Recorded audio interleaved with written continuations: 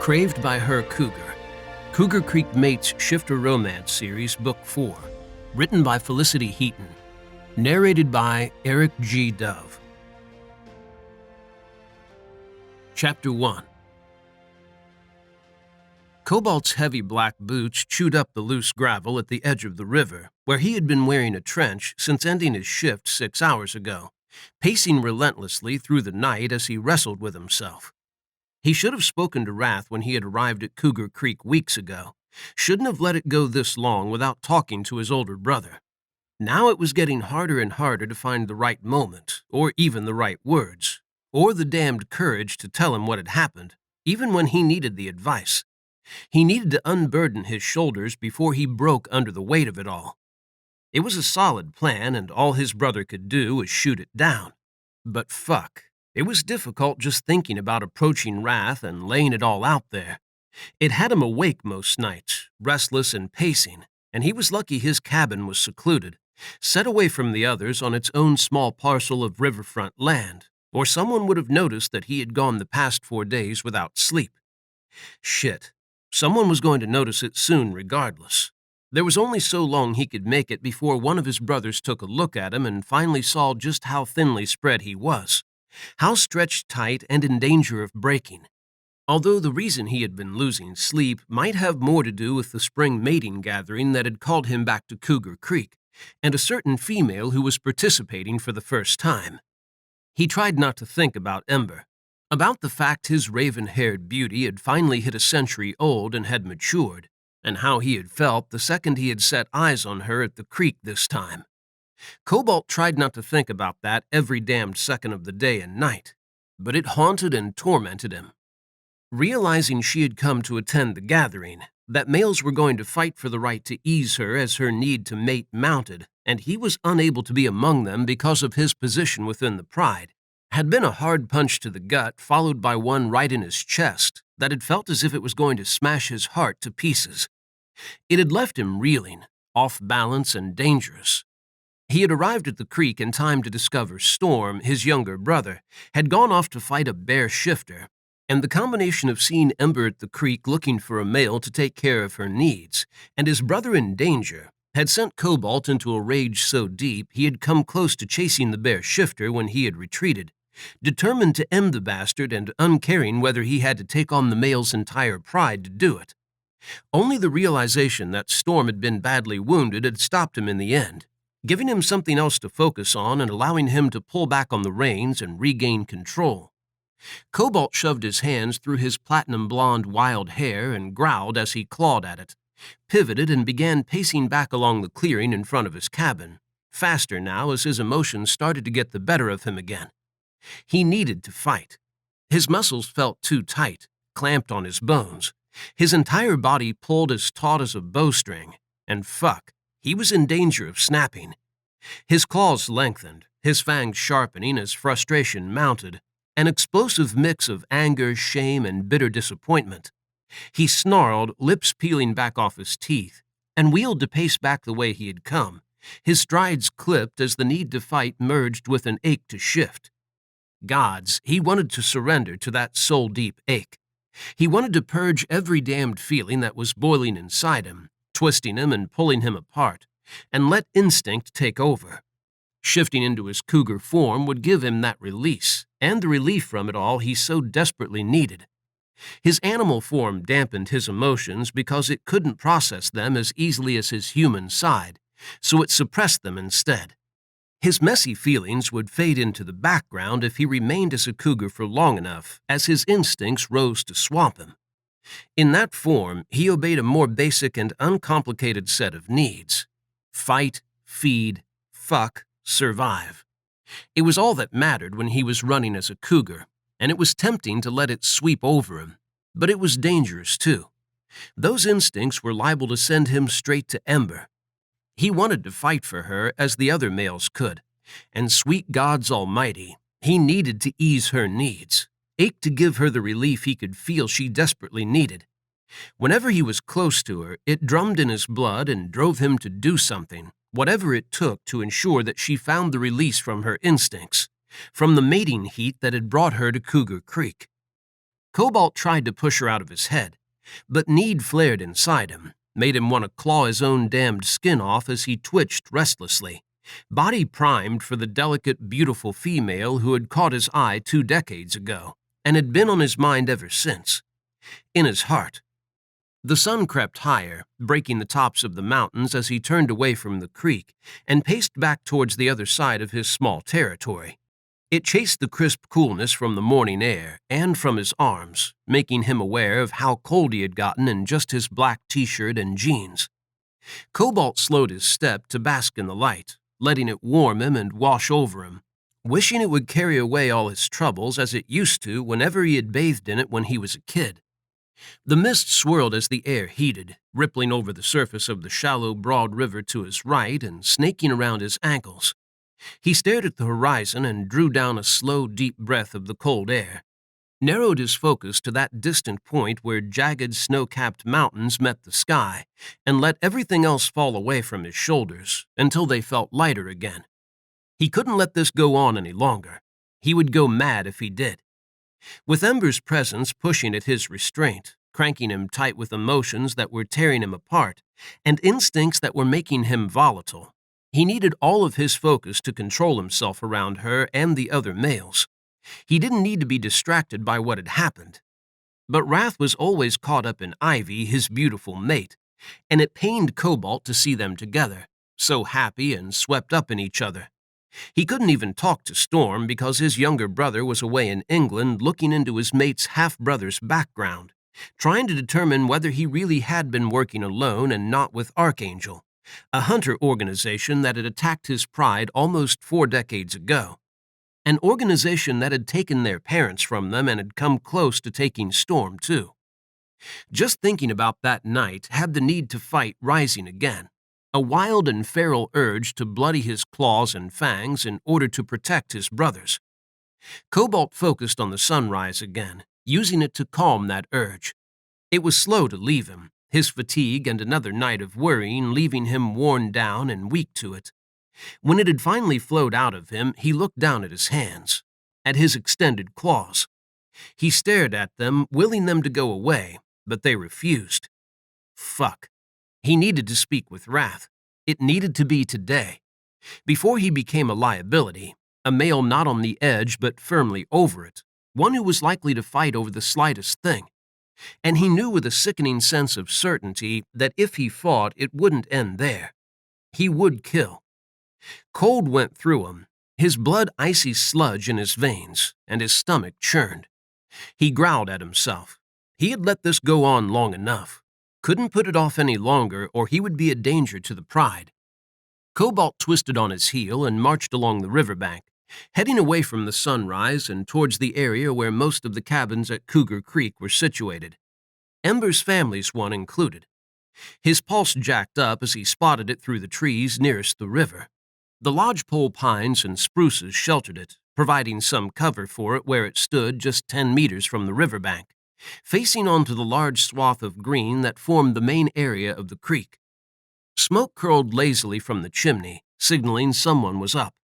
His steps slowed and he couldn't stop himself from glancing across at the front of the L-shaped cabin as he entered the clearing and started up the 200-meter stretch of grass to where his brother's cabin stood at the top of it, nestled beneath the trees. The curtains were drawn across the small windows that flanked the door of her cabin, blocking him out. An ache started inside him, throbbed deep in his bones, and had his steps slowing further, until he almost stopped and surrendered to it. He wanted to see her. That yearning burned inside him, a need he found hard to deny. His instincts pushed him to step up onto her deck and knock on her door, to go to her. Fuck, they more than pushed him. They demanded it. She was his. He knew that. Gods, he knew it.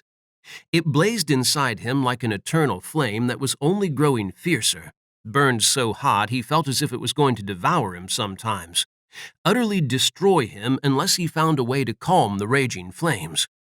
There was only one way that was going to happen, and while his position as Pride Protector had been a blessing before, keeping the females away from him because his duty meant he couldn't participate in the gathering. It was the worst of fucking curses now that Ember was taking part for the first time. And he couldn't. He had never hated his duty before, but he hated it with a vengeance now. When he and his brothers had taken it on in the wake of the Archangel attack over 30 years ago, a brutal assault that had left the pride shaken and had forced them to move to a new territory, he hadn't cared. But then, shortly after they had settled at Cougar Creek, he had set eyes on Ember for the first time. She had been a long way off maturity, a cherub-cheeked young female who would have looked like a teen nearing 20 to any passing humans. He had watched over her whenever she had been at the creek, and had used his position as pride protector to keep the females away from him during every gathering. And damn, she had grown into a stunning female with supple curves that set him on fire every time he looked at her. Idiot that he was, he had wanted to give her time to reach maturity before approaching her, figuring she would make an appearance at the creek at some point and he would be there when it happened, since wrath kept him up to speed on who was visiting. He just hadn't thought her first appearance after maturing would be a damned spring gathering. Now he was stuck on the sidelines, acting as security for the pride while they were caught up in the mating heat, and overseeing all the fights for dominance over females that were breaking out. Females like Ember. But she was his, and he needed her. He needed to knock on that door that separated them. He needed her to open it and look at him with soft eyes, ones that told him he wasn't alone, that she ached for him too, craved him with the same ferocity as he craved her. And he needed her to open her arms to him, because what he really needed most right now was to rest his head on her shoulder, wrap his arms around her and just hold her until he felt he was back on solid ground, everything put back in place and right again. Gods, he needed to hold her until this pain went away. Just wanted one moment with her without anyone seeing them or judging him. He needed her to hold him together, to lend him her strength and give him courage and hope. Hope that she would be his, and hope that his life could only get better from this point. He scrubbed his hands over his mussed blonde hair, did it so much these days he was surprised he had any left, and huffed as he pushed away from her home and forced himself to head towards Wrath's 1.5-story log cabin at the top of the sloping green. He trudged up the gentle hill, the growing distance between him and Ember tearing at him, and wanted to growl when a dark-haired male emerged from the woods to his right, and he caught the male looking towards the river, towards Ember's cabin. The hunger in the male's pale golden eyes had Cobalt looking over his shoulder, seeking the one he was looking at.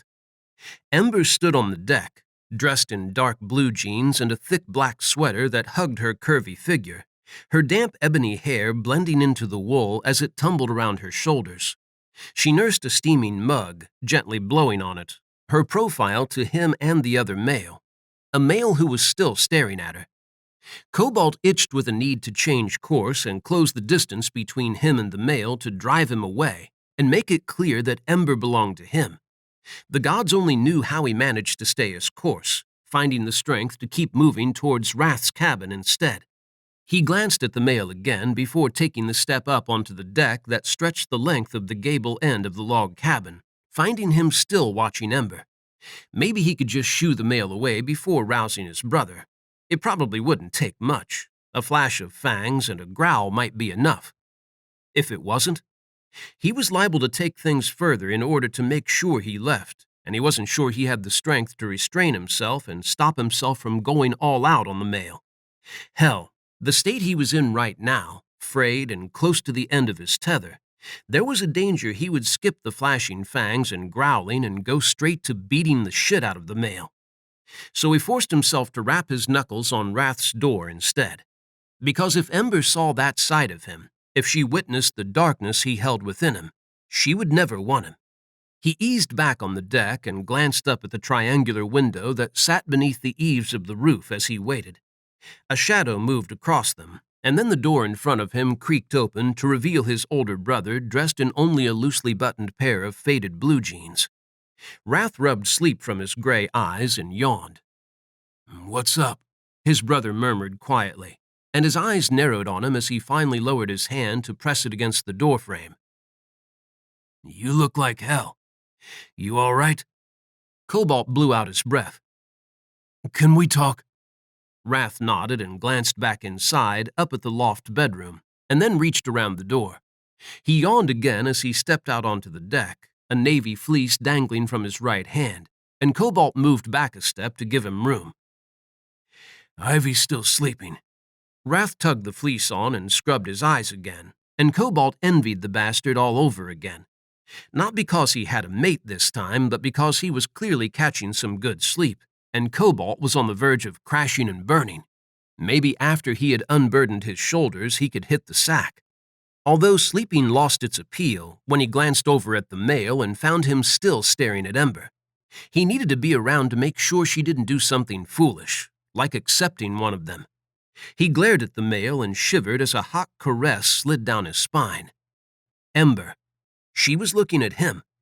Sweet gods, the feel of her gaze on him stoked the fire burning inside him until it was in danger of decimating his restraint. He twisted at the waist and looked at her, unable to stop himself as her eyes lingered on him. She glanced away, her focus shifting to the male, and something crossed her face, something he foolishly read as disgust. She turned and disappeared back inside her large cabin. Wrath slumped into one of the wooden chairs to Cobalt's right, below the kitchen window of his cabin. There's one of only a few females left who haven't accepted any of the male's advances, Wrath said dryly as he stretched his legs out in front of him and rested his bare feet on the railing around the deck. Or maybe it's her mother who isn't accepting them. Cobalt grunted at that. Her mother had high standards, expected only the best for her child, and had been that way since they had lost her father in the Archangel attack. It counted Cobalt out since he was a total fuck-up. And a failure. All of his brothers were prospering, their businesses going well, and their lives with them. Wrath ran Cougar Creek and had Ivy now. Storm's security business was flourishing, and now he had his fated mate too. Even Flint, his youngest brother, had found his mate and was talking about expanding the wildlife viewing company he ran in the north of Canada. They all had their mates, a woman they loved and would be with forever if things went to plan. Cobalt had nothing. Hitting rock bottom hurt like a bitch, slashed deep into his pride, and he had no one to blame but himself. What's up with you, Cobalt? You've been more distant than usual. Something's bothering you, and I'm getting a bit tired of waiting for you to come chat about it. He had to smile at Wrath for that. It was typical of his brother to give him space, even when he had noticed something was wrong. Cougars were a solitary species, the males liable to fight over the slightest thing, and Wrath sticking his nose into Cobalt's business would have only made him lash out at his brother. Cobalt parked his ass against the railing next to Wrath's feet, his back to Ember and the river. I fucked up, he muttered, weathering Wrath's curious gaze but refusing to look at him. If he was going to do this, he was doing it his way. He stared at his reflection in the window, into his own gray eyes, and spoke to himself. Everything was going great, and maybe I got a little cocky. I figured I could handle shit. Knew the damn deal was foolish, but I thought I had it and it would be a breeze. He sighed and leaned more heavily on the railing, so the wood creaked beneath his weight. But you didn't have it, Wrath said softly, and Cobalt shook his head. You can fix it, though. He swallowed hard and shook his head again. It's gone. The whole damn business. Bust, just like that. It's all gone fucking south and, well, there's no fixing it. Shit, Wrath muttered and laid his hand on Cobalt's leg. I'm sorry. He shrugged that off because what was there to apologize for? It had been his choice, not an act of the gods or something beyond his control. He had made a mistake and he had paid for it. What are you going to do? Wrath eased his feet down and sat up, and Cobalt felt the full force of his brother's focus settling on him, and sensed his need to do something to help him, a need that Cobalt had been banking on. I was thinking, Cobalt started and looked down at his brother. This was one thing he couldn't say to his reflection. He needed Wrath to see how important this was to him, because he hoped that if his brother saw it, he would give him the green light without hesitation. Maybe I could stay here. With Ivy around now, you're going to need help at the creek, and you're bound to want to go with her whenever she travels. Cobalt had picked up that Ivy wasn't going to give up her career as a wildlife photographer, and Wrath wouldn't let his mate out of his sight. He would travel to the ends of the earth for her, and that meant leaving the creek unattended for long periods while he traveled with her. I can take care of things in your absence. Keep an eye on your territory and the cabins. Cobalt scrubbed his hand over his tousled hair again, and then around the back of his neck as he sweated, waiting for Wrath to say something. His cabin was on the other side of the community, away from the others because of his temperament, the side of him he couldn't quite control at times. He hated that part of himself, the way he could be in control one moment and savage the next, attacking relentlessly, unable to stop himself. He hated it because he knew everyone at the Pride was aware of it, many of them having witnessed the night it had been born in all of its horrific glory. They all viewed him as a threat, and some of them had wanted Wrath to cast him out of the Pride. Storm had fought to keep him in it, his younger brother the reason that side of Cobalt had emerged. Cobalt had been on the verge of maturity, 99 years old, when Archangel had attacked the Pride. Their parents had allowed him to fight because he had been strong enough, and Storm had foolishly fought too, despite being close to a decade from maturing. When hunters had severely injured Storm, Cobalt had lost it. Everything had been a blur after that, but Wrath had filled him in on what had happened, how savage and dangerous he had turned, and how he had ripped through almost a dozen hunters in order to protect their younger brother. Since then, everyone had viewed him as fucked up. Now, he had proven himself worthy of that title, a fuck-up of the highest order. Sure, Wrath drawled. Cobalt snapped himself back to his brother, stared at him as he struggled to take that single word in and make sense of it, as if it was utterly foreign to him. Sure?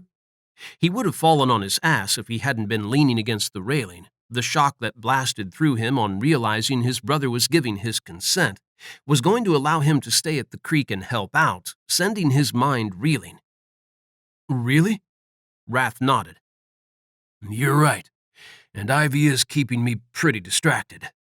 A grin teased his brother's lips, one that said she kept him distracted a lot and he wasn't complaining. She wants to shoot spirit bears soon, and I will want to go with her.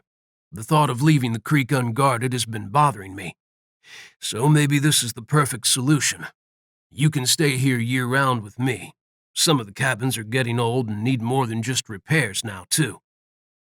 I was thinking about adding metal roofing, Cobalt said, and when Wrath's dark eyebrows lifted, he shrugged stiffly.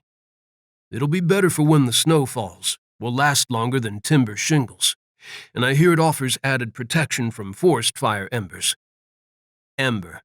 His focus instantly zoomed to her cabin, his senses stretching to reach her. He needed to feel her. She was as devastating as a wildfire ember, made him burn just as fiercely, and turned his focus to ashes whenever he was around her. That's a good idea. Wrath's voice cut into his thoughts of her, and he forced himself to give his brother the whole of his attention. It'll be a lot of work, though. I can handle it. He could. This was his chance to prove himself to his brother. Maybe it was more than that. Maybe it was a shot at proving himself to the Pride, too. He had never really fitted in at the creek, had never felt it was his home, but now he wanted to make a place for himself here. He wanted to get his head on straight again and felt in the pit of his soul that this might be something he was good at and wouldn't mess up because of his problem. He would keep enough distance from Wrath, would work on his own parcel of land and help around the creek, and would make a go of it here where it was quiet and soothing. Measure up the cabins, start with our ones, and see what sort of prices you can get. I'll talk to the other cabin owners, but I'm sure they'll be on board. Wrath's faith in him touched Cobalt, eased the weight on his shoulders, and had him eager to get going, and unable to believe he had put off talking to his brother for so long. He should have known Wrath would be understanding about it, and would give him the second chance he badly needed. He looked around the creek as the sun rose, bathing the mountains that surrounded the remote valley in warm light that turned the snow on their peaks gold, and seemed to make the rich green of the forest that swathed their bases even more vivid. He could make a home for himself here, finally settle down and plant some roots. No more wandering. It was time he stopped moving, stopped running from himself, and faced things head on. Ember was here now. He had waited for her for so long, and sure, this wasn't how he had planned it, but he was damned if he was going to let the female he had been craving for the past 2 decades, a female who owned his heart and him completely, go without a fight. His irises must have changed, glowing golden as thoughts of Ember merged with a need to fight for her, to take down any male who stood between him and her. "The work thing the only stuff you need to talk about?" Wrath eyed him closely. Cobalt forced himself to nod. While it felt good unburdening his heart to his brother, getting it all out there, he couldn't tell Wrath the other reason he was feeling volatile, constantly on a razor's edge. That would mean confessing something he wasn't ready to tell Wrath yet, something he had been aware of from the second he had set eyes on her all those years ago. Ember was his fated mate. Chapter 2. To say that she was starting to hate the way some of the males at the creek eyed her up as if she was a prime slab of meat on a block, or a peach ripe for plucking, would be the understatement of the century. Ember was sick of it. She couldn't even enjoy her morning cup of joe without one of the eligible males disturbing her peace and solitude, wrecking her day from the second she stepped outside her door. Gods, she longed for some time alone, away from the creek, far from the ridiculousness of the gathering. It was bad enough that she had awoken a month ago with urges that had been startling and overwhelming, had left her feeling as if she wasn't in control of herself, was a prisoner in her own body, a slave to instincts that were new and a little frightening. That her mother had insisted on not only joining her on her journey to Cougar Creek, but sending a letter to Wrath, the male who owned the territory her pride called home now, was still mortifying. Thankfully, Wrath had rejected her mother's request to be the one to take care of Ember's needs. It hadn't deterred her overbearing mother, though. Oh no. What should have been a relief and an end to a wholly embarrassing ordeal had just been the start. Now, her mother was determined to find her a suitable male, oversaw any fight over the right to ease her during her first heat, and scrutinized every winner before declaring her judgment of them in front of the entire pride. So far, none of the males had fulfilled her mother's requirements, which meant more fights between males who wanted to win her. More standing on the deck of her cabin, paraded like a prize catch as an incentive to them, so they could see what they were fighting for. Her mother meant well, but Ember was beginning to feel as if she was something that didn't have its own thoughts or feelings, its own desires. They weren't even considered. It was as if they didn't exist. No amount of telling her mother that she wanted to at least have a say in which male tended to her broke through her mother's steely resolve to have the final word on everything involving her. Gods, it was frustrating, irritating. Ember tuned her out as she poured a fresh cup of coffee and looked out of the window of the cabin, ignoring her as she talked of today's fights and the status of the males involved. She didn't care how much money they had or how good their family name was. She didn't care about any of it as she stared across the grass to the forest on the other side, blankly watching the river to her left as it rippled around the bend, separating the creek from the extensive woodland on the other side. A wild world that she wanted to run in. That need to escape had been building in her for the past few weeks, with each fight and every male who stared at her as if she was something they could possess, own. Each fight and every male had slowly brought about the dawning of a realization, too. The males weren't the only ones who thought they could own her. Her mother already owned her. She decided everything about Ember's life, and while Ember had gone along with it in the decades after her father's death, had borne it because she was the only child in her family, and her mother was only being overprotective, hitting 100 years old and maturing, had opened her eyes. It had only been a year, but in that time she had become aware of herself, had spent time getting to know herself better and exploring the things she liked, shaking off the ones her mother had decided were her favorites. She had changed the way she dressed, discovering she favored form-fitting jeans and sneakers, and colorful soft t-shirts and luxurious oversized sweaters to prim and proper skirts that swamped her legs, and blouses that made her look like a damned Victorian. She had packed on a few pounds after realizing that ice cream and chocolate really were the best, and fruit could go fuck itself. Her mother hadn't been happy with her about any of it, but she didn't care. This was her life. She had even ventured away from home twice. The first had awoken a feeling that she had been missing so much in life, and the second taste of independence had only cemented that feeling. It made her see that she had given her mother too much freedom in her life, and it had gone to her head, made her feel she could control everything about Ember's life. She wanted to tell her mother that she might need a male, but she was going to be the one to pick that male, and if she couldn't have the one she wanted, then she wanted none of them. There were times she came close to telling her mother that and setting her straight. Her nerve always faltered, though. The thought of upsetting her only family, a female she loved dearly, holding her back.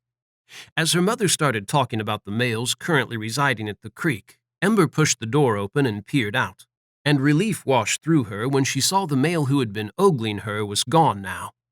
She carried her mug of coffee to her favorite recliner on the deck that wrapped around her family's large cabin and eased into it, loosing a deep sigh as she let all the tension drain from her limbs and savored the silence of morning. She loved this time, when the creek was quiet, the babbling river and the movement of animals in the distance the only sound. The quiet before the storm. It wouldn't be long before the rest of the creek woke and the first fights of the day happened. Although she wasn't the only one who was up and out early today. She glanced off to her right, up the 200-meter clearing to the cabin that stood proud at the top of it, sheltered by deep green pines, and the two males on the deck. Wrath raked a hand over his thick dark brown hair and said something she couldn't hear to his brother. Cobalt. The towering platinum blonde had his back to her, his fine backside pressed to the railing around the deck, and his hands planted beside his lean hips, bracing himself upright. His shoulders were tense beneath his black t-shirt, his hair mussed in a way that made him look as if he had come straight from his bed to see his brother. Or from a female. Ember hadn't failed to notice the way a lot of the females at the creek looked at him, blatant desire in their eyes as they tracked his movements.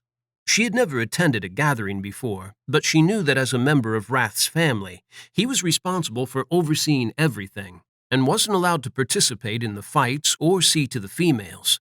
So it had shocked her when she had seen the way they eyed him, hungry gazes raking over him, and how they flirted with him whenever he happened to stop near them.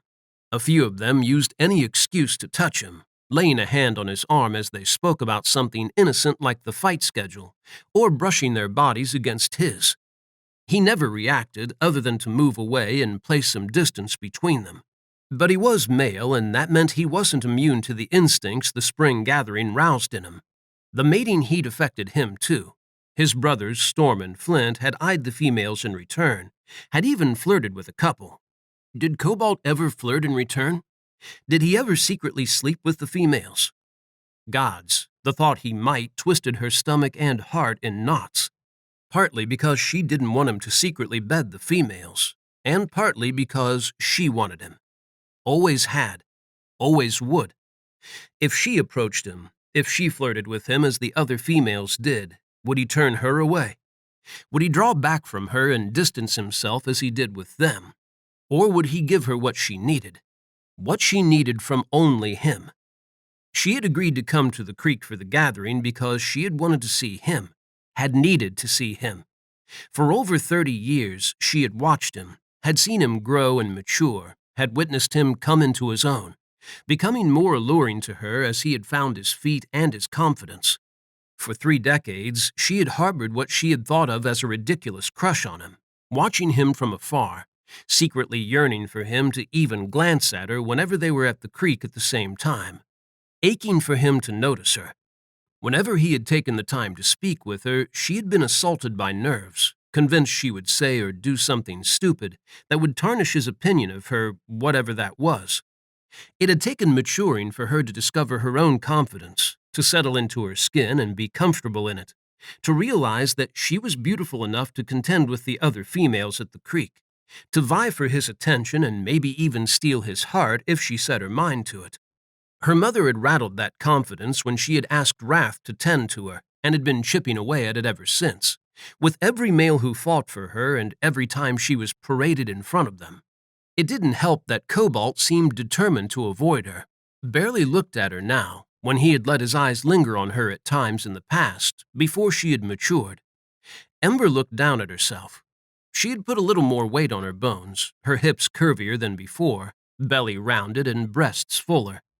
Maybe he didn't like the changes she had made to herself, but this was who she was and she liked it. She loved her curves, didn't want to be a stick-thin female. Her curves made her feel sexy, empowered. Movement off to her right drew her attention back to Cobalt. He pushed away from the railing, heaved a long sigh that lifted his broad shoulders, and said something to his brother. Wrath nodded, stood, and clapped a hand down on his shoulder as Cobalt scrubbed a hand over his mouth and rubbed it across his straight jaw. His brother smiled at him, but Cobalt's handsome face remained sober as he nodded in return, twisted, and stepped off the deck. He strode down the green, long black jeans-clad legs making easy work of the distance between her and him, and she couldn't take her eyes off him, watched him over the rim of her mug as he approached. Damn, he was fine. He radiated an alluring sort of danger and temptation, roused her instincts and brought them to the fore, until she was restless with a need to stand and move around the deck, to let him get a good look at her and what he was missing out on, all in an effort to lure him to her. Ember kept her backside planted to her recliner instead, not because she didn't want Cobalt to look at her, or because she would have been ashamed at herself for trying to lure his gaze to her by parading herself in front of him, when her mother insisted on her showing off her curves to every male who fought for her, but because her confidence was low today, the last few weeks battering it. Every fight she had to watch and every suitor who stood before her stole a piece of it. Every horrible moment where she had to wait, praying her mother would refuse that suitor, shook it. Every day when Cobalt ignored her tore it down a little more. But every day when she set eyes on him, he gave back that fragment he ripped from her. Just looking at him started a fire within her, one that burned so hot it had her forgetting that she was tired of males, tired of fights. And whenever he did look at her, when his stunning pale gray-gold eyes landed on her, that fire exploded into an inferno that had a shot of adrenaline blazing through her, filled her to the brim with confidence again. Ember tracked him across the green, silently willing him to look at her. She needed his eyes on her today, needed that boost so she could finally tell her mother she was done with letting her control her life, that it was time for some changes, and she was going to make her own decisions from now on. But he didn't even glance her way as he neared her. His gray eyes remained locked on the grass, a troubled edge to them that echoed the emotions she could sense in him as he grew closer. Emotions that had her wanting to rise onto her feet for a different reason, not to lure his eyes to her, but to ask him what was wrong. The sight of him troubled roused her deepest instincts, ones that had come into sharp focus over the past few weeks and had hit her with a revelation that had rocked her. But gods, it had explained so much at the same time. She had always believed the attraction she felt towards Cobalt was based solely on his charisma, looks, and personality, all the sorts of things that falling in love with someone normally involved. But this was the first time she had seen him since she had matured, and the attraction she had felt towards him when she had set eyes on him again had burned so fiercely it had left her shaking. Over the weeks, that attraction had only grown stronger, seemed to multiply 100-fold every damn day. And now it was becoming a struggle to restrain herself when he was near, to deny her instincts to approach him and push him, to initiate something by attempting to dominate him, to provoke a reaction. It hadn't taken her long to realize the reason why. He was her fated male. Was he aware that she was his fated one? He was older than her, matured 3 decades ago now, and as far as she knew, males were meant to be more aware of their true mate, found it easier to tell who it was than females of her species.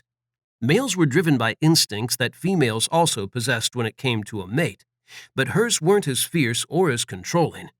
She felt an ache for him, soul-deep and consuming, one that demanded she provoke him, push and cajole him, rub against him and make him notice her.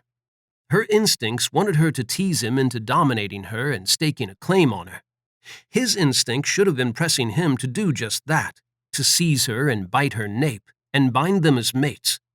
They should have been riding him as hard as hers were, demanding he take care of her, and drive any unmated males away from her. If he was feeling any of that, he was hiding it well, because he was more distant than ever, had barely said 3 words to her over the past few weeks, and showed no sign of desire when he did look at her. He watched the fights over her without a trace of emotion on his face, in complete and utter control as he oversaw them, and didn't even seem bothered when her mother mulled over whether to give the winner permission to ease her needs. Didn't he want her? The thought that he might not left her cold and aching inside, scraped out and hollow. Was it possible she was wrong about him and he wasn't her fated one? If she wasn't mistaken, was it possible for a male to not want his true mate? Wrath had gone crazy over Ivy when she had come to the creek, and Ember had witnessed both Storm and Flint driven to extremes to protect and win their fated ones. Was it really possible that Cobalt didn't desire her as his mate? He finally lifted his head and a shiver bolted through her when his eyes slid her way and his gaze settled on her, some of the shadows lifting from his face as he looked at her. Ember opened her mouth to greet him. Her mother stepped out onto the deck and Cobalt's gray gaze shifted to her. 2 more fights today, her mother sighed. Neither of them containing any males really worthy of you. If only Wrath had accepted our offer. Ember's eyes widened as Cobalt's narrowed, her heart hitching in her throat and pounding there as she fought to find her voice, to say that she didn't want Wrath and it hadn't been her idea to approach his brother. She swore Cobalt's face darkened before he looked away and lowered it, and his pace picked up, long legs carrying him swiftly past her. She watched him go, feeling the faintest echo of his emotions, and trying to decipher them, because she needed to know what he was feeling. She needed to know whether he felt anything at all for her. She just needed a sign. One sign. A look, a smile, anything to make his feelings clear. Because then she was sure she would find the courage to follow her heart, and it would lead her straight to him. Chapter 3. Cobalt prowled the riverbank again, breathing hard as his heart pounded. Blood surged with a need to go back to the main area of the creek and confront his brother about what Ember's mother had said when he had been passing. Had she really approached Wrath about easing Ember during the gathering? Fuck. The thought that she had and that Wrath hadn't told him about it had fur rippling over Cobalt's skin and an itch to shift and fight rushing through him. He snarled as his claws and fangs extended. Didn't deny his instincts this time as he did whenever they fired when he was around others, hiding his feelings from everyone and maintaining strict control. They all talked about him as it was. He knew that. He wasn't an idiot. He was well aware that he had a reputation and that everyone watched him closely, waiting for him to slip and fearing it happening. Shit, he was sure some of them wanted to see him lose control. Not everyone had witnessed him in all his glory the night of the Archangel attack 3 decades ago. Those who had missed the show only had second-hand accounts to feed their imaginations, and some of them wanted to switch it for a first-hand one. He was fucked if he was going to oblige. He was kept on the fringes of the Pride as it was. If he lost control again, there was a danger he would attack someone from the Pride, and then they were bound to lobby Wrath again, aiming to get him kicked out. Wrath wouldn't do it. He didn't think so, at least. What did he know? Wrath was keeping secrets from him now, hadn't told him about Ember and the offer. His brother had defended him before, but who was to say he would defend him again? Cobalt huffed as he shut down that line of thought. Wrath was his brother, and they stuck together. Nothing would change that. If Wrath hadn't told him about Ember, it was for a reason. Hell, it wasn't as if Cobalt had been around him much since returning. He had been keeping his distance from everyone, caught up in his own struggles and finding it hard to overcome them. Still, his blood pounded with a need to stride up to Wrath, grab him by his collar, and force the truth out of him. But if he did that, it would lead to a fight. He needed Wrath on his side. If he got into a brawl with his brother, there was a chance Wrath would change his mind about letting him stay at the creek year-round. That was too important to him to risk it by letting his emotions and instincts get the better of him. Although he wasn't sure he would be able to restrain himself the next time he saw Wrath. He needed to know what had happened, because it was going to eat away at him, chipping at his control if he didn't uncover the truth. He loosed a mirthless chuckle. He wouldn't really be surprised if Ember's mother had spoken true and they had approached Wrath. His brother had been the most eligible male in the Pride before Ivy had come along and claimed him as her own. He had a secure position, owned the territory of Cougar Creek, and was strong. Probably the perfect male specimen in their eyes and that of all the Pride. Unlike him. Cobalt looked around at his small piece of territory. It extended barely 50 meters in all directions, a pocket of woods that surrounded a narrow natural clearing by the river. His cabin was a little larger than Wrath's, an L-shaped affair that matched the layout of Ember's one, with a kitchen at the front, a living area beyond it, and a decent-sized bedroom at the back left. It had a nice picture window that overlooked the clearing and the river and mountains, too. He had positioned his bed against the bottom of the L so it faced that window, giving him a fantastic view to wake up to. When he actually slept, that was. He did have one thing Wrath didn't. There was a spring on his land that brought up natural hot water, and he used a pump to bring it into the cabin for use in his shower, a luxury no other home at the creek had, and had a second pump that would pour it into a wooden tub he had built outside beneath the trees whenever he wanted a good soak. He had also made the switch to using propane tanks to fuel his stove and had an array of solar panels to provide electricity. All the mod cons.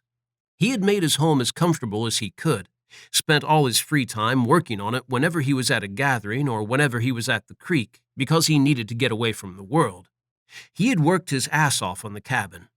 Cobalt dragged a hand over his face and sighed. He wasn't sure why. Had he hoped it would impress everyone? Or maybe just Ember. When he boiled it down, hers was the only opinion that mattered. When she looked at him, did she see the same fuck-up that everyone else did? Was she afraid of him like some of the females? Or did she want to see the side of him he tried to keep hidden, the monster he became whenever his temper snapped? He blew out his breath, sank to his haunches, and stared at the river, blankly watching the water rushing past, bubbling over the rocks and snaking around the boulders. Gods, he hoped she wasn't afraid of him. He would never hurt her. He drew down another breath, held it in his lungs, and let it out slowly, purging every last molecule in a controlled manner to release the tension building inside him again. When his shoulders relaxed, his muscles finally uncoiling, he repeated the action until peace flowed into him. He closed his eyes and listened to the quiet of the world around him, a quiet he needed. It was part of the reason he had chosen this spot as his territory and had broken away from the Pride as much as he could. He needed the solitude. It eased him, made him feel less on edge, because whenever he was here, he no longer felt in danger of hurting someone. He liked the busyness of the creek, but he was always on edge when he was around others, pulled tight inside, waiting for something to trigger him and make him lose his head. Wrath had told him countless times that he only felt that way because others did. They watched him too closely and he felt it, was aware they were waiting for him to slip up. His brother was right, but the way they all warily watched him was only part of the reason he always felt uncomfortable around members of the Pride, restless and tense. The rest of the reason was the fact he knew he was dangerous, unpredictable even to himself. Sometimes it terrified him. One moment he would be in control, and the next he had none. Something would snap inside him, and the pounding need to survive would grip him, and it would drive him to kill. When it happened, he could do nothing. All control wrenched from him as pure instinct seized command, a vicious and deadly need to fight. All he could do was ride it out and wait for that precious moment, that heartbeat of time, where he could pull on the reins and claw back control. Sometimes he was lost in his instincts for mere seconds, and sometimes it was closer to an hour. Whether it was seconds or hours, he always felt the same way when he came back to the world. Wretched, disgusted with himself. A monster. Cobalt opened his eyes and studied a fish as it was caught up in the current and swept past a rock, and as it struggled to turn and swim towards the slack water behind the boulder, seeking the calm and safety. Shit. He chuckled. What a prize fucking catch he was. A fuck-up and a failure. It would be a miracle if any female really wanted him for more than one night of passion, especially Ember. She deserved better than him. Her mother was right about that. She was young, beautiful, and deserved a male who had something, anything, to his name, other than a legacy of bloodshed and a reputation that wouldn't die. Any of the males at the creek were more worthy of her than he was. He felt that keenly whenever he was overseeing a fight, whenever her mother listed all the good things about the winner before declaring him unfit for her daughter. He shook his head. He could only imagine how short the list would be if he tried to win Ember. It would probably be empty. Hell, her mother would probably reject him before he even stepped foot in the ring, and would make the other male the winner by default. An urge to sink on his ass and just give up ran through him, but he forced himself to push onto his feet instead. He was damned if he was going down without a fight. Wrath had given him an opportunity to claw back at least a little of his dignity, and he wasn't going to squander it. If he could make a success of working at the creek, that would be worth something, right? He wouldn't be a total failure anyway. Cobalt strolled up the gently sloping green to his cabin, took the steps up onto the raised deck, and pushed the wooden door open. The coolness of the long room embraced him, the familiar scent of it offering comfort he badly needed. This was his sanctuary. Nothing could touch him here, not even the beast he held locked within him. He grabbed a glass of water from the kitchen that overlooked the deck, carried it to the dark gray couch that stood facing the stone fireplace that took up a large portion of the right wall of the cabin, and set it down on the worn wooden coffee table. He sank onto the couch, releasing a sigh as its softness gave beneath his weight, and rubbed his eyes as he yawned. Gods, he needed sleep, but he wanted to hit the ground running. So he leaned over the table, dragged his black laptop to him, and opened it as he set it on his knees and slumped back into the couch. He rubbed his eyes again, stifling another yawn as the computer booted up. His fair eyebrows dipped and knitted as the screen awoke. The internet signal was shitty today, but it would do. All he wanted to do was search for some local companies that could supply the metal sheets for the roofing project, and fire off some emails for quotes based on a rough estimate of the materials he would need to complete the first two cabins, his and Wrath's, and his best guess on how much more he would need to complete the other cabins at the creek. That would hopefully get a good discount. There were close to 20 cabins spread around the creek. Most of them were a similar size to Wrath's, but some were close to the size of his. He opened a spreadsheet and couldn't hold back the yawn as he roughly calculated the size of his roof and then the size of Wrath's, and tried to remember how many cabins at the creek matched them. Another yawn crept up on him as he searched for companies in the area, and he sent the first two emails. He blinked to clear his watery eyes and covered his mouth with his hand as another yawn escaped him. His fingers danced across the keyboard but slowed as his eyelids drooped, growing heavier by the second. Maybe he needed coffee. It was the last thought to cross his mind before he came around to a stiff neck and hot knees. He grunted and frowned as he groggily took in the laptop on his thighs and the long stream of T's across the screen. Crap. His eyes dropped to the clock in the corner of the screen and widened as he saw the time. Double crap. Cobalt shot to his feet, set his laptop down on the table, and rubbed sleep from his eyes. He was late. Wrath was going to kill him. He rushed around his cabin, stripping off his jeans and t-shirt as he went, and grabbing a fresh set of clothes from his bedroom drawers. He tugged the worn black jeans on, bouncing on his toes as he yanked them up and quickly buttoned them, and followed them with a dark gray t-shirt. As he raced for the door, he raked his fingers through his blonde hair, trying to neaten it. Everything else would have to wait. He jammed his feet into his boots and slammed the door behind him and leaped from the deck, hitting the grass at a dead sprint. When he reached the forest, he banked right, cutting through it in the direction of Wrath's cabin rather than heading towards the river. While he preferred that route, this one was faster. He ducked and weaved through the pines, leaped thick roots, and dodged beneath low branches, never slowing. A few of the males and females relaxing on the decks of the cabins in the woods watched him as he passed, muttered comments leaving their lips that he paid no attention to as he focused on his destination and reaching it before Wrath lost a little faith in him.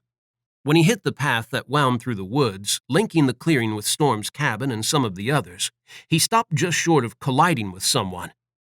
"You being chased?" Flint drawled and leaned to his left, trying to see past him. Cobalt shook his head, struggling to catch his breath, as he leaned forwards to rest his hands on his thighs. "Just late." Wrath isn't mad. Flint was a damned mind reader. His youngest brother grinned when Cobalt lifted his eyes to his face, his smile tugging at the scar that cut across the corner of his mouth. "He asked me to do the afternoon perimeter sweep, and because I'm such a nice guy, I said I would do it. He tried softening me up with some shit about you needing your beauty sleep." Flint peered closer, his gray eyes shining with mischief and his black eyebrows knitting as he scrutinized him. "You do look a bit less Hollywood handsome than usual. I don't think I've ever seen your hair so scruffy, out of place. I honestly didn't think that was possible. And are those bags under your eyes?" His brother grinned again. Cobalt growled.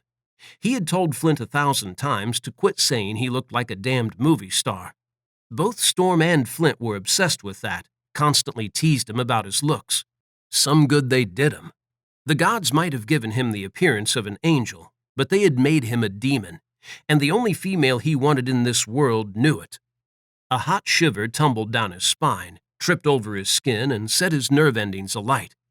He shifted his gaze to beyond Flint. Ember. His heart hitched at the sight of her, 1,000 urges and needs assaulting him all over again. They fired him up, pushed him to stalk towards her, to prowl around her as he growled and nudged her, briefly making contact as he towered over her, crowded and dominated her, letting her know that he wanted her. They pushed him to fight, too, labeled every unmated male in the vicinity as a threat to his claim on her as his eyes tracked her. Fuck, she looked good today. Soft purple leggings hugged her legs, accentuating the flare of her hips, and a loose black woolen jumper concealed her curves, the sleeves so long they covered her hands. Her left hand peeked out as she lifted it and pushed a few strands of her ebony hair back into her French braid. He expected her to look away, but this time she didn't. Her gray eyes were bright with their subtle hints of blue as they lingered on him as she crossed the green, heading away from Wrath's cabin. He bit back the growl that rumbled up his throat as he spotted his brother on the deck, watching her walking away. What the fuck had Ember been doing at his brother's place? "You feeling frisky or fighty?" Flint frowned at him. His eyes were glowing gold. He could almost feel the change in them as his temper frayed, the rage he had tried to suppress boiling back to the surface as he watched his brother staring after Ember and recalled what her mother had said. "Fighty," Cobalt snarled and pushed past Flint, storming towards Wrath, that rage mounting inside him with every step closer he got to his brother. "What put a bee in your bonnet?" Flint muttered, and he felt his brother moving away from him. It wasn't a bee. It was a fucking hornet, buzzing around in his head and stinging his heart on repeat, and it wasn't going to leave him alone until he had a word with his older brother. He didn't want to fight, but he couldn't let it go. He needed to know what had happened, or he would never be able to look at Wrath without wanting to shove his fist into his face. Fuck, he would never be able to even think about his brother without wanting to get into a brawl with him. The sweet scent of Ember swirled around him as he reached the spot she had crossed, stoking the fire inside him, rousing his instincts as her fated male. She was his, and he wouldn't allow anyone to take her from him, not even his brother. The sensible part of himself, the fragment not ruled by instinct and a driving need to win his female, whispered that his brother was mated now, clearly hadn't been interested in Ember. It did nothing to ease his mood or his need to fight. Gods, he needed to strike his brother, needed to unleash every drop of his fury on him and get it all out of him before he exploded, or lost control. "Easy, brother," Wrath murmured as his gray gaze slid to him, his dark eyebrows dipping and straight jaw setting hard. "I'm not looking for a fight." Cobalt wanted to counter that with the fact he had to be, because he had been staring after Ember, raking his damned eyes over curves he had no right to look at, because she was his. "I heard something today," Cobalt bit out, practically snarling it at Wrath as he stopped before him. His brother's expression darkened, a warning in it, one that Cobalt refused to heed. Ember's mother tried to give her to you." Wrath's face instantly softened, all the tension draining from his wide shoulders, and his gold-gray eyes gained an edge that was somewhere between an apology and pity. So Cobalt bared fangs at him. He didn't need anyone's fucking pity. "She did." Wrath held his hand up when Cobalt snarled again and stepped forwards, every muscle coiled in readiness, his fist itching to plow into his brother's face. "But I turned her down. I'm not interested in Ember." The relief that went through him on hearing that wasn't enough to bring his mood back down to a simmer. It barely took the edge off his need to fight. He clenched his hands at his sides as he struggled to rein in his temper and tamp down the hunger to unleash hell with fist and fang. Wrath's eyes slowly narrowed, suspicion forming in them that Cobalt didn't like. He wanted to keep the fact that Ember was his fated female private. It was too late, though. He could see that in his brother's eyes. His outburst had revealed it all to Wrath. He cursed, aiming it at himself for confronting Wrath about what Ember's mother had done. He hadn't been thinking clearly, hadn't thought at all. The sight of Ember walking away from Wrath, the fact that her mother had tried to give her to his brother, and the constant onslaught of his instincts as her fated male, had swept him up in a maelstrom of feeling, rage so deep that he hadn't been able to stop himself. Rage that still burned inside him. It needed an outlet. He needed to purge it, to fight. No, he needed to get the hell away from the creek and calm down, before he did something reckless, dangerous, before he lost control. He couldn't hold back the tide now he had opened the floodgates. The urges flowing through him were too powerful, battered him and had him aware of every male in the area, every possible opponent he could take on in order to satisfy this hunger to fight. "Cobalt," Wrath started, but then he tensed. Cobalt dragged his gaze up to his brother and sensed what he had before he could ask what was wrong. The scent of spilled blood hit him a split second before three males broke into the clearing from his right, tearing at each other. "Get out of here." Wrath moved to grab him. Too late. Cobalt bared his fangs and loosed a feral growl. Everything went the color of blood. Chapter 4. Aggression. Ember felt it sweep through her as Cobalt's focus shifted from her to Wrath, where he stood on the deck of his cabin a few meters behind her. Cobalt was angry for some reason, seethed with dark needs that had him broadcasting his feelings to her through the fragile bond that linked them as fated mates. She had never felt such rage in him, such unadulterated fury. It thrilled her a little, not because she liked it when he was angry, but because the powerful emotions he was experiencing made it easier for her to detect others in him, like the flash of desire and need that had gone through him when she had dared to look at him. Ember was tempted to turn towards him as he stormed in Wrath's direction, his jaw tensed, muscles popping beneath his tanned skin, and his golden eyes locked on his brother. He was on the warpath, though, a male determined to fight Wrath for some reason. Another electric thrill rushed through her, striking as hard as lightning and shaking her as a reason popped into her head. Wrath had been looking at her. Cobalt had seen her leaving his brother's home, and he had gone from feeling desire to feeling a hunger to fight. Because of what her mother had said this morning? She tried to push that ridiculous thought away, but it persisted, ran around her head in circles and refused to go. Had she been wrong about Cobalt after all? Was he aware of what she was to him? Did he want her? The aggression burning in him flared stronger, and she did look back now, not bothering to hide what she was doing as she normally did whenever she looked at Cobalt. He squared up to his brother and her steps slowed, worry spinning through her to bring her close to stopping as she neared the deck of her cabin. Were they going to fight? Her brow furrowed, heart filling with hope that they wouldn't come to blows, and not only because Cobalt seemed strained enough as it was without adding falling out with Wrath to his troubles. She didn't want them to fight because everyone else in the clearing was watching too, waiting to see what Cobalt would do, waiting for him to fall victim of the side that everyone spoke about behind his back, treating him as if he was a monster, unfit to be a member of the Pride. Sometimes Ember felt as if she was the only person who wasn't afraid of him. Unlike many of the Pride, she had seen everything when he had fought against Archangel. She had been young, shut away in her family's cabin at the old territory, and had been at the window, watching the fighting with her heart in her mouth, afraid the hunters would break through and reach her. Back then, Cobalt had never even glanced at her, hadn't noticed her at all. Gods, she had noticed him that night. He had been brutal, vicious, swift and deadly in the defense of his brother, cutting through the humans and spilling so much blood the ground had been crimson. But he had been glorious, too, breathtaking as he had fought to protect the pride. A warrior. All of the violence had changed him, though. He smiled as easily as he had back in the days that had come before the attack, but she could see through them. They weren't the smiles that used to grace his lips. They were a shadow, a faint echo of them, lacking the feeling they had once held, and his eyes always held a hint of darkness, one that easily drove the females away whenever they flirted with him. His past and his temperament might put other females off, but not her. She wasn't afraid of him, not even when he was in danger of losing control. 3 males came tumbling out of the woods near to her cabin, and she gasped as she stumbled backwards, away from them as they snarled and tore at each other, ripping through clothing to shred flesh and spill blood. Wrath said something, and she saw him move out of the corner of her eye. One of the males staggered and hit the ground near her, growling as he tried to shake off the blow one of his opponents had landed.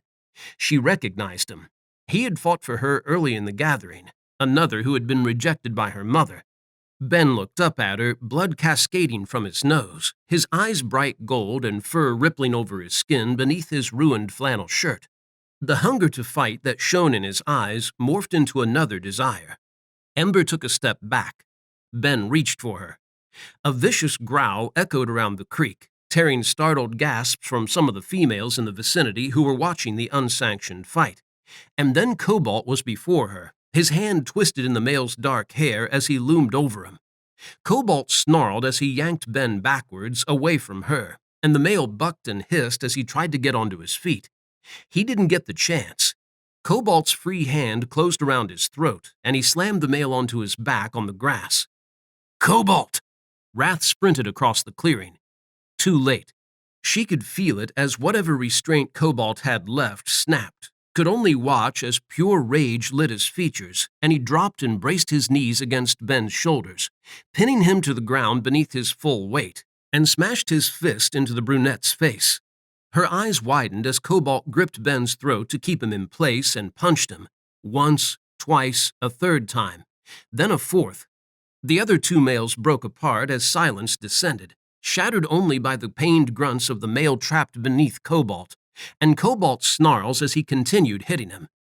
Crimson splashed over Cobalt's chest to leave dark streaks on his charcoal t-shirt and arced up his neck and face, saturated Ben as his cheek split open and nose cracked. Everyone stared, horror on their faces as Cobalt pummeled him. Someone had to do something. She instinctively reached for Cobalt, aching to soothe him, to help him regain control by showing him that she was fine, in no danger now. Gods, she had wanted to see he knew she was his true mate, but she hadn't wanted it to be like this. She knew all about fated mates, was aware that he had lost control because of his instincts, his deeply rooted need to protect her from any male and to fight anyone who tried to take her from him. Had he been holding those needs back all this time, bottling up the urge to fight? He wasn't holding back now.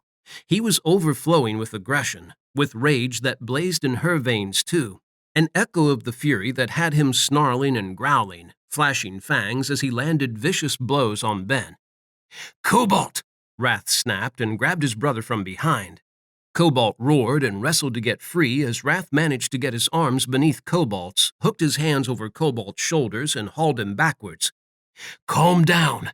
Wrath struggled to keep hold of his brother, his hands pressing into the back of his skull to subdue him. He gritted his teeth and grimaced as Cobalt sharply twisted and managed to jam an elbow into his cheek. Ben remained terribly still on the grass, blood leaking from his wounds. She focused on him a little, and relief crashed through her when she managed to detect his heartbeat. He would make it. Wrath had stopped his brother just in time. Although it wasn't over yet. Cobalt swiftly bent to one side, broke free of Wrath's right arm, and tried to hit his brother. Wrath was too fast for him, easily capturing his arm again before he could launch an attack.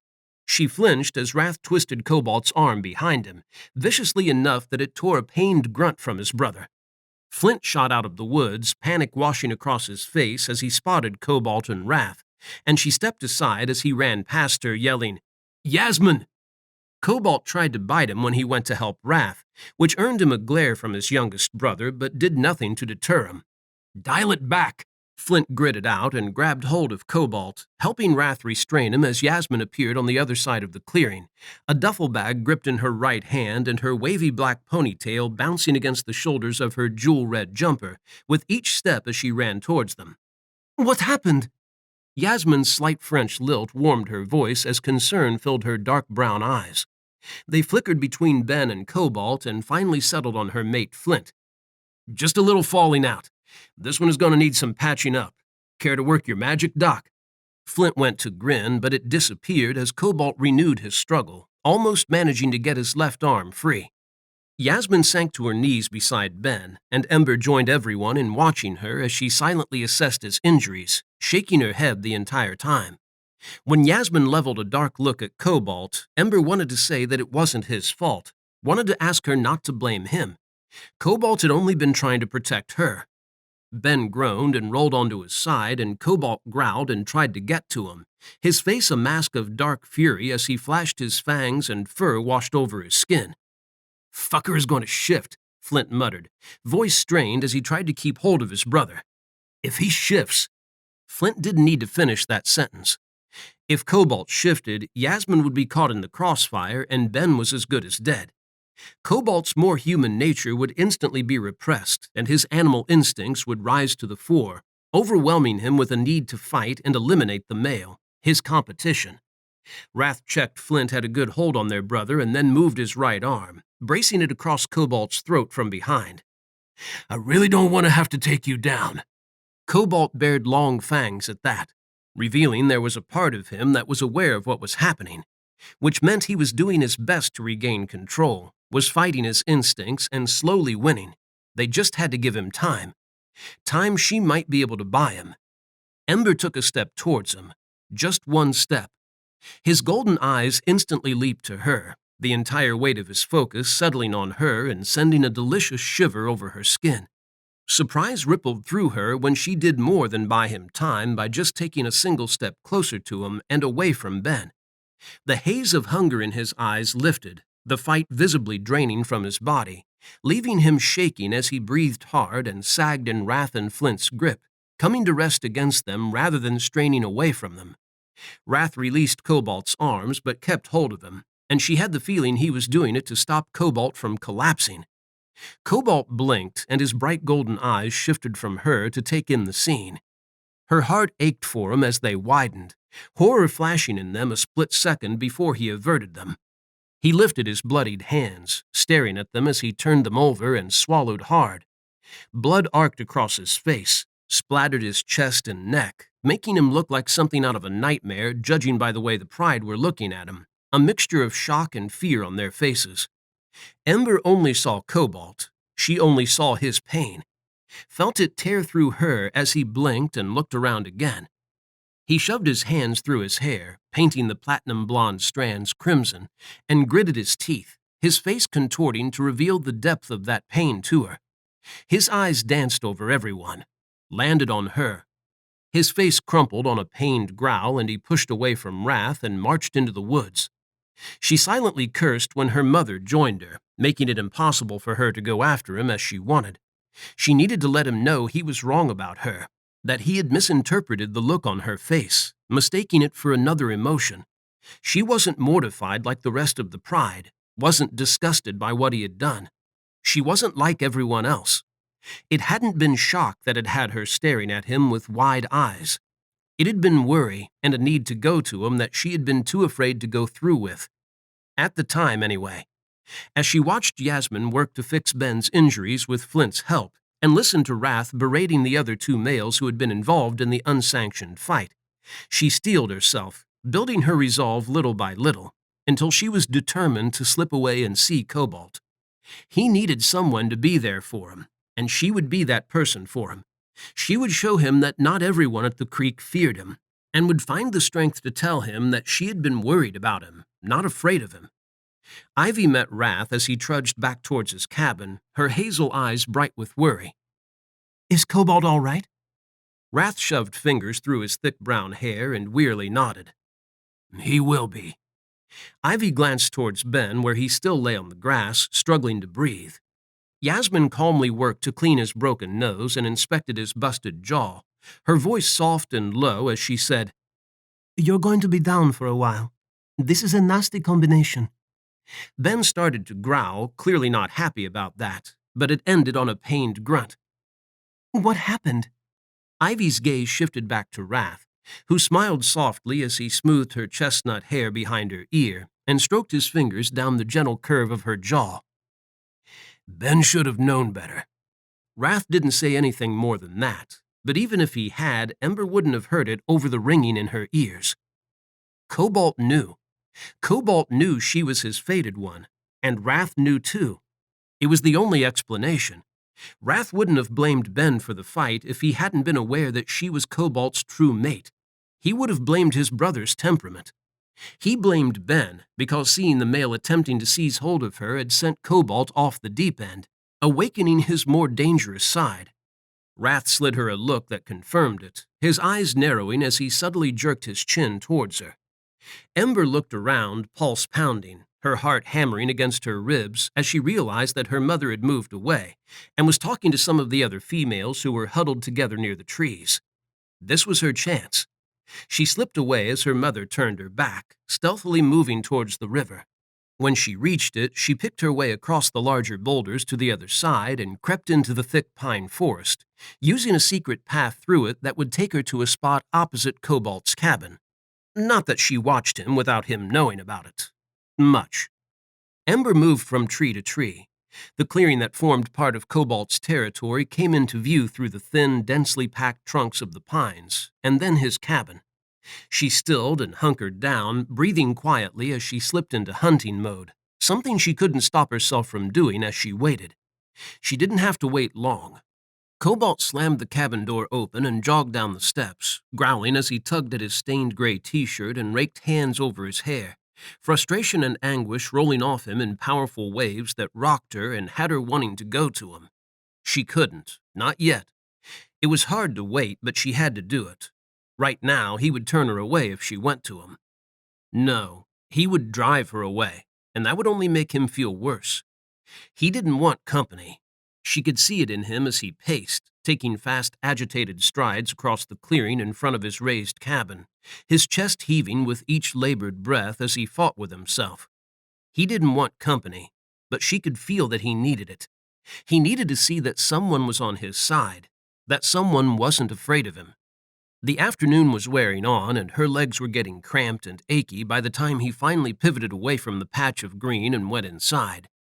Ember stood and stretched, monitoring him as best she could with her senses as he moved around his cabin, and she worked out some kinks in her muscles. She eased forwards enough that she could see the sky. Pink laced the fingers of clouds, and gold tipped the towering mountains that surrounded the forest on all sides. She would be missed if she didn't return soon.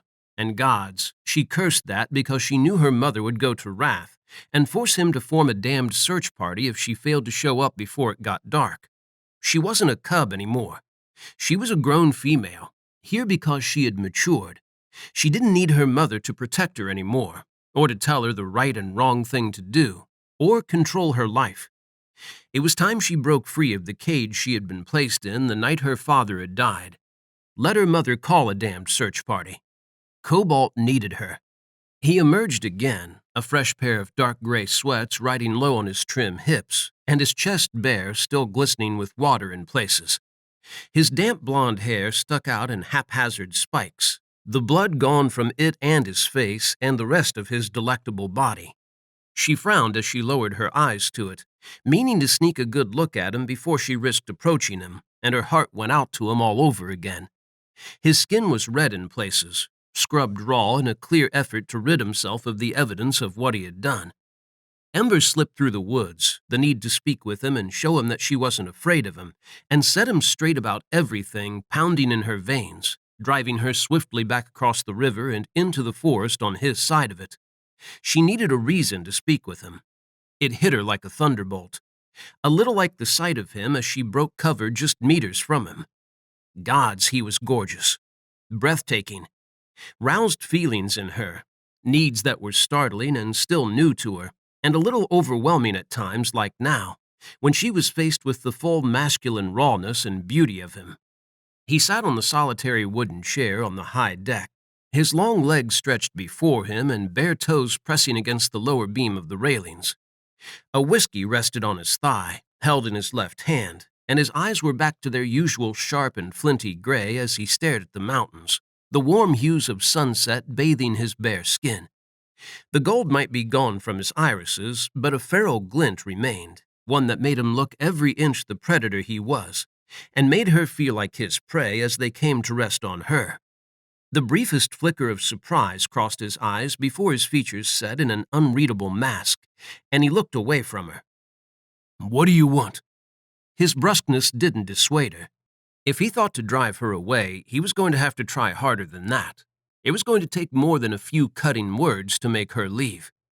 She kept hold of her courage and continued her approach, not stopping until she reached the stairs of his deck and her view of him became unobstructed. It wasn't nerves that arrested her steps.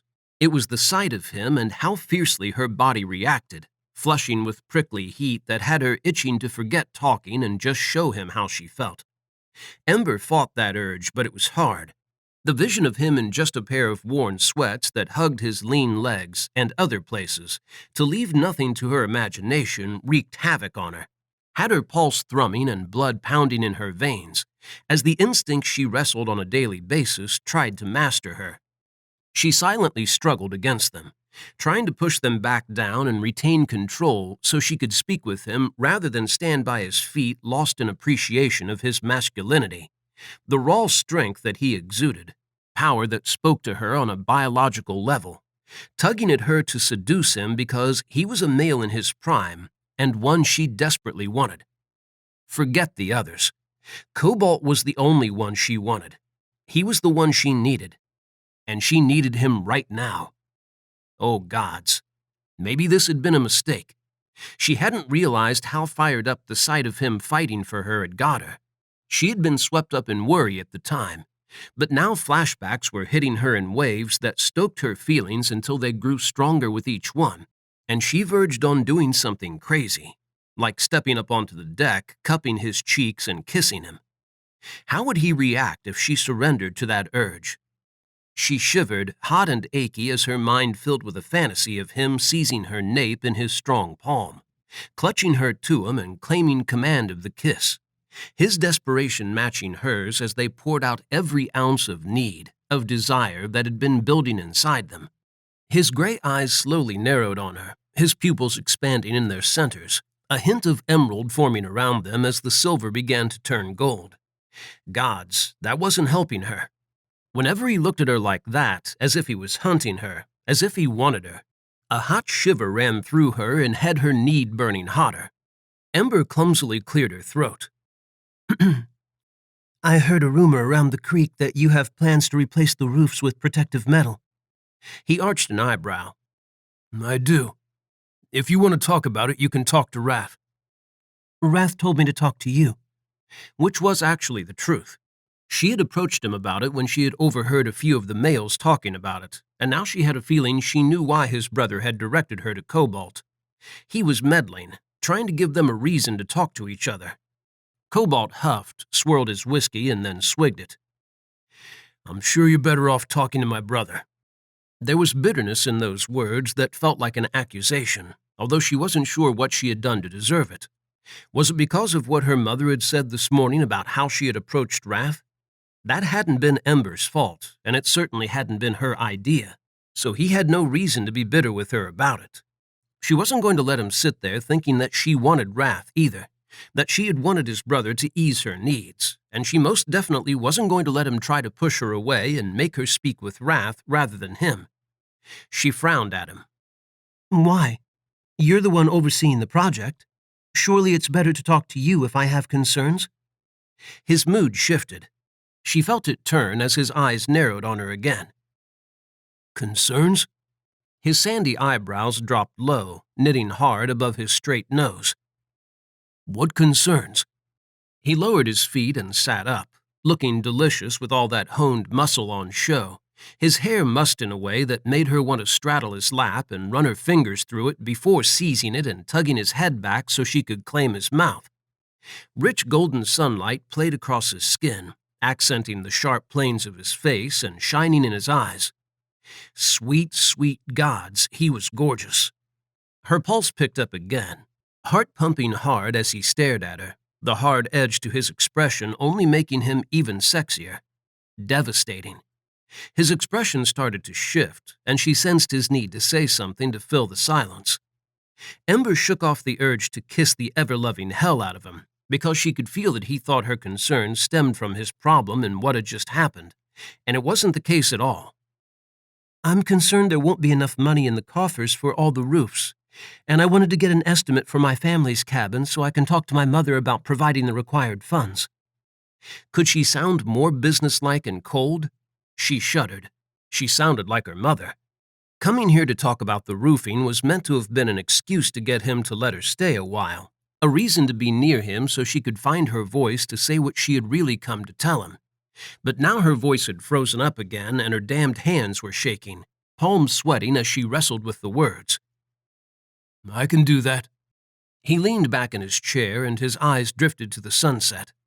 When she didn't leave, had been stood there for 5 minutes like a statue, just staring at him as she fought her rising nerves, determined to say what she had really come here to say, his gaze roamed back to her. There's something else? Those sandy slashes dipped low again, his eyes narrowing in a way that warned her that he wasn't happy that she hadn't left yet. His dilated pupils said it wasn't because he wanted to be alone either. Ember fought her body, battled the instincts he roused as she stared into his eyes, swept up in the banked heat in them, the denied need that echoed within her too, needed an outlet and soon. Being alone with him only gave it more power over her, constantly pushed her to do something about it, to seize the moment without fear. She wouldn't regret it if she could have just one taste of his lips, could feel his hands on her for just one heartbeat, even if he pushed her away. His gray eyes narrowed further, a hint of blue to them as the sun sank lower. Her courage faltered as she looked down at herself, as she saw her figure, and imagined what she looked like to him compared with the other females at the creek, females who were trim and toned, and far more beautiful. She took a step back and turned away, froze in place as anger blazed in her veins, to burn the fear and the doubts away, to crush that voice at the back of her mind that whispered that Cobalt would never want her. When she found the strength to look back at him, he was stood at the railing, his large hands grasping the wooden beam, holding it so tightly his knuckles blazed white in the fading light as he leaned towards her. Was he holding himself back? Had he wanted to come after her? Did the thought of parting from her make him ache as fiercely as the thought of parting from him? Are you all right? Her voice only wobbled slightly as she slowly eased back to face him, her eyebrows furrowing as she stared deep into his eyes, seeking the answer in them. He leaned back, a flicker of surprise crossing his face as his eyebrows briefly dipped and he blinked at her. I wanted to ask you that. She pushed the words out, determined to get the truth out there now that she had started. Back when Raph had to, I was worried. His nostrils flared as his jaw set. For yourself? Her heart went out to him as she felt the fear that arrowed through him and knew the source of it.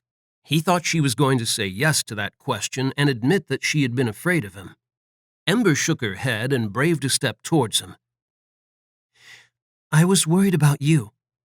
He pushed back from the railing, his demeanor changing instantly, a wall coming up between them as he scowled at her. I'm fine, he gruffly bit out. I don't need your worry, your pity. The wealth of feelings in that word, the anger and the hurt, the shame and the fear, stilled her tongue, and when he continued, it hit her that he wouldn't believe a word she had to say. Not today. Everyone is pitying me, right? He scoffed, snorted, and shoved away from her, sank into his chair, and then pushed back onto his feet, his restlessness returning. She cursed herself. She hadn't meant to upset him all over again when he had found a sliver of calm. She had wanted to soothe him, had wanted to make him see that she was on his side, and nothing could ever change that. He growled, pivoted on his heel, and stormed down the steps, and she tensed as he approached, but not because he was angry, his eyes flashing gold as he fixed them on her. A hot wave of tingles rolled through her, that need cranking tighter as he prowled towards her, exuding danger and power, strength that called to her base instincts and roused fierce needs in her, ones that threatened to master her. Gods, she needed him to kiss her. Felt as if she might die if he didn't sweep her up into his arms and just do it. Just kiss her like he meant it, like he wanted her as desperately as she wanted him. Craved him. Just as he was about to close the distance between them down to under a meter, he inhaled deeply, his eyes narrowed and blazed gold, and his face twisted to echo the anguish she sensed in him. He snarled and whirled away from her, distanced himself and stood with his back to her, his muscles strained with each hard breath he sucked down, his feelings growing more turbulent as he clenched his fists at his hips. He was fighting himself. He wanted her, and he was fighting himself. Damn him. Why? "Can't keep a business afloat," he muttered and growled low. "Can't even keep my own damned head. I'm a fuck-up. I get that." He turned on her, the agony in his eyes hitting her hard. "Is that why you came to ask me about the roofs?" he snapped. But there was despair in his words, fear that looked as if it was tearing him apart. Because he thought she was like the others? Because he didn't want her to be? He raked trembling fingers through his hair and clamped his hands down on his head. "Because you don't want to screw up like me fucking up that work too?" Hurt flashed in his eyes, lanced her heart, and made it more than ache for him. It bled. It bled as she looked at her beautiful male, as she saw the pain in his eyes and felt it in him, and realized how deeply he believed that everyone was talking about him, viewing him as a failure. Gods, she could see how wounded his pride was, and that it was tearing at him, tormenting him, and she couldn't do a damned thing about it even when she wanted to steal that pain away and calm him, to make him see it wasn't the case at all, and he was being too hard on himself. He wasn't going to listen to her. He wouldn't believe her if she confessed she hadn't known about his business, and she doubted anyone else did either except for his family. Ember stared at him, on the verge of weathering the storm that would hit her if she asked him about it. She couldn't. He was hurting enough, and while he needed to talk to someone about it, he would only snap at her if she dared, and that would only make him feel worse. As much as it pained her to leave him, he needed space, time to calm down so his eyes and heart would clear, and he would see he was mistaken. The creek didn't know about his business, and not everyone in it viewed him as a failure or a fuck-up. His family didn't. She didn't. She never had, and she never would. When he stalked back up onto the deck and poured himself another whiskey, she forced herself to turn and leave. His eyes landed on her, but he didn't say a word, and her heart grew heavy. A hope she hadn't realized it held, weighing it down when it didn't happen. She had wanted him to stop her, had secretly ached for him to say something, anything, to make her stay a little longer. As she reached the woods, she found a sliver of courage, just enough to have her feet slowing and words rising up to her tongue. She couldn't leave him suffering, hurting, when she had the power to do something to alleviate it. She hoped it would help him anyway. It was a small confession, but one that would come from her heart. She whispered, "Pity didn't bring me here, Cobalt." Flinched when he snapped, "What did bring you here, Ember?" She shivered as her name on his tongue sent a thrill chasing through her, and she knew it would fill her dreams tonight, would become part of the fantasy that tormented her whenever she slept, a vision of something she was beginning to believe she would never have. Fear held her tongue again, not fear of him, but fear of what he might say if she turned and told him everything that was in her heart, that she had truly been worried about him, that she thought about him all the time, and not because she viewed him as a failure or some sort of freak. It was because he was raw and masculine, handsome and maybe a dash of dangerous. And gods, because she had spent the past few decades slowly falling for him, hopelessly in love with him. Chapter 5. Cobalt dug his claws into the railing around the raised deck of his cabin as he watched Ember walking away, the need to go after her and catch her before she reached the main area of the creek blasting through him like a tornado. He shook with it, entire body quaking as he held himself back, forced himself to let her go. It was one of the hardest things he had ever done. He needed her. Gods, he needed her. He just wanted to wrap her in his arms and hold her until he found his feet again, ached to cling to her and drown in her scent as the ground beneath him bucked and swayed, threatening to send him to his knees. He needed to believe that she had come here because she had honestly been worried for him, that the look he had caught in her eyes when his brother had hauled him off Ben hadn't been born of fear of him. Fuck, he needed to believe that, but no matter how many times he told himself it was the truth, he couldn't make it stick. Pity had brought her to him. She pitied him because he was a mess. She pitied him because he had lost everything. She pitied him because the whole damned creek did. Her words rang in his ears, softly spoken in that sweet voice of hers, in a way that was his new drug and had him desperate to hear it in his ears again, to have her breathe against his skin, his lips, that it wasn't pity that had brought her to him. If it hadn't been pity, what had it been? He wasn't fool enough to believe it was the same thing he was feeling, not even when his body had come alive the moment he had sensed her nearby, his heart racing like a wild thing in his chest at just the sight of her as she had emerged from the woods, and his hunger for her rising swiftly as she had stood close to him, the hints of blue in her beautiful eyes bright as she stared at him. Those eyes had revealed a hunger of her own, a need he had instantly sensed in her as she had lingered near him, had spoken with him and had come close to calming him and helping him push away from the dark voice in his heart that mocked him with his failings. Cobalt dragged a hand down over his mouth. Fuck, she had been a vision to behold, a tempting and terrifyingly devastating vision of perfection that had drawn him to her, had replaced his restlessness born of what had happened with one born of a need to rise to his feet and go to her, to sweep her into his arms and kiss her until she knew that she was his and that he would never let her go. Her scent lingered in the still air, tormenting him, keeping him primed for her and on the edge, aroused to the point of pain, and filled with a driving need to claim her as his female, to ease her needs. They had hit him hard as she had stared at him, had wreaked havoc on his control and pushed him close to surrendering to them. He had been a hair's breadth from throwing caution to the wind, from risking everything for just one shot at winning her. His every instinct screamed that she wanted him, ached for him and needed him. Fool. It was the mating heat.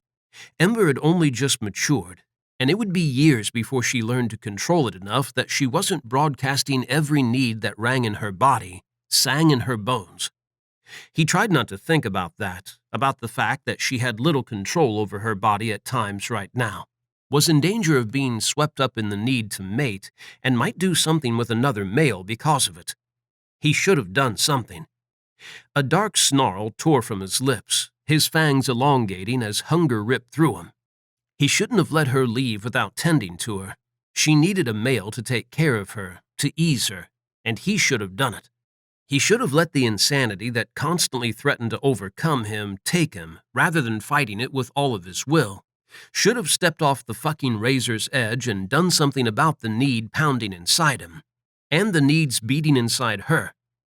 Cobalt growled and slapped himself, trying to purge that need with pain by giving himself something else to focus on, something other than the damned temptation that was Ember. When it didn't go away, he struck himself again, harder this time, until his flesh stung and teeth ached. It was better he hurt himself than others. If he let himself fall, if he gave up the fight against his instincts, he would turn dangerous again, and this time he might kill any one of the males in the vicinity. Or worse, he might hurt Ember in an attempt to force her to submit to him. If he did that, she would be lost to him forever.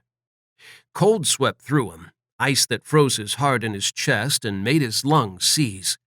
He couldn't let that happen. But how was he meant to stop himself when just being near her was enough to have him on the edge, tore his strength from him and filled him with needs so powerful they were becoming impossible to deny? She was his female.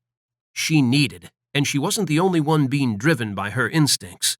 She wasn't the only one who ached inside, constantly vibrated with a need that was only growing stronger each day that it was denied.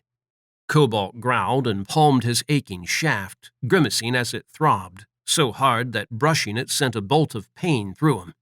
He needed release as much as she did, and gods, he could satisfy them both if she just gave him the chance, and if he gave up the last remnants of his pride and dignity. Everyone already viewed him as an outcast. Giving in to his needs and making Ember aware of them, taking a shot at winning her, would only complete a fall from grace that had been a slow and torturous descent for the past 3 decades.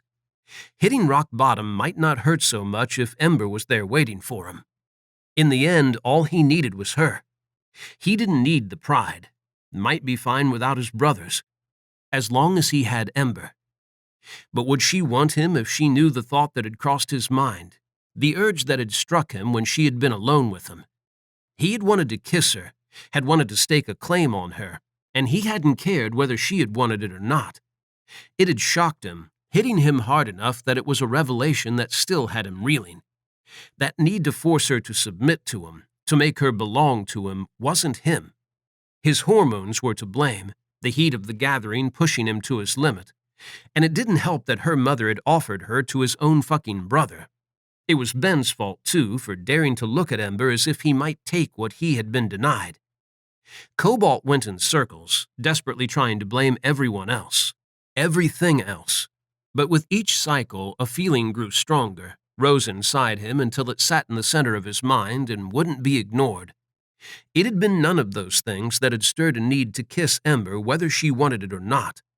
It had been want, pure and simple. Need. No, it was stronger than both of those things. There wasn't a word for what he was feeling. It was compelling, consuming, dangerous. So dangerous that he was glad she had left. The distance between them hadn't released him from her hold, though. She was all he could focus on as her scent hung in the air, laced with need that drove him wild, had him constantly battling the urge to stalk after her and catch her in the woods, and do something to ease both of their needs. Would she welcome him? Gods, just the image in his head of how she might respond to him, how she might arch into his touch, her supple body pressing against the hardness of his as he kissed her, claiming her lips as his, had him growing even harder in his sweatpants. He stroked himself through the soft material, grunting as pleasure quickly built, had his hips rocking forwards and a desperate need for more mounting inside him. He shuddered as bliss tripped through him, closed his eyes, and slipped his hand beneath the elastic of his pants.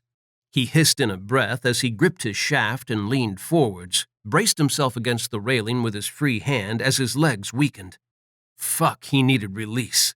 He needed to work off some steam somehow, or he was going to go mad. Or crack. Cobalt squeezed his eyes shut and pictured Ember as he stroked himself, working his hand up and down, his grip merciless as he saw her in his mind, her hand on his cock, gliding up and down it. He groaned and shoved his pants down when the need became too much, hissed in another breath as air washed over his straining cock, and built the fantasy in his mind. Ember stroking him, her small hand teasing him, holding him firmly as she moved to kneel before him. Another shudder racked him, and he gritted his teeth as she stroked her tongue over the sensitive head, and her gray eyes, flooded with blue and hints of gold now, lifted to lock with his. A moan tore from his lips as she wrapped hers around the blunt crown, taking him into her heat, scalding him with it and sending him out of his mind. Her eyes held his as she worked her mouth and hand on him in unison, ripped restraint from him as she pushed him to the edge, sucking and stroking him. He fisted her black locks, gripping them tightly as he thrust into her mouth, her moans sweet music to his ears as she swallowed his cock, and the bliss in her eyes, the desire he could scent on her, demanding he give her what she wanted. He bucked, entire body trembling from the force of his release as it blasted through him, and his seed burst from him, flooding her mouth. She groaned and stroked him harder, wrung every damned drop from him as she suckled and licked him, her eyes still holding his, beckoning him, calling to him to ease her too. He reached for her and growled when his hand passed straight through her, shattering the illusion.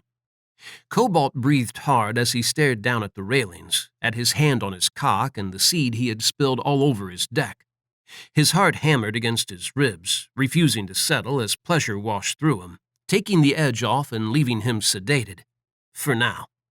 He shoved his softening cock away and stalked into his cabin, found a cloth and wetted it and walked back to the deck.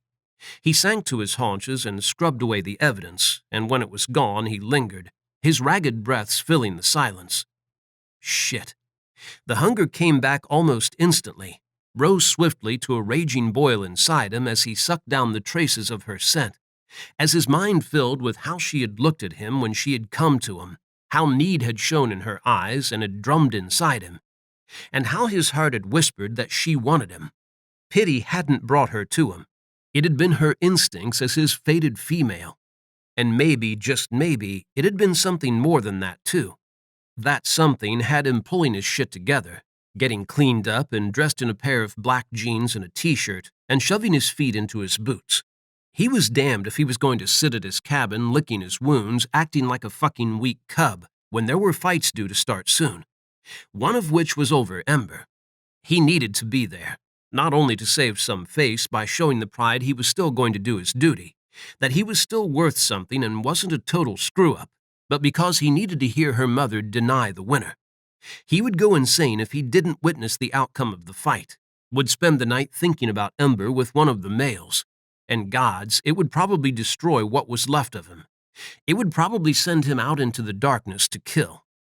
Cobalt prowled through the forest, using the main route rather than the river, trying to keep his distance from Ember as he slowly clawed back some control.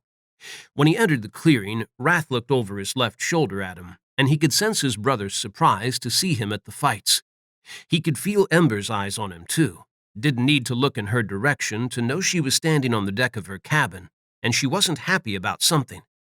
That made him want to go to her so he could discover the source of her unhappiness. But she wasn't the only one staring. Half the creek had gathered to watch this evening's fights, and most of them were now looking his way. Their wariness ran through him like an undercurrent, making him itch with a need to turn tail and leave.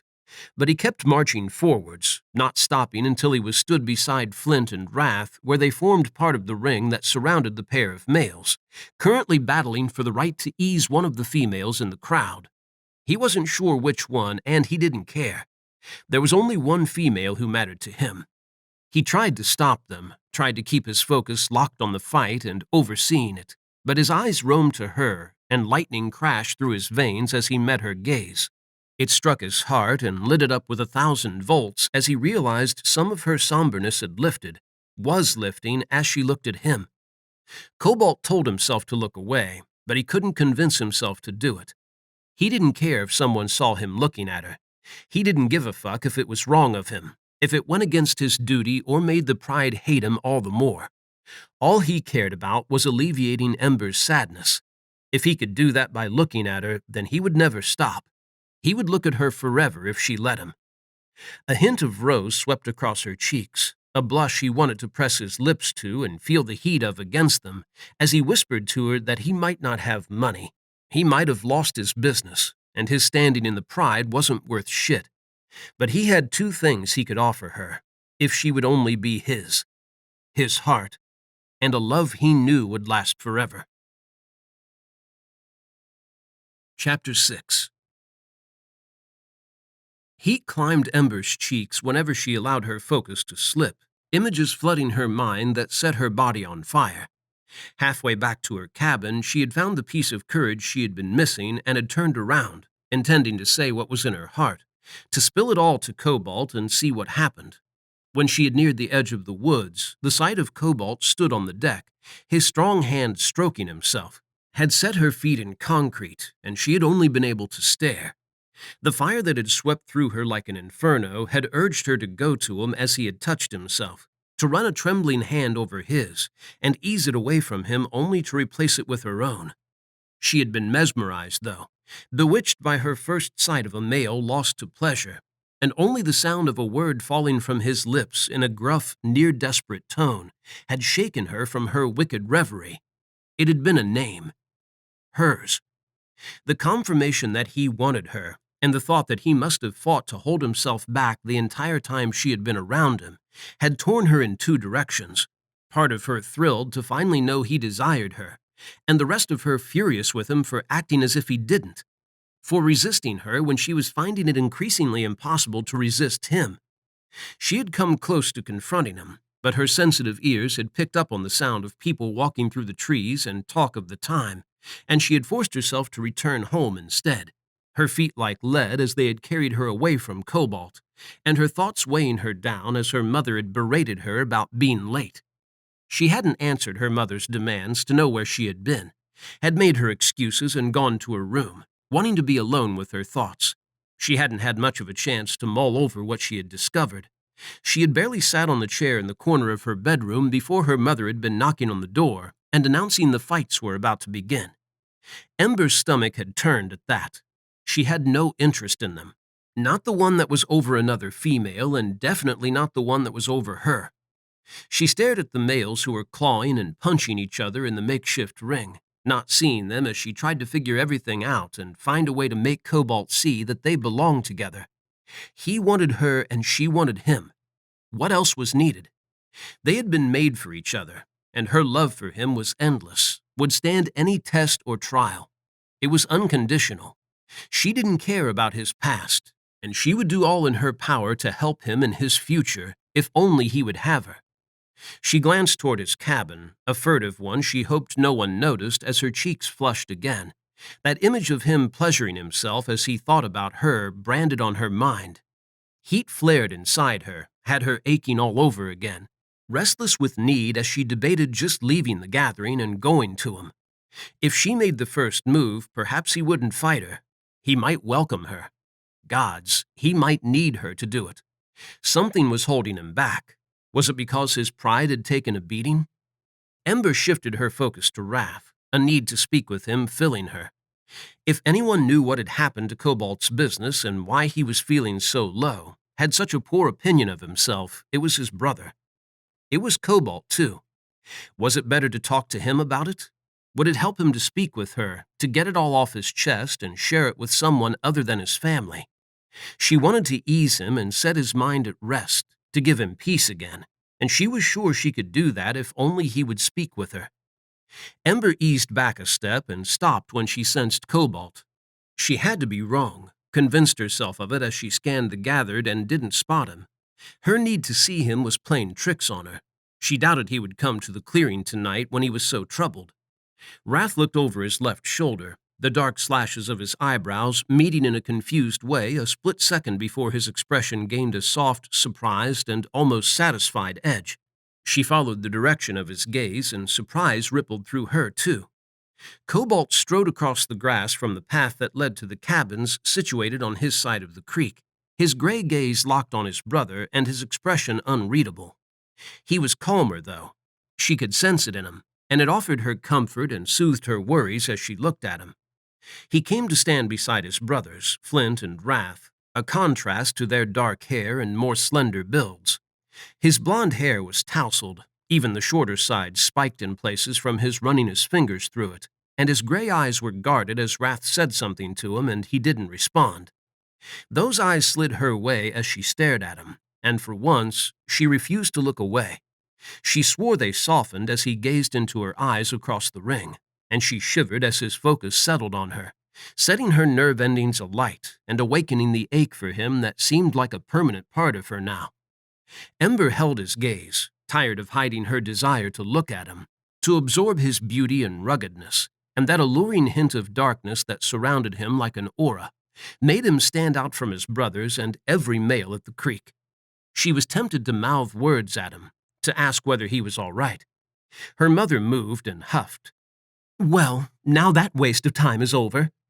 Ember tuned back into the fights, a ripple of panic rushing through her, as she realized the first one was over and the victor was walking away with the female. Her pulse drummed faster, palms turning cold and clammy as she flicked a glance between the two males now stepping into the ring and stripping off their shirts. Cobalt's gaze drilled into her, steady and strangely soothing, giving her something solid to hold on to as the fight started and fear gripped her. Terror that this time her mother might give her consent to the winner. She almost cried out when he turned his eyes away from her, settling them on the fight, but she could feel his focus was still on her, was locked and unbreakable as the males fought in front of him, battling for the right to her, a right only he deserved. She couldn't watch as the two males tore at each other, grunting and snarling, spilling blood that filled the cool night air with the acrid scent of copper. She closed her eyes as fear got the better of her, one of the males losing his grip and giving the other an opening he was swift to take, landing 2 fierce blows on the male's face and sending him down. A shiver tripped through her, a million volts lighting her up inside as Cobalt's eyes landed on her again, and suddenly she was deeply aware of him. Her body instantly responded, heat flaring and need rising, and she lifted her head and opened her eyes, fixed them on him as he stared at her. She couldn't take her eyes off him as she trembled with the need he stirred in her, desires so powerful she shook under the onslaught, felt as if she might lose control at any second, and feared she would launch herself at him if she did. The hunger in his gaze had her need flaring hotter, an ache starting between her thighs and in her breasts. His eyes darkened, the desire that had been flooding them transforming into something more dangerous as he lowered them to a point on her right. Ember shook off the hunger he had roused in her and looked there, and frowned at the sweating, panting, black-haired male before her. His golden eyes were bright as he stared up at her, but the desire in them only left her cold, and the sight of him covered in blood and bruises only turned her stomach. "Andre is the oldest male in the Petrovsky bloodline," her mother said as the panting male braced his hands against his hips and stood a little straighter, a flicker of pride lighting his eyes now. They held a hint of nerves, too, as her mother continued. Fear every male who had stood before her, the victor of a fight over her, had revealed as they waited to hear her mother's opinion. "He is in possession of one of the largest cattle ranches in Montana now his father has passed." Ember didn't really listen as her mother continued. She just waited for the usual formalities to be over with and for her mother to announce that Andre wasn't worthy of her, as she had with all the other males, so she could get on with the evening and escape the madness for another day. So when her mother spoke, she barely paid attention to her. "It's a good match." The anger that burned through her had her tuning into what her mother had announced, anger that stemmed not from herself but from Cobalt. She felt his gaze drilling into her, and then he was walking away, was disappearing into the woods to her right by the time her eyes reached him. Perhaps the anger pouring through her wasn't only Cobalt's, because it flamed hotter as she looked at her mother, took in the proud smile on her face, and realized for the first time that her mother valued a good name and money more than she valued her own daughter's happiness. Ember turned on Andre, looked him right in the eyes. "I'm not interested." Shock swept through the crowd, a murmur that grew in volume as Andre stared at her and her mother spoke. "Now wait a minute." Ember didn't. She whirled on her heel, stalked into the cabin, and slammed the door behind her, her heart thundering in her breast. She paced the room that suddenly felt too small, shaking her hands to stop them from trembling as she tried to figure out what to do. Cobalt thought she was going to sleep with another male. She had to do something. She had to speak with him. She glanced at the door, intending to focus on the world outside to see if everyone was still there, to see whether escape was possible. Her mother stood on the threshold. "Ember, go back outside to Andre right this minute." "No." Ember shook her head so violently the end of her French braid smacked the side of her neck. She clenched her fists at her sides, sucked down a steadying breath, and shook her head again. "No, I won't. I didn't come here to be paraded in front of males. I didn't come here to let someone I don't even want see to my needs. I definitely didn't come here to let you use me to elevate the name of our family, our position, and our damned wealth." Her mother's mouth flapped open and closed, and the surprise that crossed the features that so closely matched Ember's own quickly turned to anger. "Now listen." "No," Ember snapped. "You listen. I'm not a possession. You can't just push me at a male you choose and expect me to accept it. I'm sick of it. I wish I never came. I should never have come here. No, I should have, but I should have come here alone without you. I'm a grown female and perfectly capable of making my own fucking decisions. And if you can't accept that, then we're done." Her mother's gray eyes widened, gaining a glimmer of gold around the edges of her irises, And Ember wasn't going to stick around for the fireworks that would happen when her mother's temper exploded. She kicked off, shoving past her, and stripped her clothes off as she sprinted towards the creek.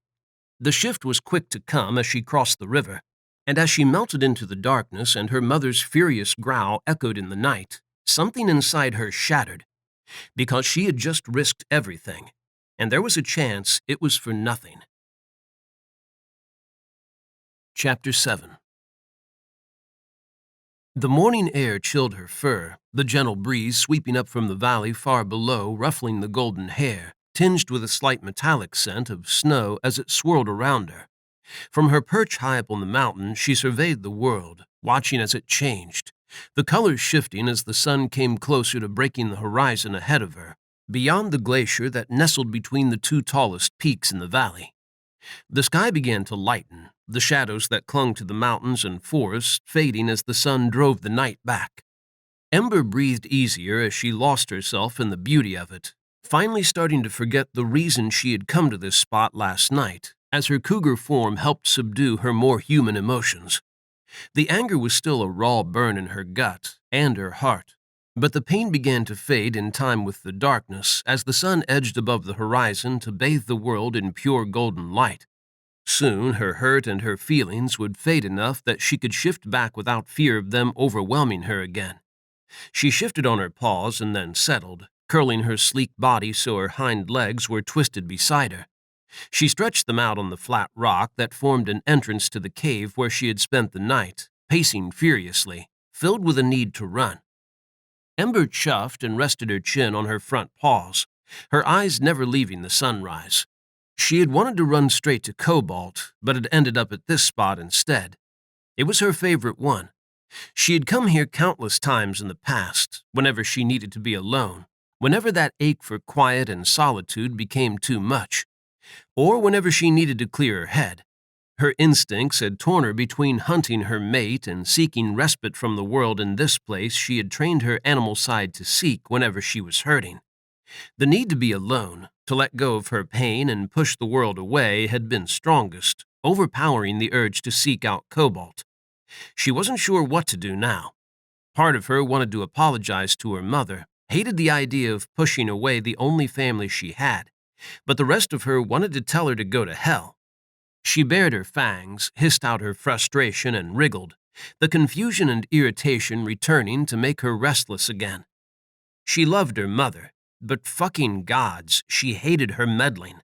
Maybe after her explosive confrontation last night, it would no longer be a problem. She had made her point, and it had been painfully clear, or at least she felt it was. There was a chance her mother would see it as just a tantrum, an outburst that had been caused by the heat of the moment, and when she returned, nothing would have changed. Ember pushed thoughts of her mother and their fight away as the sun crept higher. Beautiful warm light chased across the valley, catching on the snow-laden peaks and the dense green pines that swathed the valley floor. It glinted off the river, revealing the ribbon of it that snaked through the forest. Silence curled around her, a comfort as she watched the world waking up for another day, and the wind that had been playing in her fur dropped, allowing the warmth of the light to reach her and chase some of the cold away. She savored the quiet, knowing it would shatter at some point. She couldn't stay here forever, avoiding her mother and everyone at the creek. At least the chance of her mother finding her here was slim. She would have the place to herself for as long as she wanted it. The path to the cave was narrow and treacherous in places, required confidence that her mother would lack, and courage too. There were leaps across fallen sections that needed precision or would end in a tumble down into the valley hundreds of feet below. It was a path she knew well, though, like the back of her paw. She licked that paw, washing away some of the snow that had gotten into her fur when she had been pacing the broad edge of the ledge in front of her. It was fresh, must have fallen last night when she had been tucked inside the cave, nursing her anger and licking her wounds.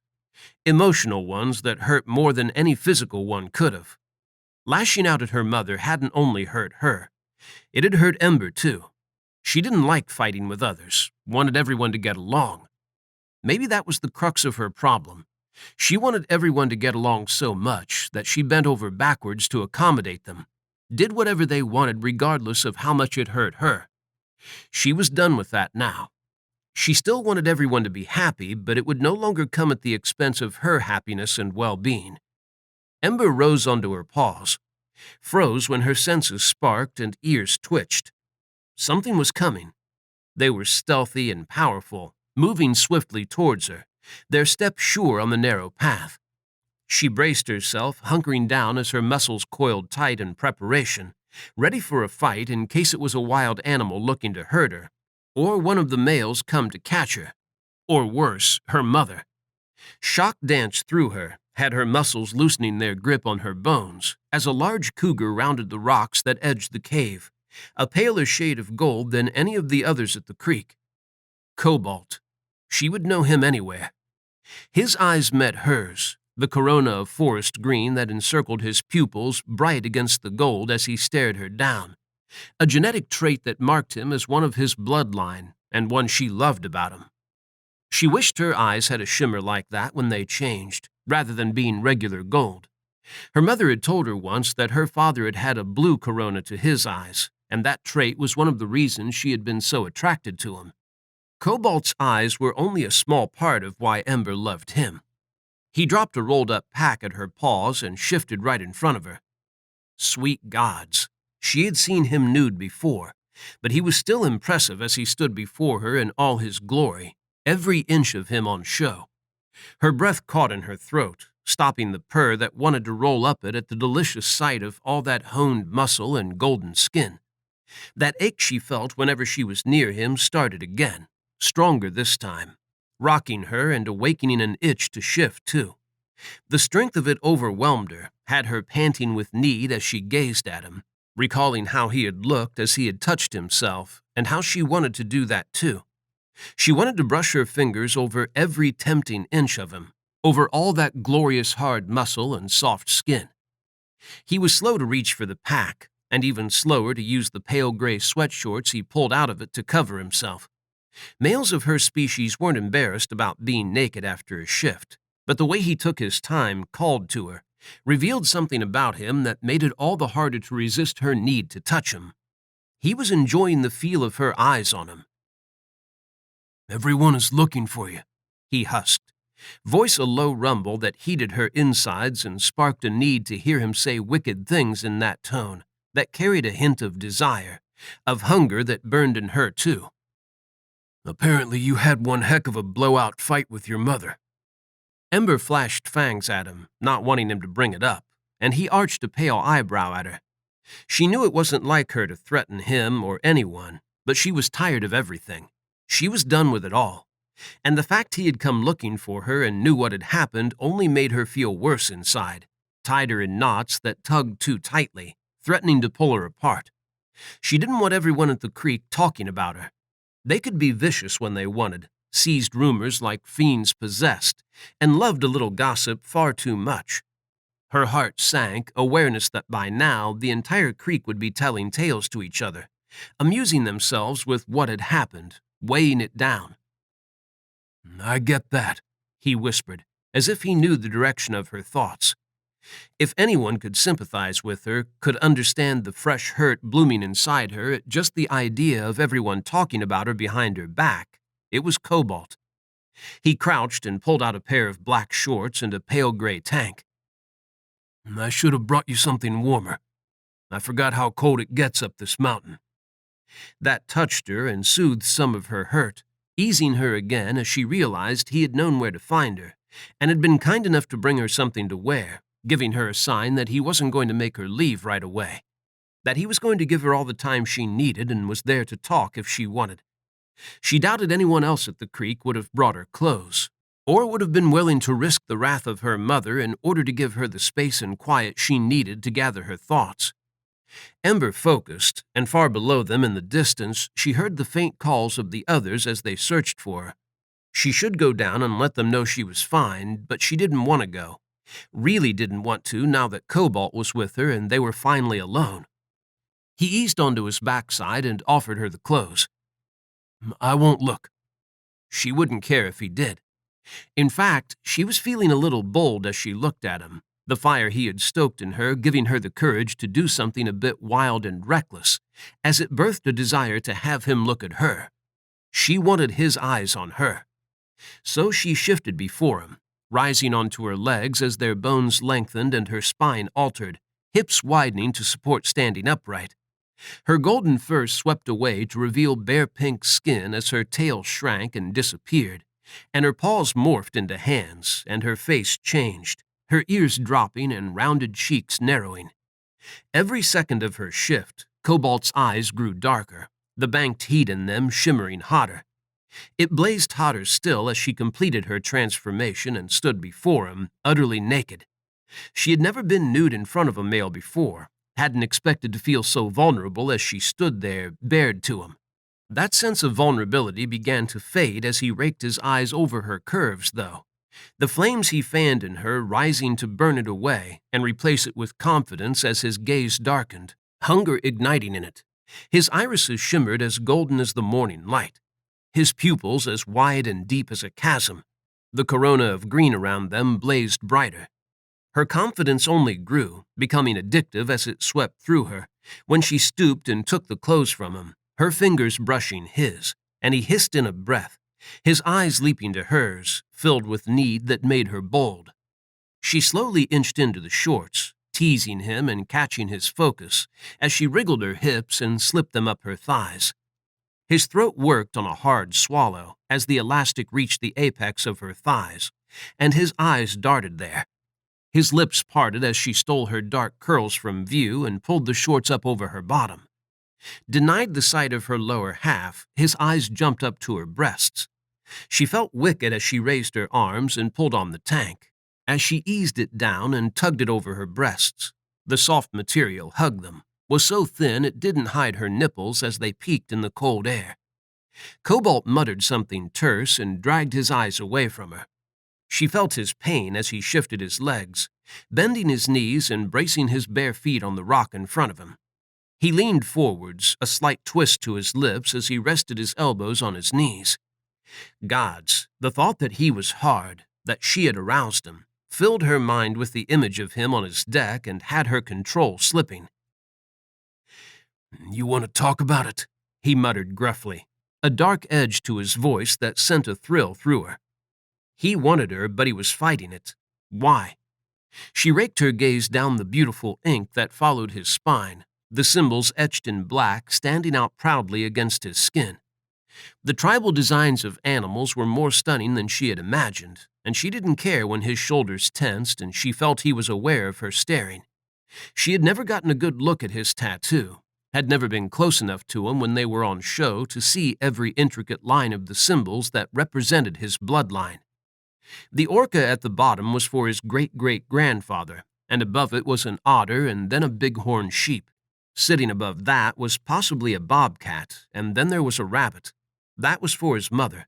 She remembered overhearing him mention it to someone when they had questioned him about it, which meant the beautiful tribal cougar above it was for his father. And then there were 3 smaller cougars that formed an inverted triangle, all for his brothers. And above that was Cobalt's symbol. The eagle inked at the base of his neck held her captivated, her eyes tracing every delicate swirl that filled its form as it spread its wings between his shoulders. Her eyes drifted up to the nape of his neck. Hunger flooded her, a wild need that compelled her to sink her fangs into that spot, to claim him. "Ember," he husked, voice strained and tight. She dragged her eyes away and tamped down that urge. She was pushing him. He was close to his limit and couldn't take much more of her eyes on him. If she pushed him over that edge, there was no knowing what he would do. She had power over him, together with his instincts. There was a chance he might lose control around her, that the combination of his urges as her fated male and the mating heat he could feel in her would seize command of him. She had heard tales of males who had lost control in a mating heat and had severely wounded their female. If that happened, Cobalt would hate himself. So she sat beside him and pinned her gaze on the sunrise instead, giving him time to rein in his needs and regain control as she did the same. "Do I want to talk about it?" she murmured, filling the tense silence and hoping that if she talked and gave Cobalt something to focus on, it would make things easier on him. It might make things easier on her, too. "About what?" The fact that my mother wants to control every aspect of my life and I'm done with it? He shrugged stiffly. That about sums it up. But it's not like you to run off. Ember wished that was true. It's just like me to run off. I've lost count of how many times I've come to this spot when I was mad at my family. He glanced at her, just that brief feel of his eyes on her, enough to have her need rising back up again to swamp her. Well, it's not like you to run off these days. You used to do it a lot when you were younger. Ember risked looking at him, let her eyes linger a little as they traced his noble profile, and she took in the way the sunlight played on his skin and his eyes. They were bright still, but they were back to closer to gray than gold, and the thread of green around his pupils had faded. When his lips curled in an easy smile, her heart missed a beat. A true smile. She hadn't seen one of those in a long time. Maybe she wasn't the only one benefiting from being alone with him up on the mountain. Maybe he was gaining something from it too. If you've lost count of how many times you've come to this place, then I've lost count of how many times I've been out as one of the search party looking for you. He turned that dazzling smile on her, and gods, it hit her hard, right in the heart. Mother overreacts, she muttered and then frowned at him. And don't speak like that, as if there's centuries between us. You're only 35 years older than me. His eyebrows shot up, surprised she knew his age.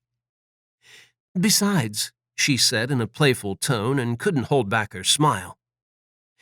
I remember quite a few times where I've been the one out hunting for you when you've gone and done something reckless, like the time you thought you could scale Mount Robson and got trapped in an avalanche. He scowled and huffed. That was one time.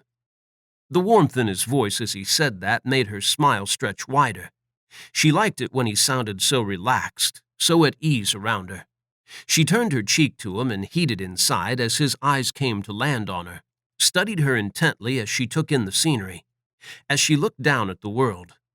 It seemed so small and so far away, and she felt as if anything happening there couldn't affect her while she was here, in her own little bubble. With Cobalt. Sometimes, he murmured softly. I come here to think, too. You did pick a beautiful spot. Ember liked the way he said that, as if it belonged to her. If it did, it was the first thing in her life that had. Was there a chance she could make Cobalt the second thing in this world that was hers and hers alone? Her ears twitched and Cobalt's focus shifted to the valley below. The calls were getting closer. His eyes landed back on her again. Let them sweat a little longer. I need this. She didn't take her eyes off the horizon. What is this? His gaze lingered on her face, heating her by degrees as she felt his need to know the answer to that question. Peace? Quiet? Ember slid her gaze to meet his. A world where my mother isn't trying to palm me off onto a male I don't want. He looked away, a flicker of a frown darkening his face. Is that what you were fighting about? In a way. She drew her legs up, wrapped her arms around her knees, and stared off into the distance as she shrugged. I took a leaf out of my mother's book and turned the male down. His eyes darted to her. Ember glanced at him and savored the shimmer of awareness in his gaze, one that was edged with a hint of satisfaction and relief that echoed in his emotions, and that heat she fought so hard to deny, a deadly mix of need roused by the season and desire for her fated male, began to build again. Your mother only wants what's best for you, Ember. He looked as if he wanted to glance away from her as he said that, but he remained staring at her, another emotion rising in his eyes. Hope. Ember took that tiny seed for him and nourished it, her senses telling her that he needed only a little push now, a sign that there was a male she wanted, and it wasn't one her mother would choose. My mother doesn't know what's best for me, Cobalt. She twisted towards him, planting her left hand on the cold rock between them. That decision is mine to make, and mine alone. His eyes darkened, hunger flooding them that tugged at her and commanded her to do something. It was now or never. He was open, his defenses down, stripped from him by her words. Ember leaned towards him. He swallowed hard and muttered distractedly, "I have to move away from you, or I'm going to lose it." Surprise claimed her as he shot to his feet, his words echoing in her mind and setting fire to her body, as she realized he could feel her need and he wanted to act on it. A thrill swept through her, electricity that lit her up inside and worsened the fierce ache in her belly and her chest, one born of her maturing and the other a beat that had drummed there since the day she had noticed Cobalt for the first time. "We should go back down." His eyes flickered between her and the ledge, and he looked as if he was considering jumping in order to get away from her. She wasn't going to let it happen, not this time. She rose to her feet, claiming his focus again, and her heart raced as she lined the words up on her tongue. "Just a little longer. Give me 5 more minutes alone up here. With you." Something changed in him as those last 2 words left her lips. His expression rapidly shifted from a mix of despair and agony to a striking blend of hunger and need that made him more handsome than ever, more alluring than ever. Ember didn't even have time to register the feelings that poured through her, or the instinct that seized her, pushing her to claim him. One moment she was standing a meter from him. The next, she was as close to him as she could get, her aching body brushing his as his hand closed tightly around the wrist he now held above his right shoulder, and his left arm banded around her waist, crushing her against his chest as he dipped his head, claimed her lips in a soul-searing kiss. Chapter 8. Instinct raged inside Cobalt as he slanted his mouth over Ember's and tasted her intoxicating sweetness for the first time. He growled as he clutched her to him, forced her lips to part, and invaded her mouth with his tongue. She moaned and trembled in his arms, body quaking deliciously against his as he continued his onslaught, too wild to pull on the reins, now that she had made it crystal clear that she wanted him, needed him.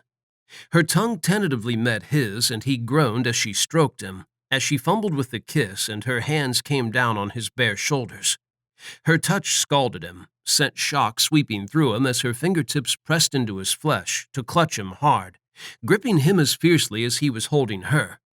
Her kiss grew bolder as he tangled his tongue with hers, her action smoother as she found her confidence. And gods, she was liable to bring him to his knees with it if he wasn't careful. He twisted with her and backed her against the rough, dark gray wall of the cave, hemming her in. She shivered as he pressed the full length of his body against hers, a little whimper escaping her lips and her kiss growing more frantic. As she curled her hips towards him, rubbing against his aching cock, he shuddered and grunted, had to drop his hands to her hips and grasp them to stop her from pushing him over the edge. Not yet.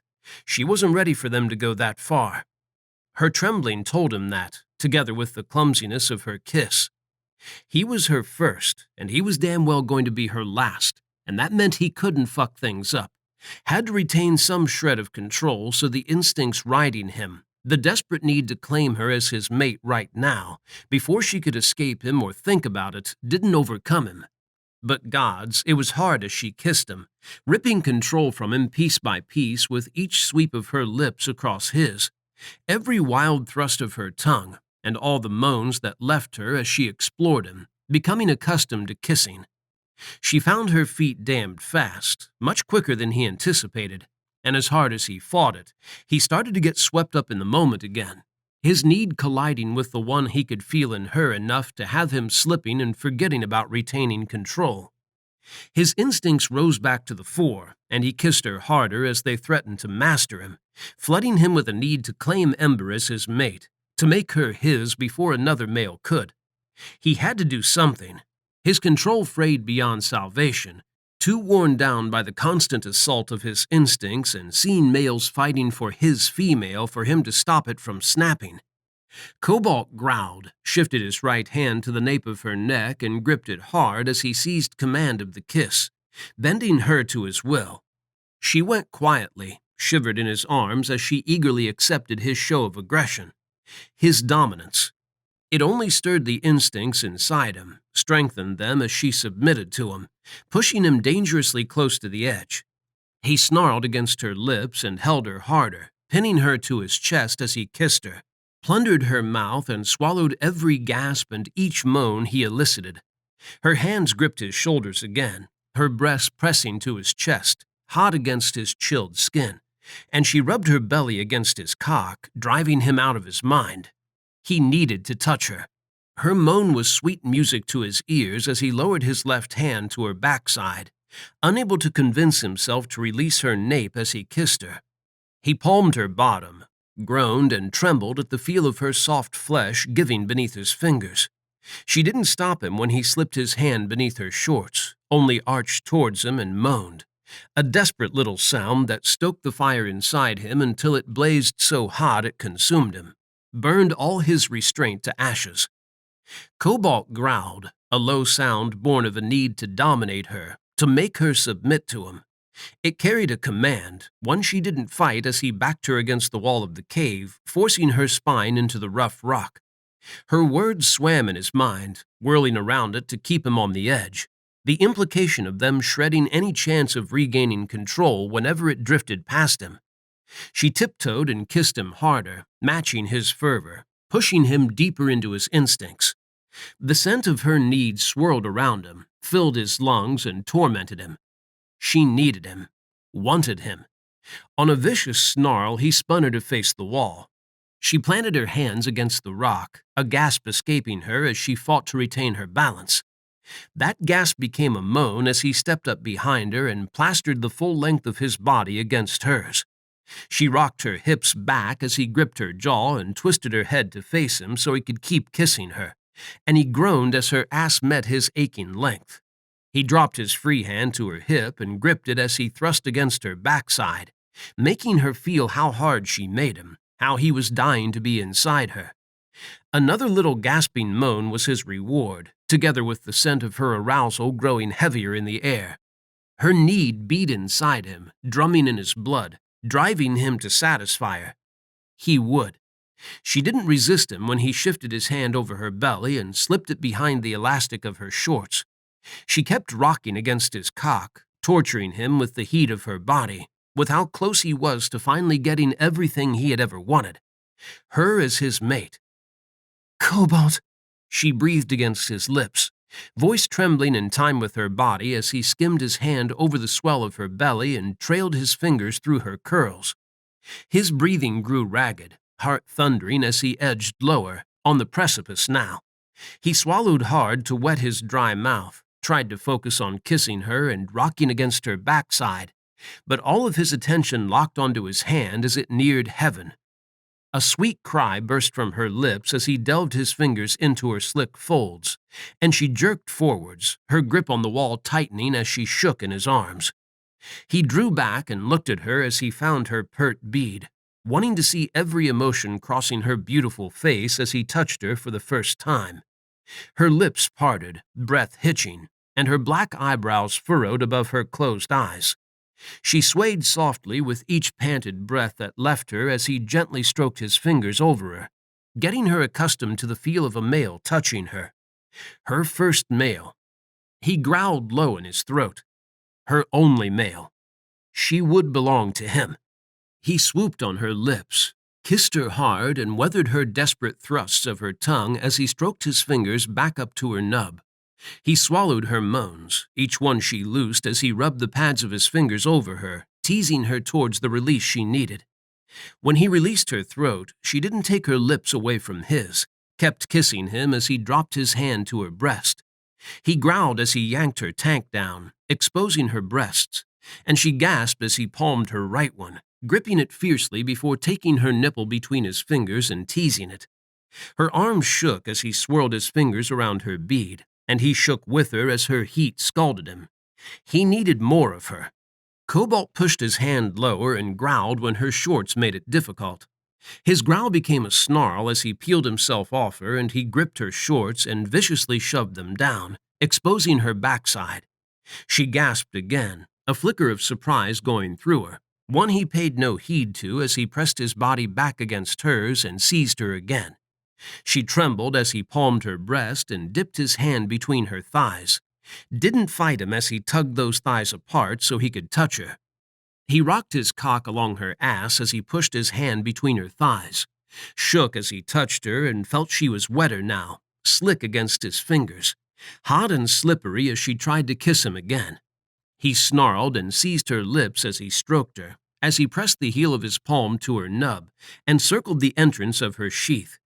Hunger possessed him, a desperate need to make her belong to him, one he'd tried to master but one which mastered him in the end. Cobalt rubbed her with the heel of his hand and eased a finger inside her, groaned and shuddered at the hot, tight feel of her. Her breath hitched against his lips, her pulse pounding in his head, a flicker of nerves running through her now. He was too far gone, too swept up in the moment, in the needs ricocheting through him, a deadly combination of hers and his own. He eased his finger deeper, just enough to stroke her soft, fleshy spot, and savored the way she cried out and quaked against him, how she went up on her tiptoes and leaned harder against the wall, her mouth breaking away from his. He growled as he teased her, couldn't stop himself from adding another finger, so he could feel how tight she was. His cock kicked at the way she clamped around his fingers, the thought that she would grip it even tighter filling him with a startlingly fierce need to be inside her, to take her innocence and ruin her to all other males. She was his now. Her breathing quickened, interspersed with gasps and moans as he thrust his fingers into her and stroked her with his palm, and flicked his fingers over her nipple. He savored the way she reacted to him, coming alive in his arms, lost in the pleasure he was giving her. Her thighs began to tremble against his hand, and he rocked harder against her backside, a desperate need to find the pleasure she was experiencing riding him as he sensed she was close now, on the verge of climax. Her fingers dug into the rock as he thrust deeper with his fingers, as he dropped his other hand to her and teased her pert bead with it, feathering the tips back and forth over it. She moaned, fast little noises that spoke of her own desperation, ones he used as his guide as he rubbed that spot in her sheath and stroked his fingers over her. A sweet cry burst from her lips, and she jerked forwards, pressing her bottom against his cock. Her thighs quivered, and he quickly grabbed her around the waist as her knees gave out, held her in place as he continued to stroke her, pumping her throbbing core with his fingers to draw out her climax. Ember sagged and leaned forwards, her head falling lower, exposing her nape. His canine shot from his gums. He jerked her up to him, seizing her jaw with his hand, and snarled as he lunged towards that spot of smooth, pale skin at the back of her neck. She tensed, panic flooding her and crashing through him, and he froze, reared back and released her as what he had been about to do hit him with the force of a tidal wave. Ember slowly turned to face him, and the horror he had felt on realizing he had been about to bite her neck and force her into a mating only grew infinitely worse as he saw the dark marks on her jaw and throat from where he had gripped her too hard, had bruised her, hurt her. Cobalt staggered backwards, slammed into the wall of the cave, and stared at her, head spinning so fast his legs felt as if they were going to give out beneath him. She righted her gray tank and black shorts with trembling hands, covering herself, but he caught a glimpse of more bruises on her tender flesh, darkening her skin. Sickness swelled inside him. Guilt and shame collided with fear to strip every ounce of his strength from him. Ember tentatively lifted her eyes to him, and she didn't look angry with him, or as if she hated him. But fuck, he feared that she did. He certainly hated himself for forcing himself on her like that. She deserved better than that. She deserved better than him. "Leave," he bit out. He didn't have the strength left in him to do it, was barely clinging to the scraps of control he had mustered on realizing he had been about to sink his aching fangs into her nape. She didn't move. Her blue-gray eyes softened, and she looked as if she might take a step towards him. So he did the one thing he could, because he was on the verge of kissing her again, the taste of her on his tongue drugging him and making him want another, regardless of the danger. He flashed fangs and growled at her, snapped and hissed as he shoved away from the wall and came to tower over her. She tensed and shrank back, understanding the message he was throwing at her as he snarled and hissed again, as his claws lengthened and his eyes turned molten gold. But she still stood her ground. Cobalt shoved the part that would despise himself for what he was about to do down inside him, ignored it as his muscles coiled tight and fur rippled over his skin, because he already hated himself. He launched at her on a growl, slammed his left hand to the wall of rock just behind her, and snapped his fangs right in her face. Her eyes widened, the tears that laced her long black lashes ripping at him, and she pivoted away from him, hurrying towards the mouth of the cave. Cobalt growled at himself now as he dug his claws into the rough gray rock, as he hung his head and resisted the need to go to her as she walked away from him, to stop her because he needed her so badly, ached for her to stay close to him and away from the other males. He sensed her pause at the ledge, felt her eyes on him, and then she was gone. He threw his head back and roared, unleashed every drop of his fury in it. Fur swept over his skin, the shift fast to come as agony tore through him, and he couldn't handle it. He needed to run in his cougar form, needed the release of it and the way it would weaken the hold his emotions had on him, would free him from them if he stayed in that form long enough. He needed to do something to stop himself from going fucking insane. His paws hit the cool ground. He pushed off, heading for the mouth of the cave, a single thought blasting through him. The best thing he could do was run and just keep running, to not look back and leave Ember to find a male more worthy of her. But he couldn't. He couldn't leave her even when it was killing him. He shifted back and sank to his knees, naked before the world as he stared at the sun and the mountains, feeling nothing but pain that was so intense he couldn't hold his cougar form. He made a low coughing noise in his throat, a sound of mourning that echoed in the still morning air. One part of him hoped she would hear and would bring her back to him, because he needed her. She had turned down the other male, had wanted to be alone with him up here on the mountain, and gods, she had kissed him like she meant it. She had been soft and compliant in his arms, trusting him to take care of her, before he had made a mess of things yet again. He slid his gaze to his left, to the path she had taken when she had run from him, and growled at himself as despair ate away at him, leaving him hollow and cold inside. And a thought pounded in his mind, a question that felt as if his entire life depended on the answer to it. Had he fucked everything up? Chapter 9. The only reason Ember was walking away from Cobalt was the fact she could feel his need to be alone so he could master his emotions and instincts again. She could feel his pain, too, and that roused her own instincts, making her want to stay. He needed her. It was hard to deny that instinct to return to him, to weather the storm and ignore every attempt he would make to push her away and force her to leave. She had to, though. If she went back to him now, she would only cause him further hurt. He thought he had done something wrong when he had done everything right. She didn't care that he had held her tightly. It hadn't been tightly enough for her. She had been as desperate as he had been in that moment, and even now she was fired up from his possessive kiss, from the way he had held her close to him, had given her a glimpse of heaven in his arms, and had come close to giving her everything she had wanted. The hunger he had awoken in her lingered, left her aching for another taste of him. It gave her strength, too, courage that she had been sorely lacking, but wouldn't let falter again. She was determined to break down the barriers he kept constructing between them. To do that, she needed some insight into him. Knowledge was the key to winning him, and she knew where to find it. But it meant talking to the one person who had seen through her facade to the truth she held in her heart. Wrath. Ember picked her way through the forest, using her senses to pinpoint the Pride members who were out searching for her, and steering well clear of her mother. She stealthily moved from tree to tree, scanning as far and wide as she could, checking everyone she sensed to see whether or not they were Wrath. She felt Flint and Yasmin a short distance from the river and smiled to herself as she realized they definitely weren't searching for her, were caught up in each other as always.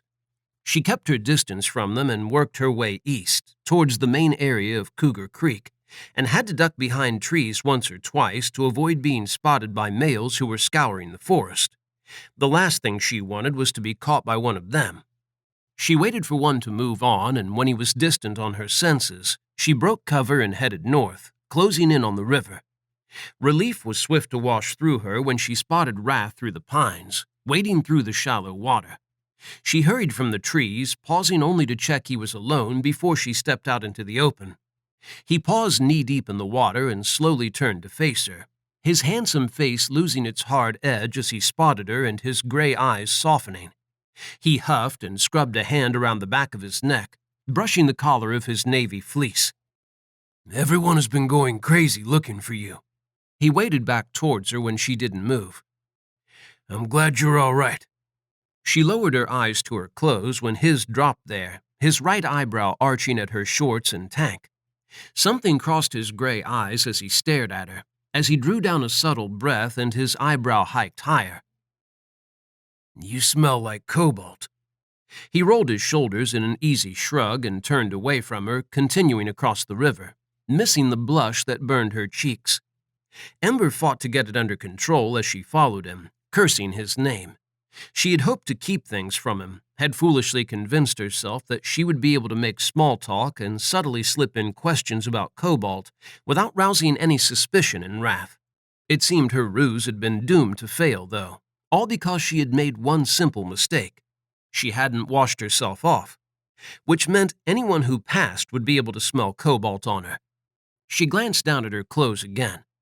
Hell, anyone would probably be able to smell him on her even if she had washed off. She was wearing his clothes after all. It wouldn't take a genius to figure out that they were Cobalt's, and that meant he had come to her, had found her, had been with her. "I guess you might want to go somewhere a little more private so we can talk. Maybe somewhere your mother isn't going to see you dressed in Cobalt's clothing and isn't going to smell him all over you." Wrath looked over his shoulder at her, a teasing twinkle in his eyes that had her scowling at him. She couldn't hold it, though. A smile broke through as his words offered her comfort and a hefty dose of relief, and she realized that there was someone at the creek on her and Cobalt's side. Ember followed him towards his cabin, silently thanking him when he chose to weave through the woods to the left of the clearing, rather than walking across the grass in the open. She glanced off to her right, across the swath of green to her family's cabin, where it nestled among the pines on the other side, and her pulse accelerated as her mother stepped out onto the deck. When they neared Wrath's cabin and she was faced with a stretch of open land to cross, Wrath stilled and held his right hand out in front of her. She stopped and looked at him. "Wait." He stared towards her cabin, his eyes focused and sharp, his breathing falling into a slow, steady rhythm as he hunted. Her mother. Ember tried to breathe as slowly, but her lungs felt tight as she waited for him to give her the all clear, her muscles clamping down on her bones as she stared at her destination. The short span of grass between her and the door looking like 10 miles rather than 10 meters. "Go." Wrath lowered his hand. She shot from the trees, barreled up the steps of his deck, and fumbled with the door handle, her fingers trembling so badly as her nerves got the better of her that she couldn't grip the damned thing. Wrath's warm chuckle behind her had her growling at him. She fell into the cabin as the door opened, and Ivy gasped and stumbled backwards, clearing the way. Ember barely stopped herself from hitting the floor, managed to reach the worn couch and grip it in time to keep herself upright. "Excuse the stowaway," Wrath drawled as he entered behind her, closed the door, and swept Ivy up in his arms for a kiss. "I don't think Ember is cut out for subterfuge." Ember glared at him as she righted herself. "You try having my mother. I'm sure she can probably sense me." When she flicked a glance toward the window, Wrath chuckled. "Nah, not at this distance. My presence would mess with her senses." He gestured towards the beige couch in the center of the room. "You're safe for now, at least." She looked at him and his eyes narrowed, a flicker of something crossing them as she lifted her head towards the light. "What happened?" His dark eyebrows dipped low and he stepped towards her, his eyes on her jaw. Ember brushed her fingers across the marks. "Nothing," she blurted, and when he didn't look as if he believed her, she sagged onto the couch. "Something. Cobalt came to find me, and things got a little, heated." A bit like her cheeks as Wrath stared at her, no trace of surprise in his eyes. "About time," he muttered. Her blush burned as hot as 1,000 suns. Ivy looked between Wrath and her. Wait, you're with Cobalt? What about all those fights over you? I'm not with Cobalt, although it's not for lack of trying, and the fights aren't exactly my idea. They're my mother's. I didn't come here to find a male to ease me. She looked up at Wrath. I came here to see Cobalt, but my brother's being difficult. Wrath eased down onto the arm of the couch beside her and sighed as he looked across his right shoulder at her. What happened to him? She searched Wrath's eyes, and when he only frowned at her, a hint of confusion surfacing in their gray depths, she added, I went to see him after he lost it yesterday, and he said he didn't want my pity and that he was a fuck-up. I was worried about him and just wanted to see he was all right, that was all. I didn't know he had a problem with his business. Wrath heaved another long sigh. He's feeling a bit sore about it. It was a deal gone badly, and Cobalt should have known better.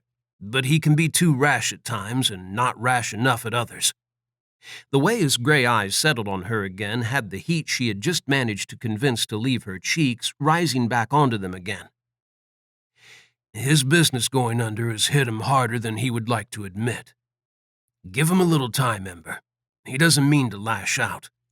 It's just hard on him right now. Wrath offered her a warm, tender smile. She understood that. Cobalt had lost his business, had returned to the creek to fulfill his duty, still raw from how badly things had turned out, and he had found her at the gathering looking for a male. She could only imagine how that had cut at him, how it still cut at him. He had to stand there while her mother judged every male who fought for her, as she announced her opinion of their worth. It had to cut him deeply to hear what other males had when he had lost everything. It had to wound him to hear her mother speak of them as worthy or unworthy of her based on their bank balance, businesses, and bloodline. But her mother didn't get to decide who she ended up with. That was Ember's decision to make, and it was time her mother and Cobalt realized that. Ember pressed her fingertips to the bruises on her jaw, her eyebrows furrowing. How was she meant to convince Cobalt that he was the one she wanted, when he was so bent on believing he wasn't the one for her? He doesn't think he's worthy of me. And she wasn't sure she could change his mind about that, and it hurt, had her aching inside whenever she tried to find a way to make him see that she thought he was worthy of her. Wrath heaved a long, weary sigh that echoed all the feelings she held locked within her, and she half smiled as she realized she wasn't the only one who was frustrated with Cobalt. Wrath wanted his brother to find the strength that had been shaken from him by losing his business, and by seeing her attending the gathering. He wanted Cobalt to fight for her. He wanted to fight me when he heard your mother had offered you to me. Those words leaving Wrath's lips had Ivy scowling at him, and he turned an affectionate smile on his mate. I did turn her down, remember? I still want to throttle her for it, Ivy muttered, and Ember was right there with her. It's obvious you both feel something for each other, but you can't lay the blame for the situation you're in solely at Cobalt's feet. Wrath's expression gained a sharp edge that cut her like a blade.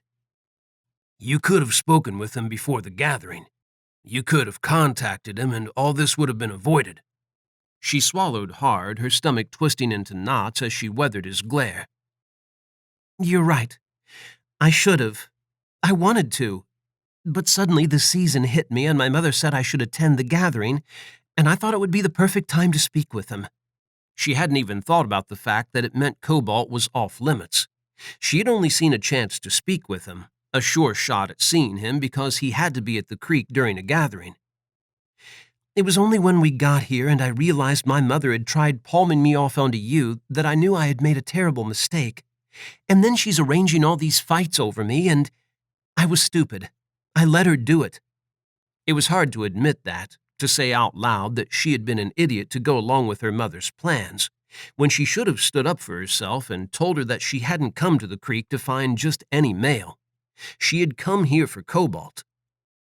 We all make mistakes. Wrath tipped his head back and looked at the wooden ceiling of the cabin. Both yours and Cobalt's is not being able to see your own worth. Wrath slowly lowered his eyes back to her. One of you needs to make the first move, and as much as it pains me to say it, Right now, I think you have more balls than Cobalt. You know what you want, so why not just take it?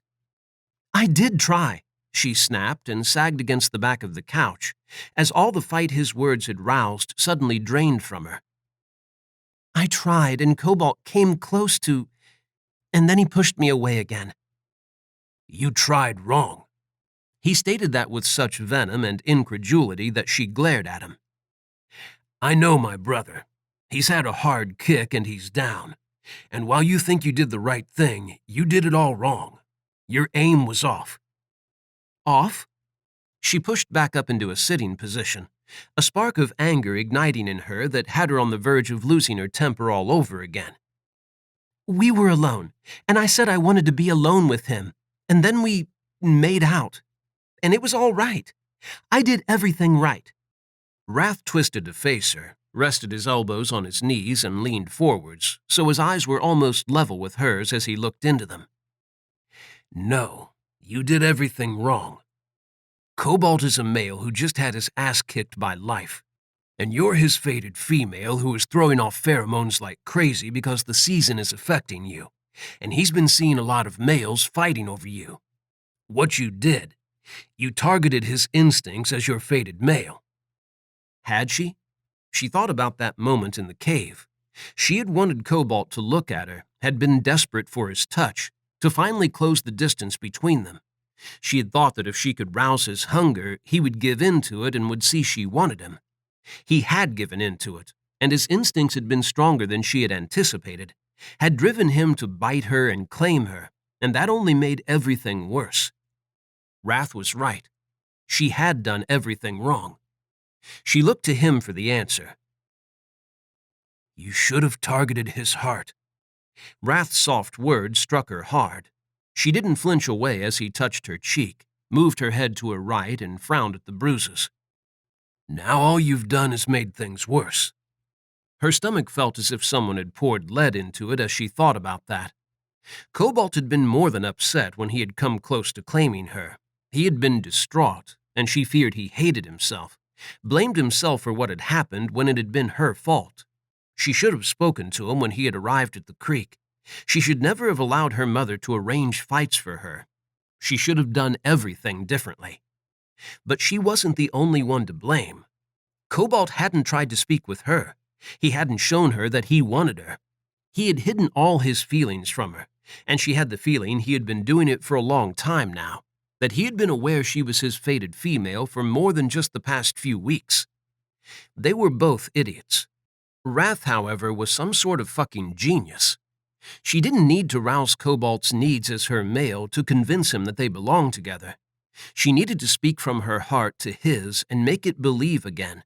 She needed to show him that it wasn't desire or the season, or even the fact that he was her fated male that made her want him. It was because she loved him. Wrath laid a hand on her shoulder, the weight of it comforting as she looked up into his eyes and found them soft with understanding. Just don't give up. I know my brother. He'll fight you on everything, might lash out and attempt to dominate you, and he'll sure as shit try to push you away. Don't cower. Push back. Fight back. Show him that he's worth fighting for and make it clear you're not going to give up, so he might as well give in. He made it sound as if they were going to war, as if she was getting into the ring with Cobalt. She supposed that they were in a way, and she was ready to do battle with him again, had talked to her coach and found a new strategy, and she was going to employ it because she felt certain it was one that would work. No giving up, no surrender. This time Cobalt was going down, and his heart would be hers. There was only one problem. What if Cobalt doesn't come back to the creek? She had seen that wild look in his eyes, had felt the need to run go through him, and she feared he would keep on running and she would never see him again. Wrath calmly said, He will. How can you be so sure? Ember searched his eyes, looking for the answer in them. They were sober as they held hers, and his words curled around her, offering comfort that buoyed her heart. Because this is where you are. Chapter 10. It was dark by the time Cobalt dragged his sorry ass down the mountain to Cougar Creek, duty drawing him back despite his desire to stay away for the night. He didn't need to look like even more of a fuck-up by shirking his duties at the Pride. As little as he wanted it, he had to be there. He had to claw back whatever scraps remained of his pride and keep them together so he could start building on them again, and slowly elevate himself back into a position where he was worth something. It probably wouldn't be enough for Ember, though. "Done licking your wounds?" Wrath's voice cut through the darkness, rising above the swishing of water around Cobalt's bare calves as he crossed the river. He stilled and looked to his left, where his brother sat on the log by the river bank, reclining against the thick trunk of the tree behind him. Cobalt wasn't sure how to answer that. Part of him wanted to lash out and bite Wrath's head off, and the rest just wanted to ask him not to do this, not to push him right now. He couldn't take it. "Ember came to me today." Those words had Cobalt pausing, looking at Wrath rather than heading towards his cabin. His brother sighed. "It seems she's worried about you." "I don't need her pity," Cobalt barked, not giving a shit who heard him as his voice carried in the still air. "Or yours." "It wasn't pity that brought Ember to me," Wrath drawled, sounding relaxed despite the tension Cobalt could sense in him. Tension that called to Cobalt as it told him his brother was ready for a fight. Fuck, Cobalt needed a good brawl. He just wasn't in the mood to have his opponent be his brother tonight. That brother continued. "There's a difference between worrying about someone and pitying them. And you're blind or maybe just stupid if you can't see it. Or perhaps you're pitying yourself and thinking everyone else is too." Cobalt growled at Wrath for that. "Drop it." He went to turn away.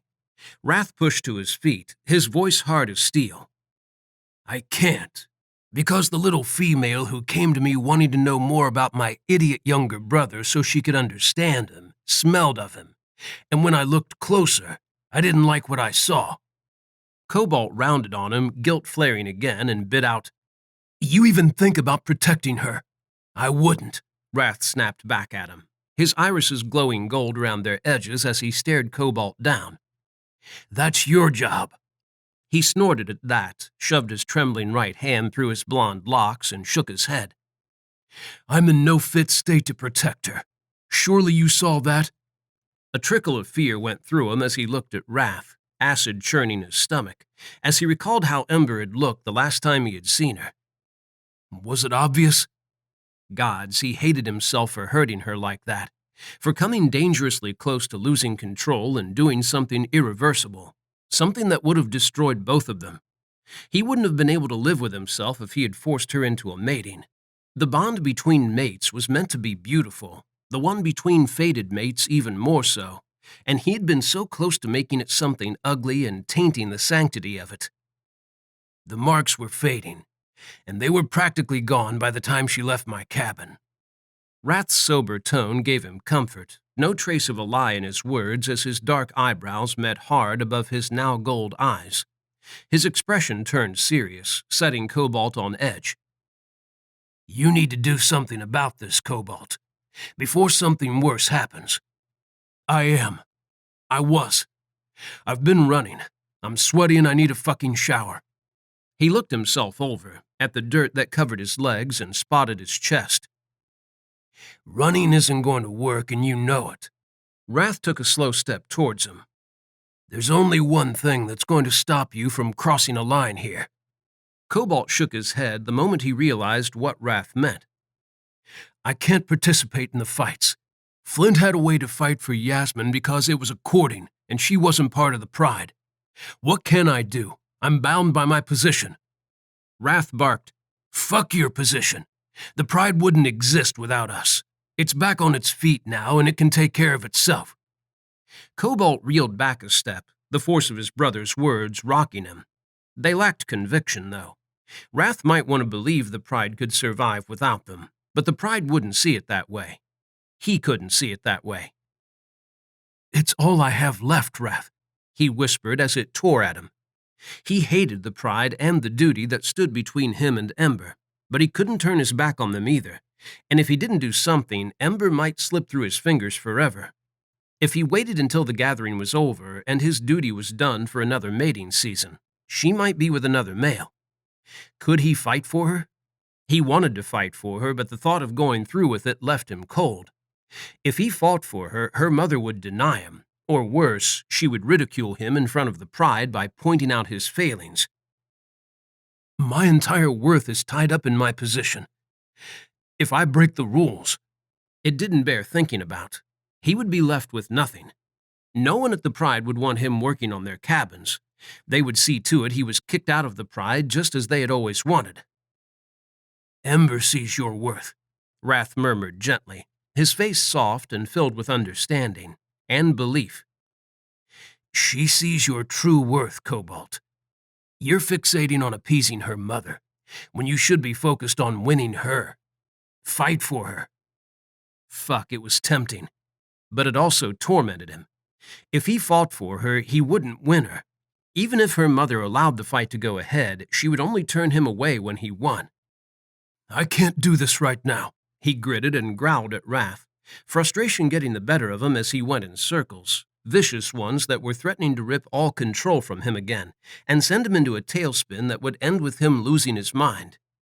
I just want a shower, and then I need to check with all the males who are fighting tonight to make sure no one has been fighting over nothing.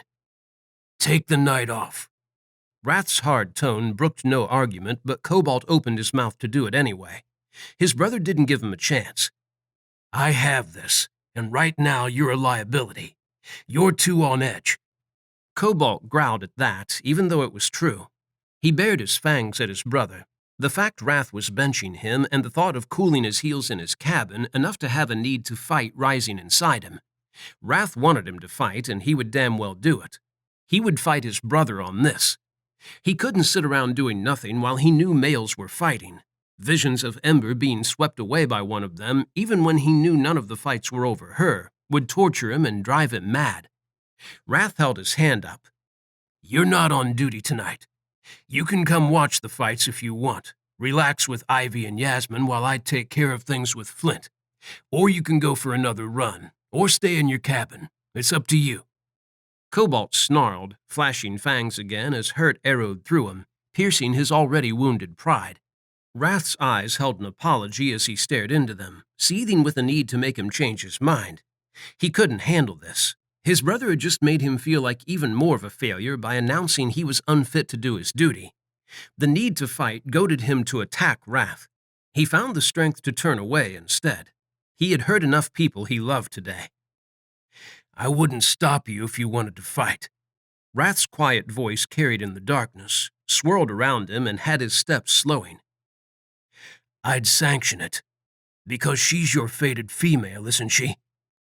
Cobalt didn't deny that. He said nothing as he stormed across the clearing, intent on keeping his distance to keep hold of what was left of his pride by avoiding breaking the rules. Wrath's offer was tempting, though, tied him in knots as he passed Ember's cabin and sensed her inside, moving around it. It tore him between duty and desire. The door opened and his heart hitched, lodging in his throat. It sank into the pit of his stomach when her mother emerged. She didn't even look at him. She gave him her cheek as she stared across the clearing. Cobalt looked there, at Wrath, at the male she had wanted for Ember. Cobalt was merely a shadow of his brother, felt that keenly as he looked at him. But fuck, that wasn't going to stop him. He wasn't going down without a fight. He would fight the world in order to have Ember as his mate, and he wouldn't stop fighting for her, because he couldn't let her and the forever he needed with her slip through his fingers. Chapter 11. Ember did her best to shut out her mother as she moved around the cabin, looking for her favorite pair of black sneakers. She found them in a pile at the back of the elegant wine-red couch her mother was sitting on, picked them up, and untied the laces. I still feel you should speak with Andre. She slid her mother a black look for that one, was tempted to bare her fangs as anger surged through her again. They had been going around in circles since Ember had returned, her mother giving in to her for an hour or so before she slipped and went back to talking about her as if she was a piece of meat to trade. We talked about this. Ember shoved her feet into her sneakers and bent to tie them. He's a good male. She said those words with such confidence as if she knew the male personally. All you know about him is the fact he has money, a prospering business, and a good name. It's hardly enough to recommend him to me. Ember finished with her laces, straightened, and looked around the room for her black jacket. It was bound to get cold tonight. The sky was clear, and the air already carried a fresh, crisp note to it. Well, what would recommend him to you? Her mother snapped. Ember pulled a thoughtful face as she mused that question. There was only one answer. Nothing. Her mother huffed, folded her arms across her chest, sinking her fingers into her thick lavender jumper, and glared at the fireplace opposite the couch. I don't understand why you're being so stubborn. She was one to talk. Ember rounded the red couch. She needed her mother to look at her when she said this, needed to know it was sinking in, and she understood what Ember was telling her. Maybe because it's my heart on the line, my life. I don't care whether I'm in heat or not. I'm not sleeping with a male I don't like. She mirrored her mother, crossing her arms over her chest, and regretted it when she drew attention to her choice of clothing. Her mother's eyes widened as they took her in. The silver-gray halter top she had chosen was a little more revealing and a little more vixen than her usual plain t-shirt, flashing plenty of cleavage as it hugged her breasts. The color matched her eyes, though, brought out the silver in them, adding to the effect of the subtle makeup she had applied around her eyes, a dash of black coal and ash-gray powder. Where are you going dressed like that? Her mother's black eyebrows dropped low. Ember untied her French braid and combed her fingers through the waves to loosen them, so they spilled around her shoulders. Out. Out where? She stood and blocked Ember's path to the door. Wherever I want.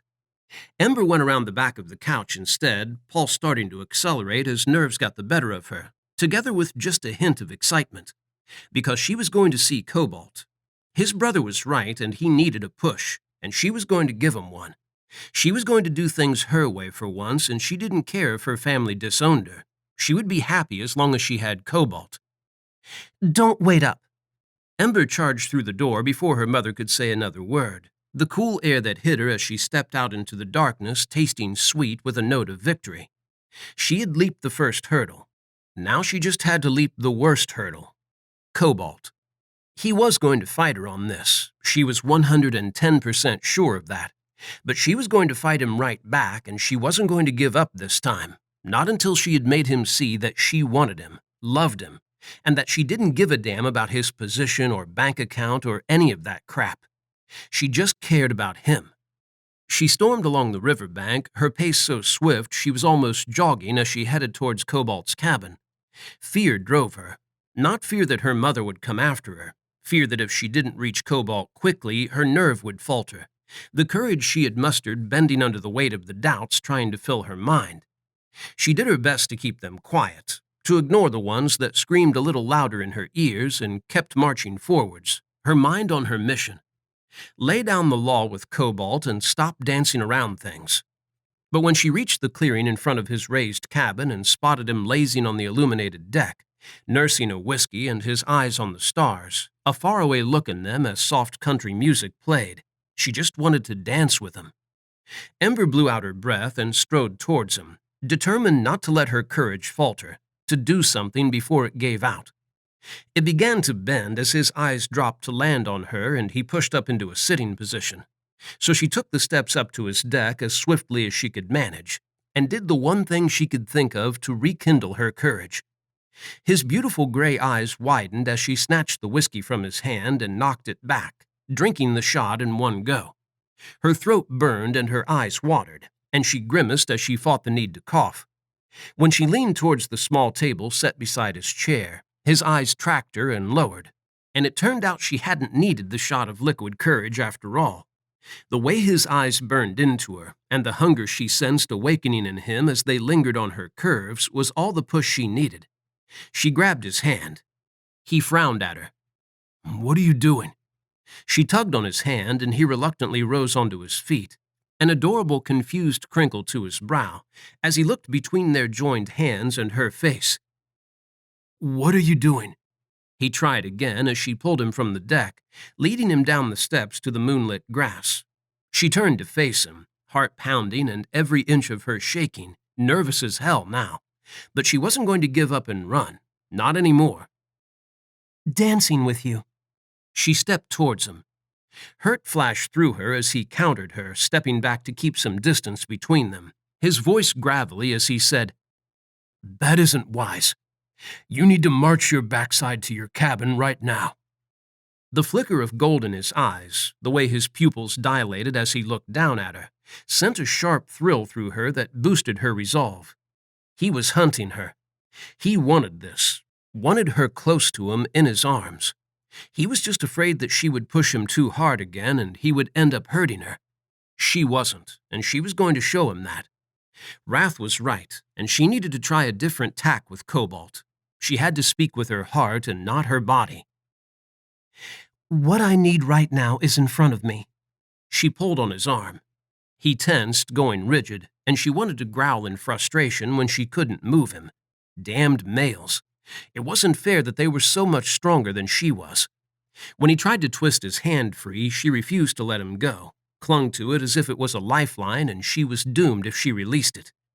Realizing he couldn't get his hand away from her, he growled instead, flashing emerging fangs and doing his best to frighten her away. But his display was a shadow of the one he had used on her in the cave, because he didn't really want her to go. He needed her there. She could feel it in him. A glimmer of relief reached her through their fragile bond, and it warmed her, made her realize that he had been worrying while he had been staring at the stars, afraid that she would never come to him again. "I'm no good for you, Ember." His deep voice held a resigned edge, one she found she didn't like as she looked up into his eyes and saw that same feeling echoing in them. "You're better off away from me. Haven't I proven that?" For a male who hated others pitying him, he certainly pitied himself a lot. "Go back to your cabin, to your family. Do what they want, because at least that male deserves you." So this was his new tactic. He couldn't physically scare her away, so he was going to attempt to drive a wedge between them with words he didn't really mean? Or was this something else? Wrath had told her that Cobalt needed her to speak with her heart, to his one. He needed to see that she loved him, regardless of everything, that she wanted to be with him and she wouldn't regret it. He was testing her, trying to push her away to make her confess the things he needed to hear. She could do that for him without him hurting himself to make her tell him. "It's up to me who deserves me, Cobalt." She lifted his hand and brushed her lips across it, breathed in his masculine, spicy, and earthy scent, and sighed against his warm skin. "It's my decision to make. It's my damned heart." When he didn't say a word and the emotion she could sense in him remained turbulent and dark, she closed her eyes and pressed her cheek to his hand, the first flicker of hopelessness running through her. "You're not the only one who gets to make this decision, Ember. It takes both of us. And I'm no good for you. I hurt you. I can't. I'd just fuck this up too." Her resolve started to crumble, her courage taking a hit that left her feeling that at any moment it was going to give way again. Afraid that it might, she mounted one last offense, one final shot at getting through to him that was going to leave her wide open for a return salvo that might just destroy her. She lifted her eyes to his, looked deep into them as he stared down at her, his flinty and as hard as diamonds. "You really don't want me?" she whispered, ashamed at herself for not being able to voice those words in a firmer tone, one that hadn't sounded so weak. But the thought that he might not want her, that he might insist on her finding another male, and would keep rejecting her until she gave up, cut her deeply, had her throat closing up and breath seizing in her tight lungs. Tears threatened, burning the backs of her eyes and her nose, and she didn't want to look weak in front of him, didn't want him to see how much he was hurting her. He saw it, though. He stared down at her, the flinty edge to his eyes softening as he looked at her in silence, reading every damned feeling she had wanted to keep hidden from him because the thought that she might have come here only for him to reject her, that he really didn't want her, was tearing her apart. Cobalt heaved a long, deep sigh, and the tears she had been fighting filled her eyes as he gathered her into his arms and started to sway with her. "What are you doing?" She needed to know, because she was terrified that he still might push her away. If he did it now, after she had come to know the gentle warmth of his strong arms around her, the wonderful feel of them holding her so possessively, so tenderly and protectively, she wasn't sure she would survive the blow. "I'm dancing with you," he muttered. "It's what you wanted, right?" She nodded, sniffled a little, and couldn't stop herself from saying, "You didn't want to dance, though. You don't have to." "Shut up and just dance with me," he whispered and lowered his head, sighed as he brushed his cheek against the top of hers and held her a little closer. "Because I need this more than you could ever know."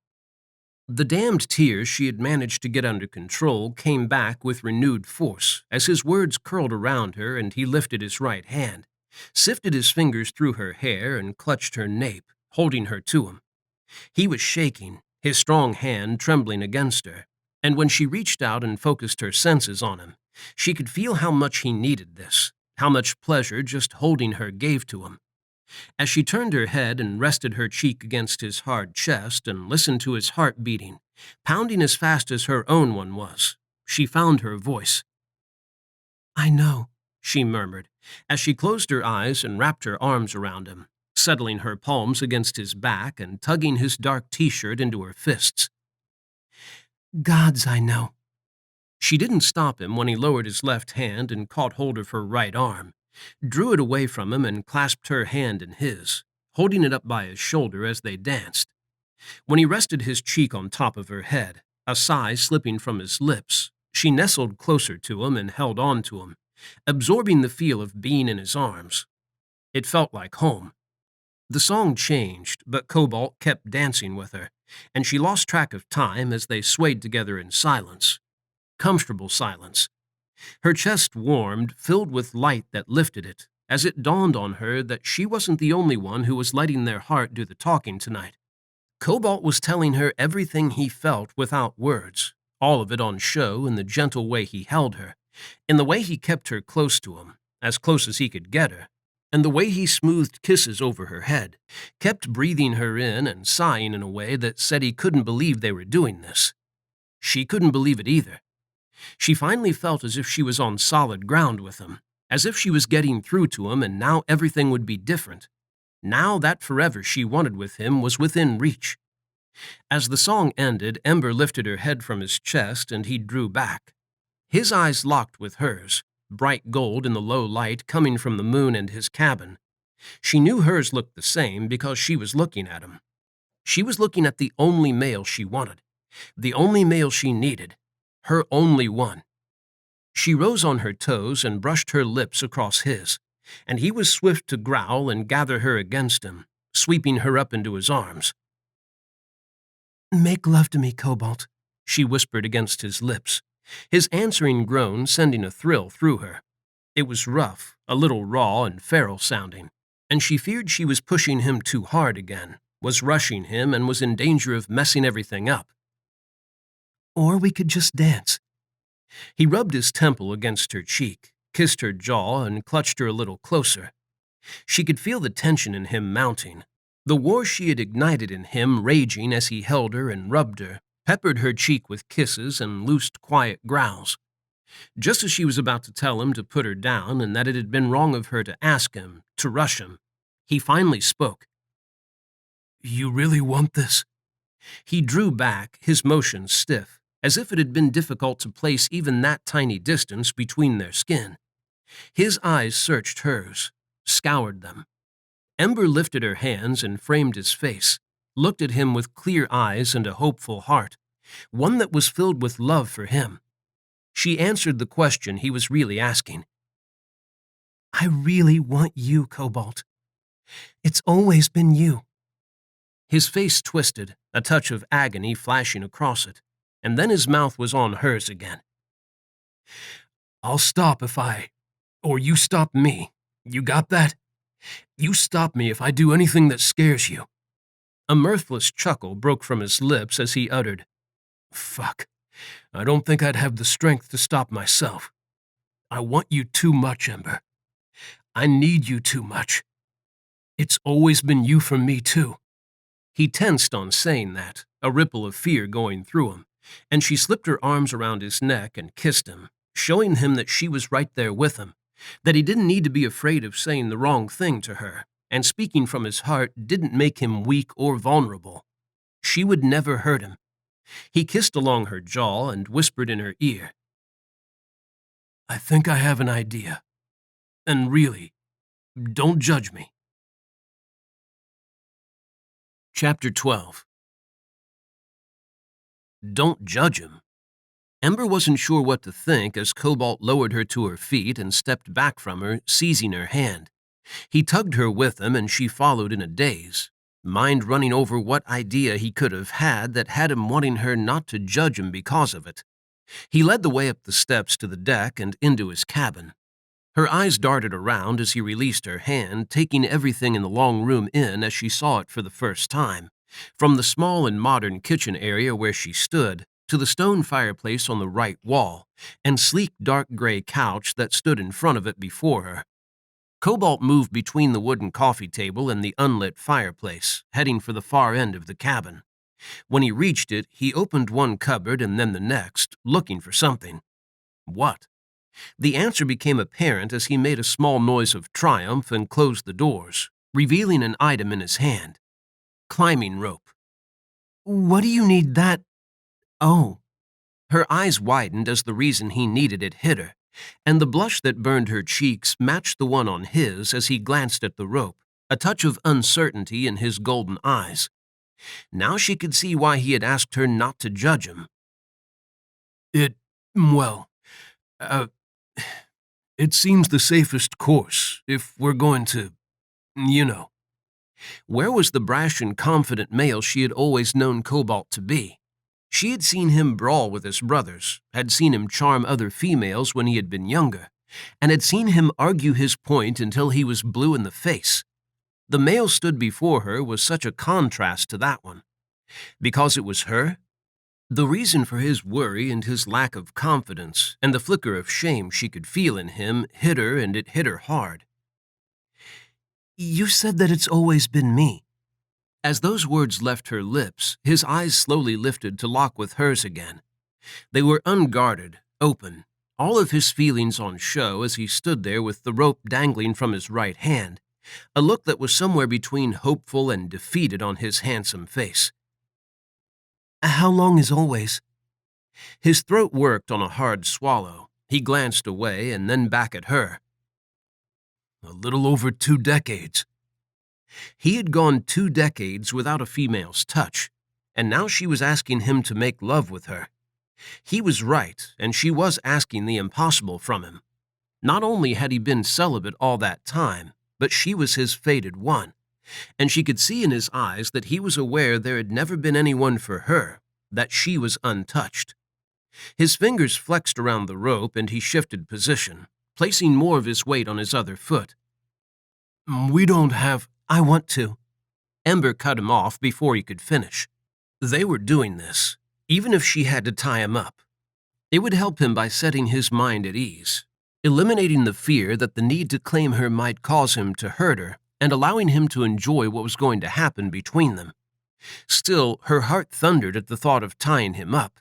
Just the image of him in her head, all trussed up to his bed and trusting her as he made himself vulnerable, was enough to have heat flooding her.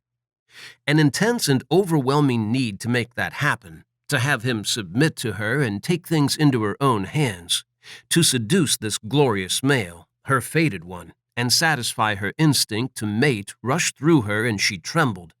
If just the thought was enough to have her dizzy with need, aching all over, she wasn't sure how she was going to handle the sight of such a powerful male at her mercy. What if she was the one to lose control? This need, her instincts, felt too powerful, were already in danger of consuming her. Fuck, she needed to get her hands on him.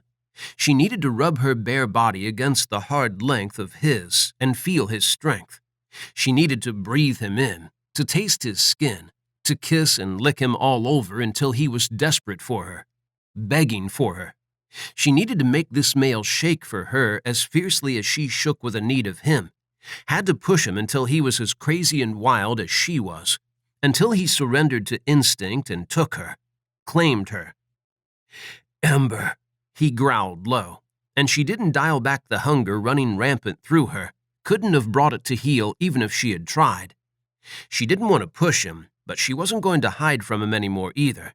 She needed him, fiercely, desperately. She wanted him to know that. She wanted him to feel the desire beating in her veins and know it was because of him. Those strong fingers flexed around the rope again, the muscles of his arm and chest shifting with them, a tempting flash of the strength he had at his disposal. Strength that could easily prove too much for a simple bit of rope. If he wanted to break it, what would stop him? Cobalt looked down at it. "You'll tie it tightly, tight enough I can feel it, and it'll keep me in check. I swear." He didn't look certain it would as his eyes flickered between the rope and her. Ember nodded and moved towards him, kicking off her sneakers as she went, leaving them on the rug beneath his coffee table. The sheepskin was soft beneath her feet, cushioning them, filling her mind with a vision of making love with Cobalt on it in front of the fire.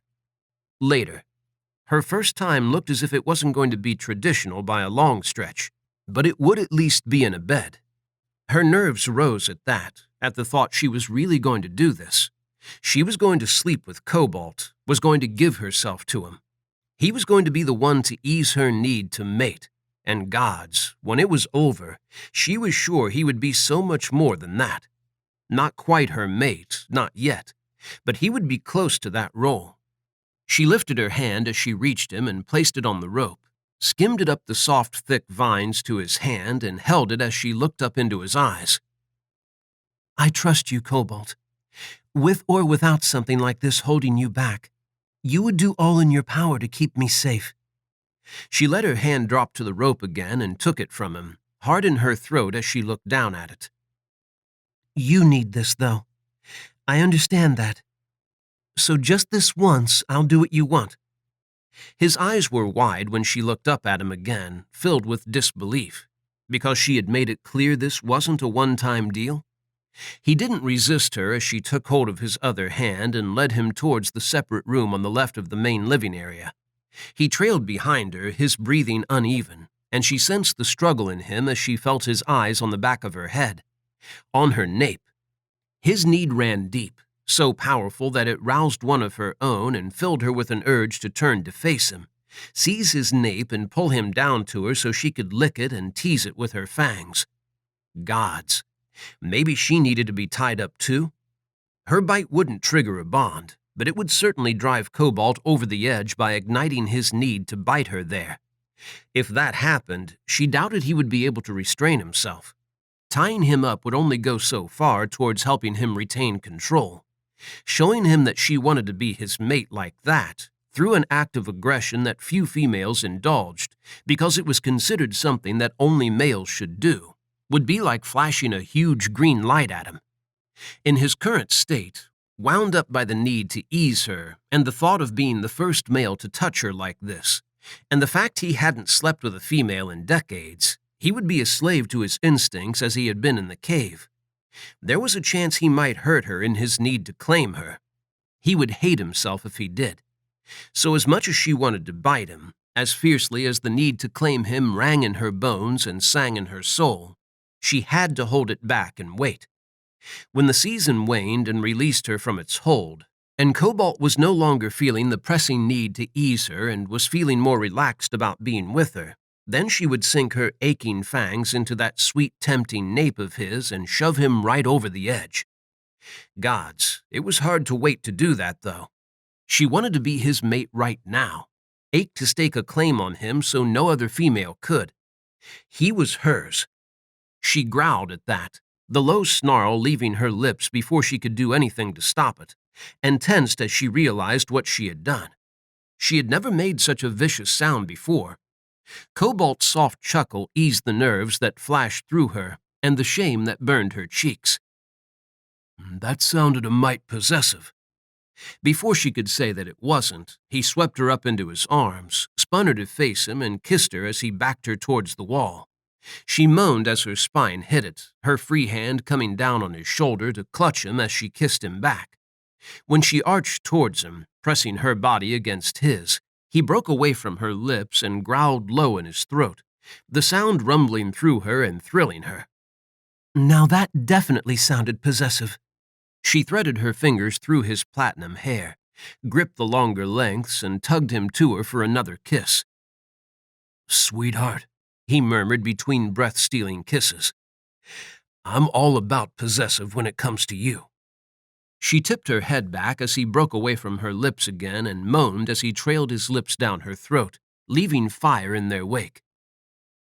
I go mad just thinking about another male looking at these curves. He gripped her hips, slid his hands over them and around to her bottom, and she gasped as he lifted her and wedged his hips between her thighs. His low moan as he pressed his hard cock against her sent a hot, achy shiver bolting through her, and she couldn't stop herself from rubbing against him, writhing up and down his length.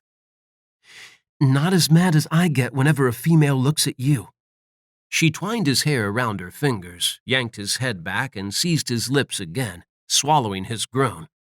The sound was purely masculine, had another thrill rolling through her to light her up and boost her courage.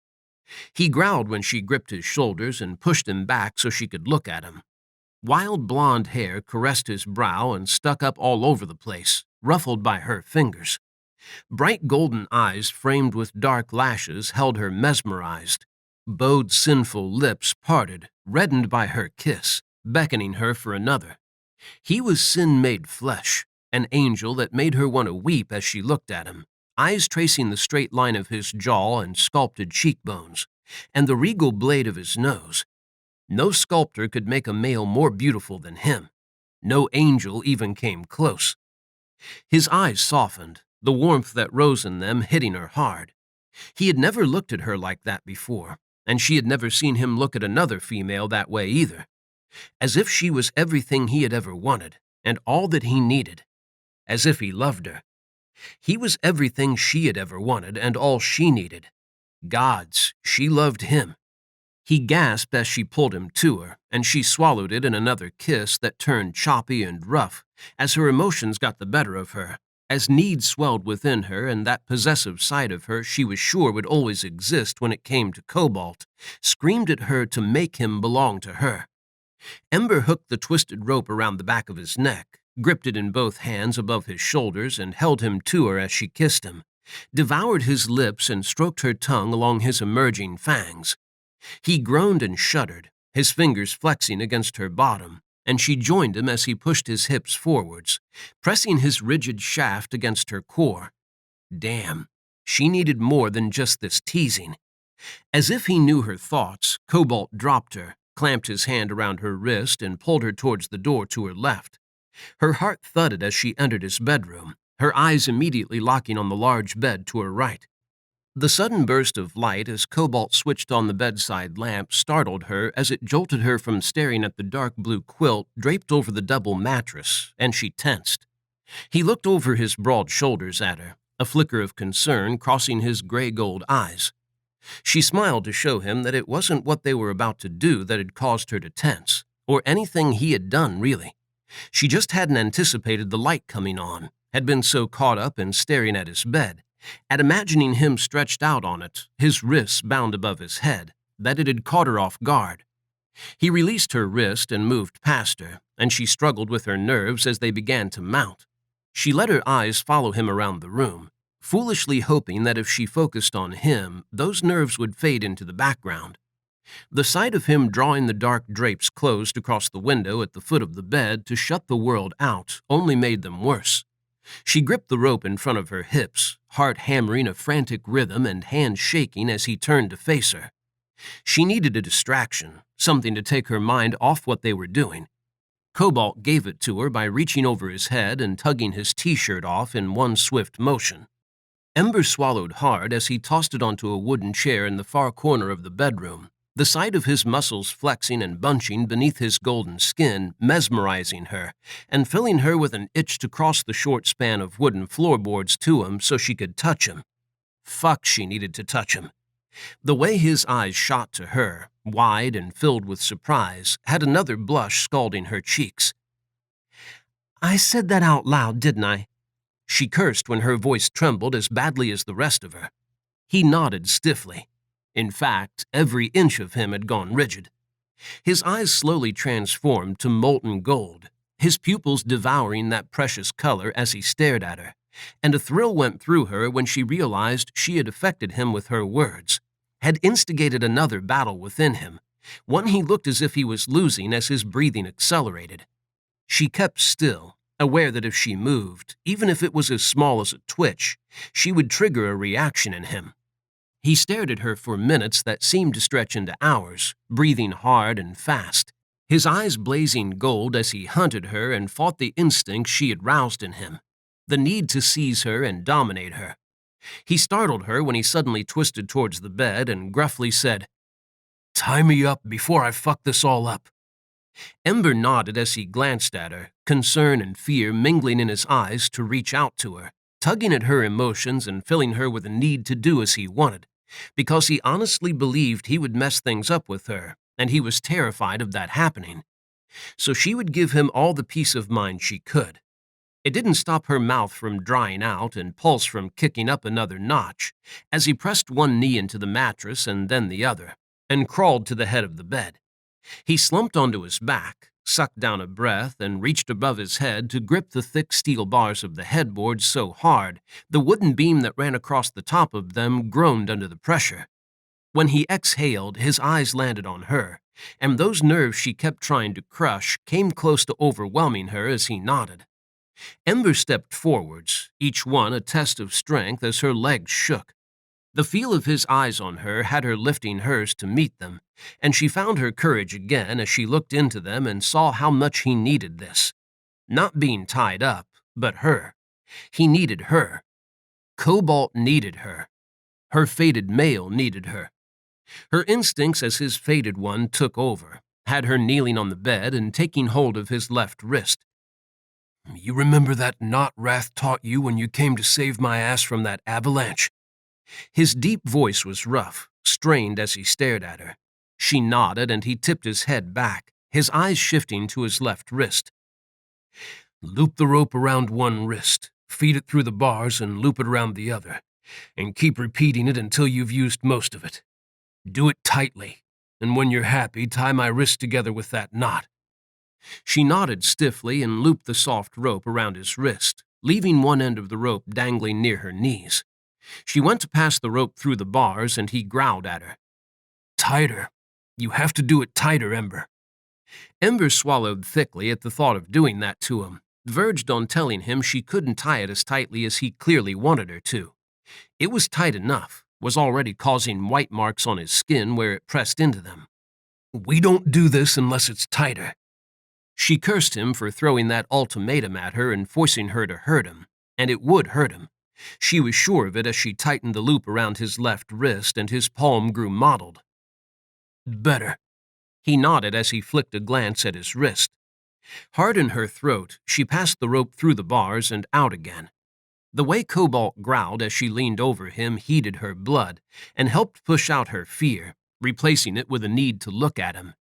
His eyes were on her breasts, locked there as they swung above him. He craned his neck and brushed his lips across her right one, and she moaned as his mouth latched onto her nipple through the silver material. How was she meant to concentrate on tying him tightly when he was doing that? It was torture. She worked the rope around his right wrist, and he grunted as she tugged it tight. Not a noise born of pain, but one that sounded distinctly like pleasure. Was he enjoying her tying him up? Did the thought of being at her mercy thrill him as much as it thrilled her? She weathered his growl as she eased back onto her bottom, feeding the rope back through the bars, pulling her breasts out of his reach. Now both of his hands were bound, inhibiting his movements. Her next pass around his wrists was a little tighter. The wicked groan he loosed as she pulled on the rope, pushing her to stop worrying about hurting him and just roll with it, because he was clearly enjoying it. Whenever she leaned over him, he lifted his head and captured her nipple again, wrecking her focus and making her want to forget finishing binding his hands and climb astride his chest instead. Or maybe she could do both. She didn't stop to think, didn't give the nerves a chance to rise. She just straddled his chest and drank down the deep groan that left him, as if it was the sweetest and most addictive ambrosia of the gods. He tried to move his arms, and a frustrated growl left his lips, rumbling through her thighs when he found he couldn't shift them. "Fuck, I want to hold you," he husked, the roughened edge to his voice sending a hot thrill washing through her. On another low growl, he craned his neck and captured her breast again, licked and suckled it through her halter top as she tried to finish her task. The wicked throb in her belly grew more intense as sharp waves of tingles swept through her, bursting outwards from her nipple as he tongued it and sucked on the bud. It took a Herculean effort on her part to finish with his hands, twining the remaining length of rope around one wrist and then the other, and then leaning forwards to tie the knot. All right, maybe leaning over him had been all about getting more of that delicious feel of his mouth on her. The second she was done, Ember sat back, breaking contact.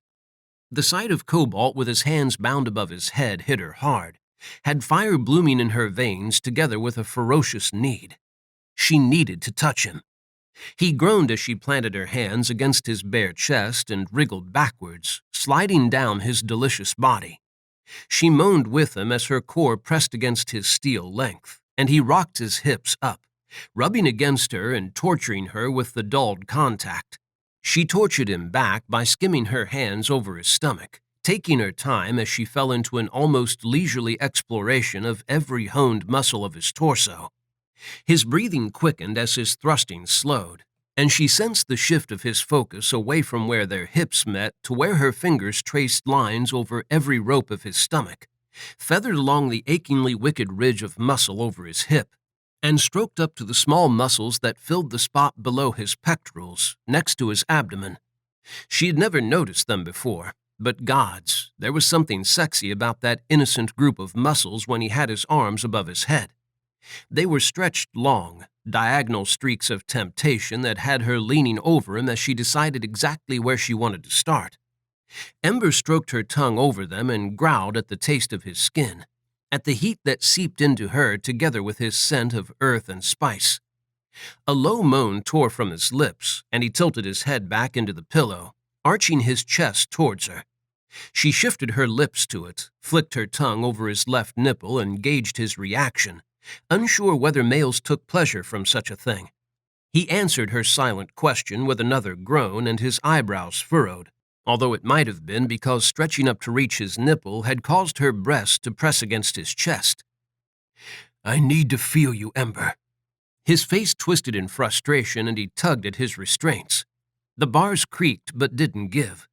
She wasn't sure she would have noticed if they had.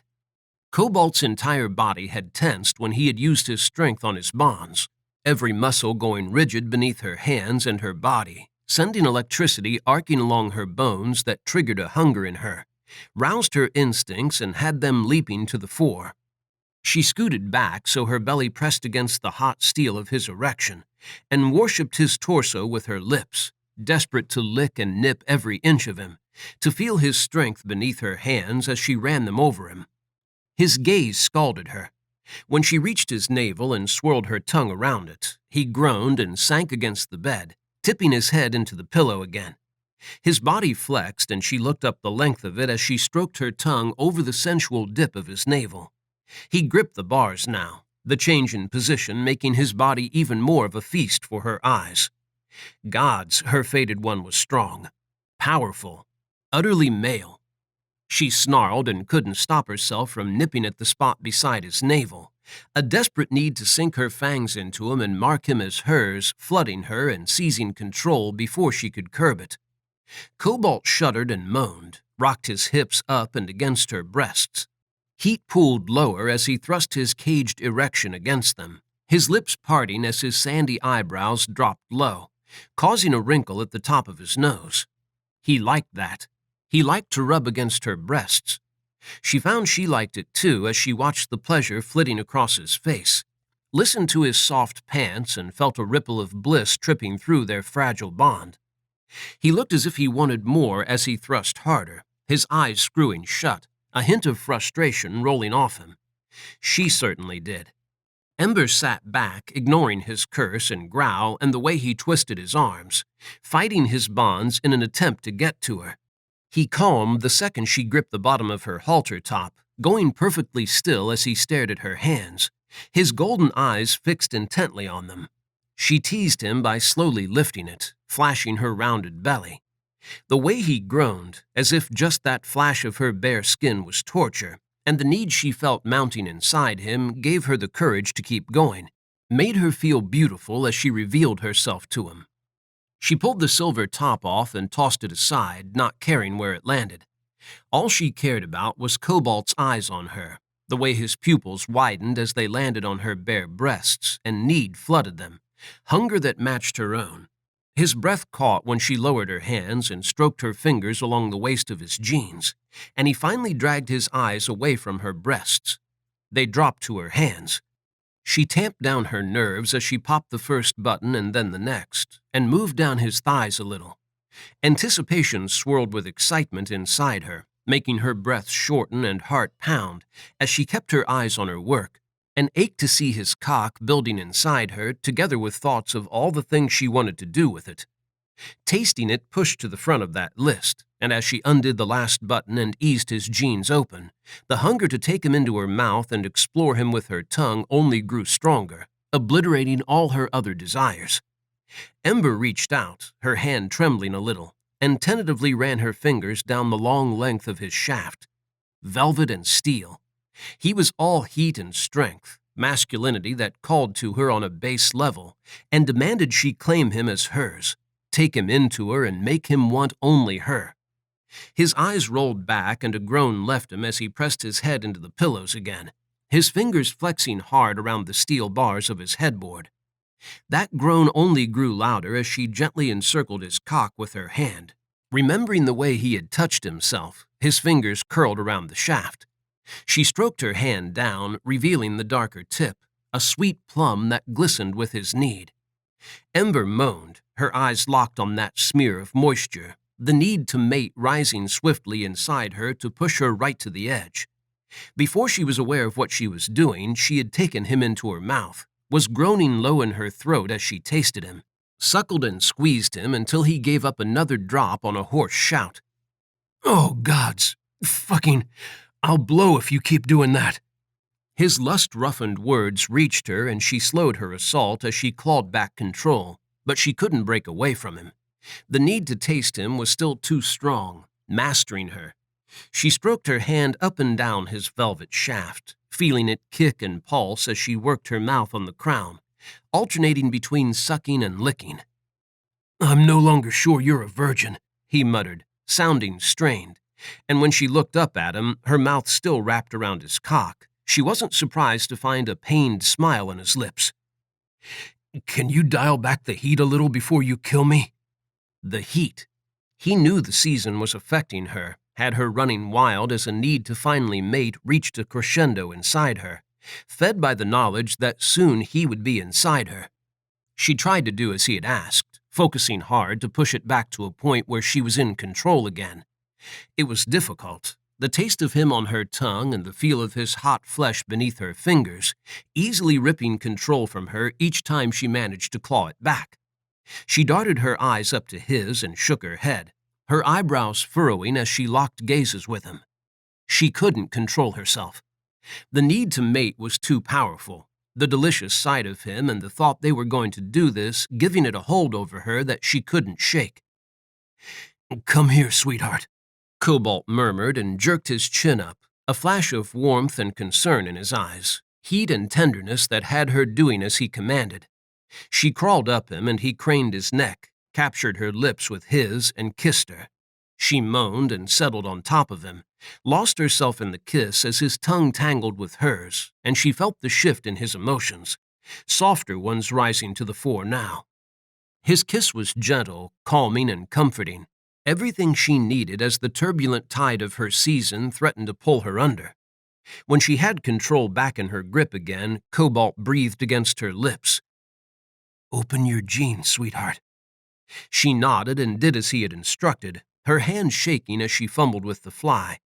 When it was open, she eased off him and pushed them down her hips, and then rolled onto her bottom to remove them. She tugged them off and dropped them on the floor. Her panties followed them. Her breathing grew ragged when she moved back to face Cobalt, every inch of her on fire, burning with need that felt as if it was going to consume all of her and leave nothing behind if she didn't quench the flames soon. He looked down at his hips. She didn't wait to hear his next command. She took hold of his jeans and pulled them down to his knees, and then dropped to her feet on the floor at the foot of his bed so she could remove them. When she was done, she looked up at him.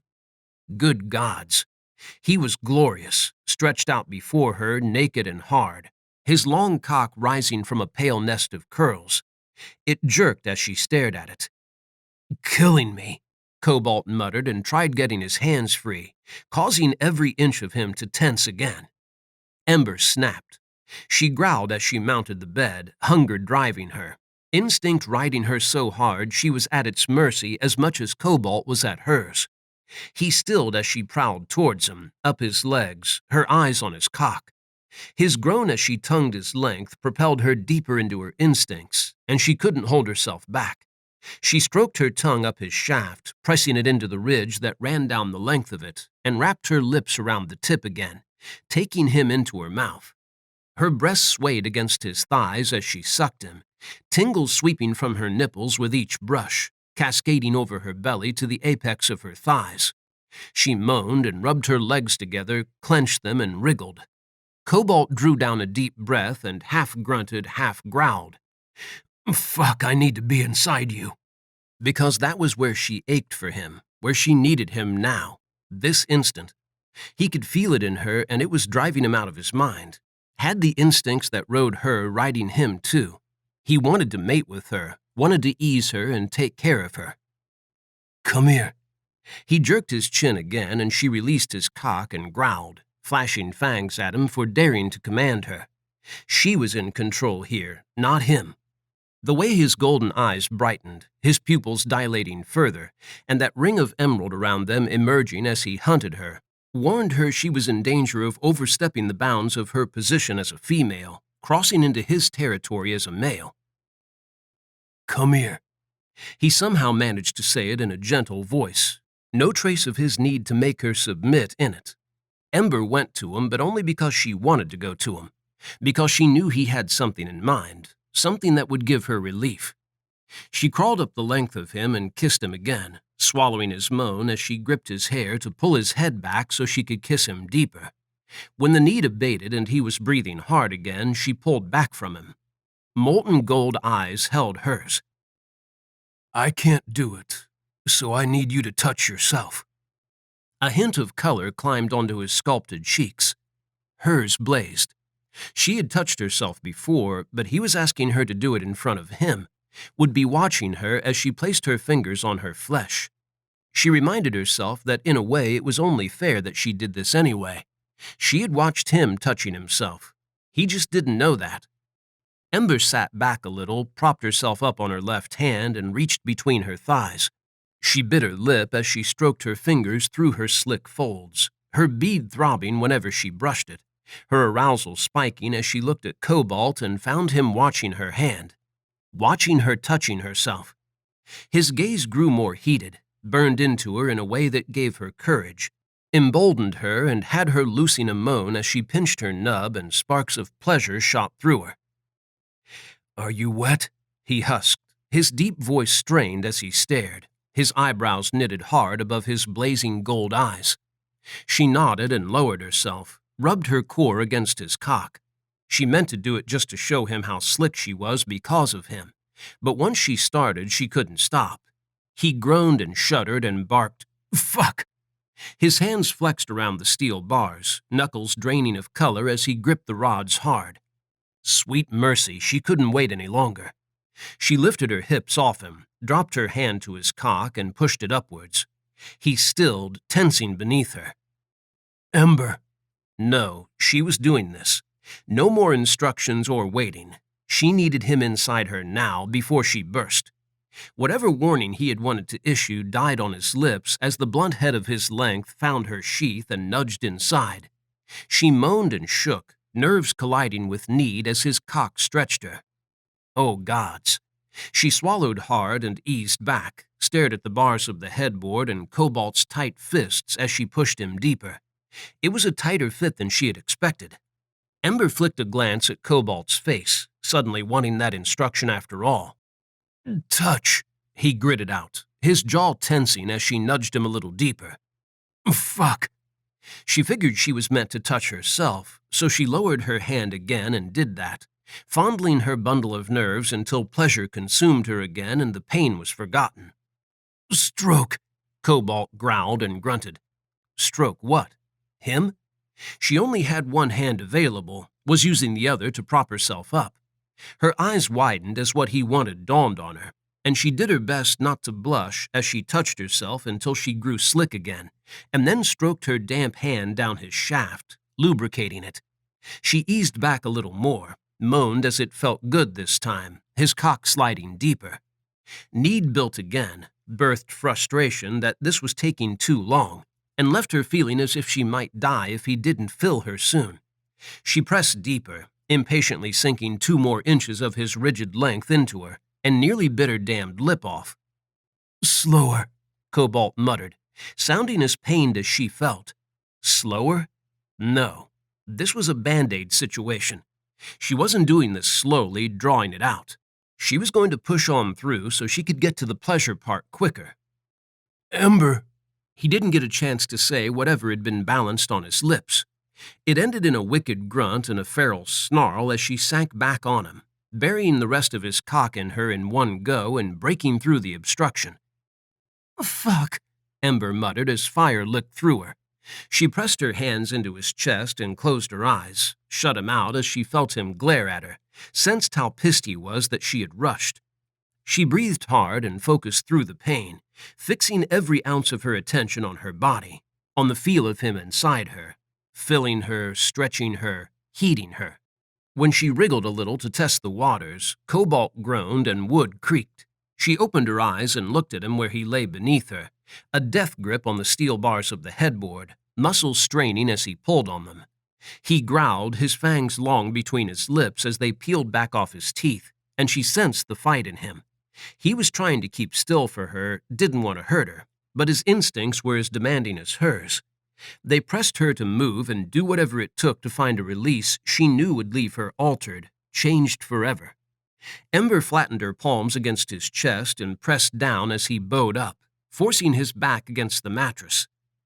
"Cobalt." He didn't seem to hear her as he tugged at his bonds, glared at them, and looked close to gnawing his arm off in order to get free and get to her. He needed her. That beat inside her drummed fiercely as she sat astride him, his cock filling her. He needed her, and she would satisfy his instincts for him, would bring them both to a shattering release. He stilled the moment she moved on him, his eyes leaping to her face as he sank against the bed beneath her, giving up his fight. A groan tore from his lips as she rose up his cock and eased back down, one echoing from hers as he filled her again, as she grew accustomed to the delicious feel of him refilling the emptiness that was left inside her whenever she rose off him. She stared down into his eyes, mesmerized by them and the bliss rolling through her, heat that gathered in her belly as she rode him, gradually gaining momentum as she found her stride. She couldn't get enough of the way he filled her, stretched her, and when he began to counter her thrusts, plunging up whenever she pushed down onto him, she found a new addiction. Ember dug her fingers into his chest and moaned with each plunge of his cock, and each time her nub brushed his body, a combination of sensations she wasn't sure she could withstand. She groaned and rocked on him, losing herself in the feelings sweeping through her, in the urge to keep reaching higher, to find the release she craved. The ache in her belly twisted tighter, her instincts pushing harder, filling her with a need to go faster, to reach that release now and wring one from him too so she could satisfy the need to mate that had been a constant itch inside her for over a month now. She dropped her hands lower and pressed them against his hips, pinned him to the bed as that need to mate overwhelmed her. Cobalt growled, his anger over being restrained in another way blasting through her, but she didn't care. She growled back at him, flashed fangs, and rode him harder, her breaths coming in short, sharp bursts that left her whenever their bodies met. His anger quickly dissipated, his breathless groans telling her that he was enjoying this as much as she was, that he was close too, just a short step from the edge now.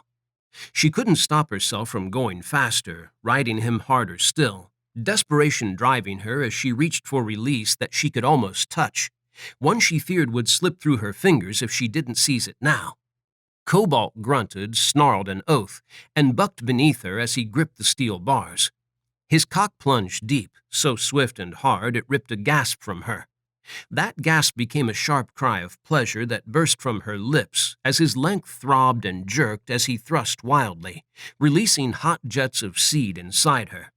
Her entire body kicked, her arms buckling and legs quivering as stars detonated inside her, blazed through her and stole her breath. Heat followed it, wave after wave of hazy warmth that followed each flex of her body around his still throbbing cock.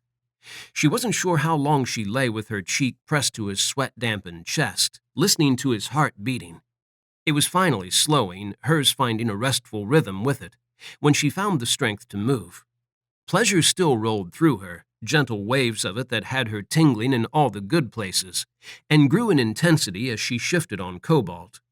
The heat of pleasure became something else as she looked at him, found him watching her with gray eyes filled with affection, with tenderness that stole her voice and her breath. Ember pulled herself up him and kissed him softly, slowly, showing him that he wasn't alone. He wasn't the only one in love. When she convinced herself to break away from his lips, he was smiling. A real one. One of those smiles that had stolen her heart all those decades ago. An easy one that hid nothing, revealing every drop of his happiness. Ember smoothed her fingers over his brow, clearing rogue strands of his blonde hair from it as she stared down into his striking eyes. "I think I need a new headboard," he murmured, sounding a little drowsy, or maybe just as drunk on pleasure as she felt. She looked up at it. There was a split in the wooden beam above the 2 bars he gripped. "You can probably untie me now." He looked at his wrists. "No." He frowned at her. "No." Ember sat back on him, skimmed her hands down his chest, and savored the way his eyes darkened, hunger rising in them again as she circled his nipples with her fingers. She smiled. "I'm not done with you yet." Yet. Her smile widened as she leaned down to kiss him. She would never be done with him. Chapter 13. Ember felt as if she could finally breathe for the first time as she sat on the deck of her family's cabin, a cold glass of rosé wine in her hand and a smile on her lips. She lay on the recliner she had turned to face the river, her eyes on the mountains and the sky above, as they changed color with the fading day. Warmth lingered in the air, wrapped around her and reminded her of the comforting heat of Cobalt's arms. Her smile stretched a little wider. The last 20 hours had changed so much in her life. No, they had changed everything. Her mating heat was broken and fading now, thanks to spending almost all of those 20 hours with Cobalt, locked in his cabin and in his arms. The gathering was coming to a close, with everyone due to depart tomorrow and return to their lives. And Cobalt was finally hers. Almost. They still had a few things to work out. Her heart had been heavy when she had left him a few hours ago, pressed by him to return to her cabin and her mother before she sent another search party out to find her. Ember had only left because she intended to speak with her mother about tomorrow, when she wouldn't be returning home with her. Home. It wasn't back in Washington State, at the grand house in the forest of Tiger Mountain. It was here. It was wherever Cobalt was because he was her home. She just had to stand firm and make her mother see that, had to stick to her guns and do what was right for her for a change. Once the gathering was over and everyone was gone, she would take the next step in her plan. She would convince Cobalt to bond with her. Ember sipped her wine, itching to forget the plan and go to him now. She pictured him in the shower, getting ready for this evening's celebration of the end of the gathering. When she had left him, he had teased her with the fact he had brought a shirt with him, and he was going to wear it tonight, and she wouldn't be able to resist the sight of him. She couldn't resist the sight of him as it was. He looked delectable enough in worn t-shirts and jeans. She wasn't sure she would survive the sight of him all scrubbed up, wearing a button-down shirt, especially if he paired it with the pitch-black jeans he had picked out of his wardrobe while she had been trying to convince herself to leave. He had practically booted her out of the cabin in the end, had seized her arm and tugged her to the door, and told her he would see her again soon enough. She had been foolish enough to think he would leave it at that, but he had seared her soul with a kiss that had been half tender, half desperate, filled with love and need that had started a fire inside her. That fire still burned, images of him and memories of what they had done keeping the flames alive. Damn, she needed to see him again. She drank a bigger mouthful of her wine and tried to relax again, but the itch was back, the sunset not holding her focus as thoughts of seeing Cobalt, of sneaking away from the celebration into the shadows of the trees to sit with him, to talk with him as they watched the others around the fire, filled her mind. She needed to talk to him. She had left so much unsaid, had meant to tell him things and make her feelings clear to him, so he knew where he stood and what was in her heart.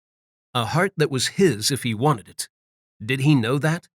Was it even hers to give now? She felt as if every time they had made love, they had grown closer. Another piece of them merging in the moment, leaving them more and more entwined. Her heart already felt tied to his, sewn together by unbreakable thread. She stared at the sunset, pondering that. Maybe they had already exchanged hearts after all.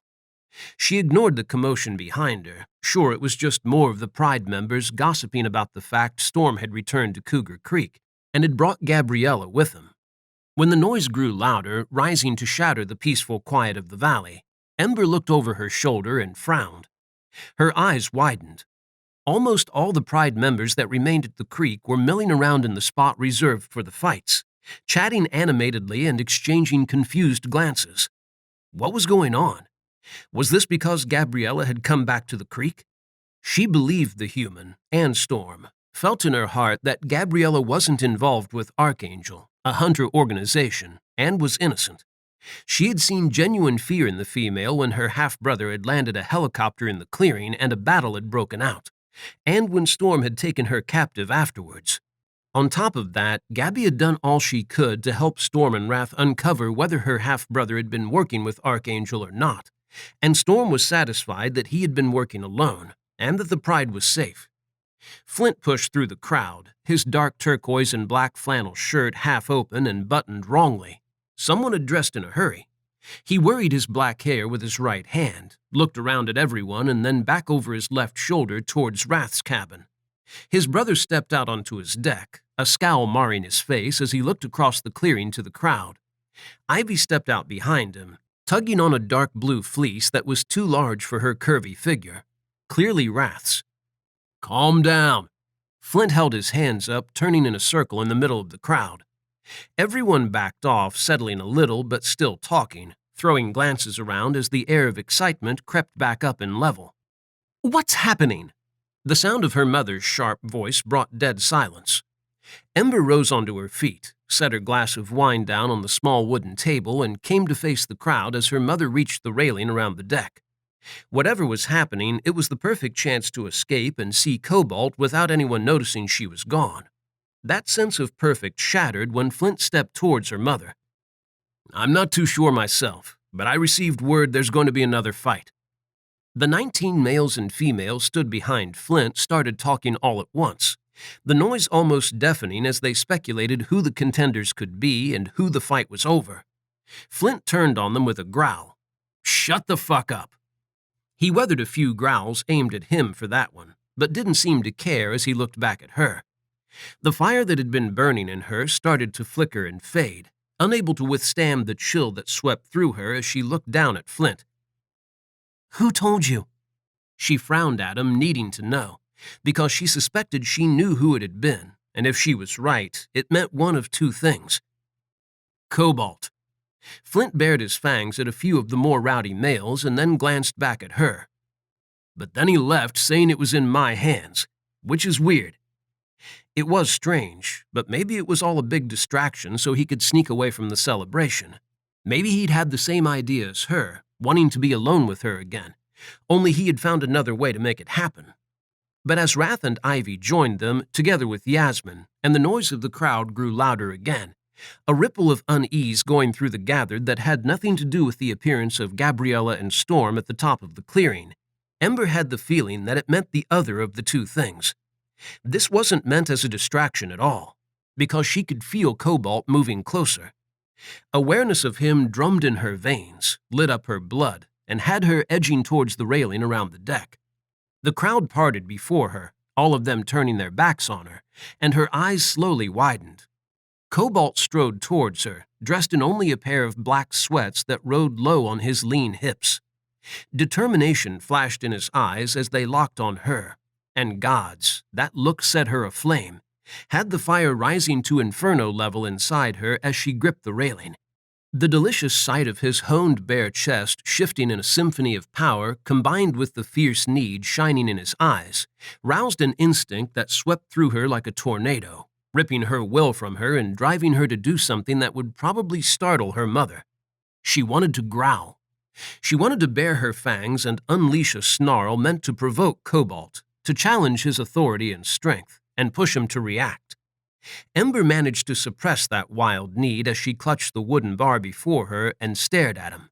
He tried to strip the control she had gathered from her by stopping in the middle of the circle of people, his eyes never leaving her as he spoke. "You all came to see a fight." He raised his voice enough that she could hear him over the clamor of the crowd, and lowered it back to a normal pitch as everyone fell silent. "I'll give you one. I'll fight whoever wants to claim Ember." "You can't do that. Your position—" Ember cut her mother off. "Why?" She stared down at him, confusion dancing through her as she tried to make sense of what he was doing. He didn't take his eyes away from her.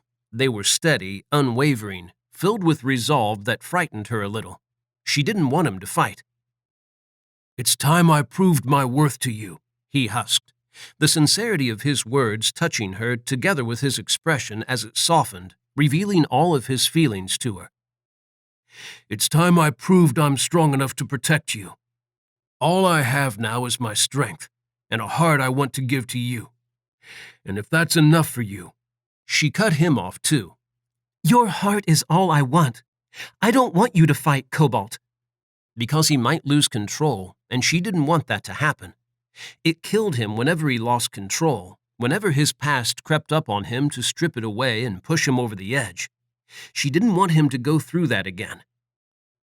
"You don't have to fight," she whispered, her eyebrows furrowing as she looked down at him, aching with a need to climb over the railing and wrap him in her arms and tell him that he was strong enough for her. He was everything she wanted, and he didn't have to prove anything to her. The gathering was ending tonight. Tomorrow it would be over, and they could be together without this ridiculous rite happening. No, he could be with her without it happening right now. It was her choice. She had come to the gathering for him, to win him, and she had. She could see that now. She had won the male she wanted, so he didn't need to fight for her. "You don't have to fight," she repeated and shook her head when he looked as if he wasn't going to listen. "I choose you, Cobalt. It's my right as a female to pick a male. The fight is only necessary when I need convincing or I'm undecided about any of the males at the gathering. Well, I'm more than decided. I'm certain. Couldn't be more certain that you're the one for me." His gray eyes softened, warmed in a way that tugged at her heart and made her want to kiss him. But then gold ringed his irises and cold crept down her spine. "You don't have to fight." She gripped the railing harder and shook her head, desperation starting to fill her as she waited for him to respond, to do something other than just stand there looking at her as if he loved her, and as if he wasn't going to listen to her. "You're right," he murmured with a hint of a smile, one that set her on edge. "I don't have to fight. I need to fight. I should have fought for you when I arrived. Fuck. I should have fought for you long before then." "Cobalt, please." She leaned towards him, reached with her right hand and silently urged him to take it, to come to her and forget this madness. "I stood by too long watching males fighting over you, wanting to be the one in that ring. And I've made up my mind about this. I'm going to fight for you." This time it was her mother who butted in. Your duty, fuck my duty, Cobalt barked, his sandy eyebrows knitting hard and fire flashing in his golden eyes. Shock rippled through the crowd. Only Wrath didn't look surprised. Cobalt growled, I've tried doing my duty, but fuck. Hell, how am I meant to pick my duty over my fated female? That had another surprised murmur racing around the makeshift ring. Her heart pounded as she stared down into Cobalt's eyes. They softened again, the hard edge to them melting away as he looked up at her, his focus shifting wholly to her as he took a slow step towards her. I've known it from the moment I fell in love with you 20 damned years ago, he said in a low voice, one strained by emotions that she could sense in him. They echoed in her, burned as fiercely as they did in him, and she felt sure he could see in her eyes how much she loved him too. He sighed, took another step towards her, and placed his hands on hers on the railing, covering them. I've waited all that time for this moment, and I won't wait another damned second. She wanted to tell him that she had been in love with him for more than 20 long years, wanted to box his ears for waiting so long, even when she knew he had done it because she had been too young, not yet a mature adult. She wanted to tell him she couldn't wait another damned second either. She didn't get the chance, though. I'll fight you. Ben pushed two males out of his way and stepped into the small clearing with Cobalt. She scowled at him as Cobalt looked over his shoulder at the brunette, his pale eyebrows dipping low as he assessed his opponent. Ben didn't want to fight for her. He just wanted to fight Cobalt. He wanted payback. I wouldn't advise that, Yasmin said, her subtle French accent not smoothing the sharp edge to her words as she folded her arms across her cerise t-shirt. Her dark eyes admonished Ben. You are hardly in a condition to fight. Yasmin was right about that. The goddess had done her best to patch Ben up, but the male still had a blackened jaw from where Cobalt had broken it, and there were still a few strips of metal taped across his nose to protect it as it healed. Ben ignored her. Yasmin huffed and shrugged when Flint tenderly patted her shoulder, silently telling her what Ember wanted to say too, that there was just no helping some people. I'm not fixing him when Cobalt breaks him again. She looked at her mate. Flint just smiled softly. I'll remind you of that when you're piecing him back together because you can't see someone hurt and not help them. She pulled a face. This time I might not help them. Cobalt gave her an easy smile. I'll try not to break him too much. Ben, don't be an idiot, Ember started, wanting to say that she wasn't going to pick anyone over Cobalt, even if they did somehow manage to beat him. This fight was a farce. It meant nothing. But Andre stepped into the ring, the sight of the black-haired male stripping off his flannel shirt stealing her voice as dread flowed through her. 2-on-1 wasn't fair. She flicked a glance at her mother, not surprised to see she wasn't going to object to Andre wanting to fight for her. I'm not picking anyone. You can fight, but it means nothing, Ember bit out, sure it would stop them before they started. Cobalt cast her a look that said it definitely wasn't going to stop him. The need in his golden eyes went through her, reached out and gripped her, squeezing her hard in her chest. She shook her head again, one last attempt to make him forget this crazy idea and just accept her decision. His lips tugged into a faint smile, an apology meant for her, because he couldn't back down now. I'll make it quick, sweetheart, he husked, voice scraping low, and stroked his thumbs over her knuckles. You don't have to watch. I do, she whispered. If you're going to do this, then I'm going to watch. But you don't need to prove anything to me, Cobalt. Ember moved her hands out from beneath his and framed his sculpted cheeks. She tilted his head up and looked into his eyes, catching the resolve in them, the determination to win this show of strength. She wanted to ask him again to stop and not do it, but held her tongue. He needed to fight. He needed to show her in his own way that he was the right male for her, that he was strong and able, and could protect her. And he needed to prove it to himself, too. If fighting Andre and Ben and emerging the victor would make him believe in himself again, exercising his demons, then she wouldn't stop him. She dipped her head and kissed him, savored the softness of his lips against hers, and felt as if someone had just thrown her into the role of damsel to his knight. And this kiss was her token of favor, meant to boost his resolve and give him courage in the coming fight. He brushed his lips across hers and then stepped back, breaking contact. An easy smile graced his lips, confidence flashing in his eyes. And then he was gone. He hit Ben like a steamroller, plowing his right fist into the brunette's nose before he even saw it coming, sending him staggering back into the crowd where a couple of the males caught him before he could fall. Blood gushed over Ben's lips. "You said you wouldn't break him," Yasmin snapped. "I said I wouldn't break him much." Cobalt ducked beneath the blow Andre aimed at his back and swept his leg out, catching the black-haired male's ankles and knocking them out from under him. Andre went down hard, landing on his back on the grass with a grunt. Cobalt launched at him, but Andre rolled and was on his feet before Cobalt could reach him to deal a blow of his own. She flinched as Andre landed a hard punch on Cobalt's right cheek, and he slammed into the earth where Andre had been. He was quick to roll away, agile as he sprang to his feet near her and shook off the blow. He stood with his bare back to her, head switching side to side as he assessed both males. Ember clutched the railing, breath lodged in her throat as they advanced as one. Damn them. It wasn't fair, and they knew it. "Cobalt!" she barked as Andre twitched. Cobalt twisted in time to block the fist flying at him, his right arm coming up to deflect it. He growled as he brought his left fist up, landing a fierce blow on Andre's side. Andre grunted and shoved with his left hand, pushing it into Cobalt's face and knocking him back. Ben leaped on Cobalt as he struggled to regain his balance, and Cobalt roared as the brunette raked claws down his left shoulder and pectoral. Ember gripped the railing so hard her claws sank into it. Her heart shot into her mouth as Cobalt dipped low and kicked off, rammed his good shoulder into Ben's stomach and lifted him off the ground. He grappled with Ben, fighting to get hold of him as Ben clawed at his back and hissed. That hiss became a sharp grunt as Cobalt slammed him into the ground. Cobalt pushed off him and plowed his right fist into the brunette's jaw. Ben howled in agony. Yasmin cursed and looked as if she wanted to enter the ring to tend to Ben while there was still some of him left that wasn't broken. But Flint held her back, his left hand tightly clutching her wrist, keeping her at the outer edge of the ring. Cobalt drove another punch into Ben's jaw, making sure it was broken, and need washed through her, a hunger that stemmed from him.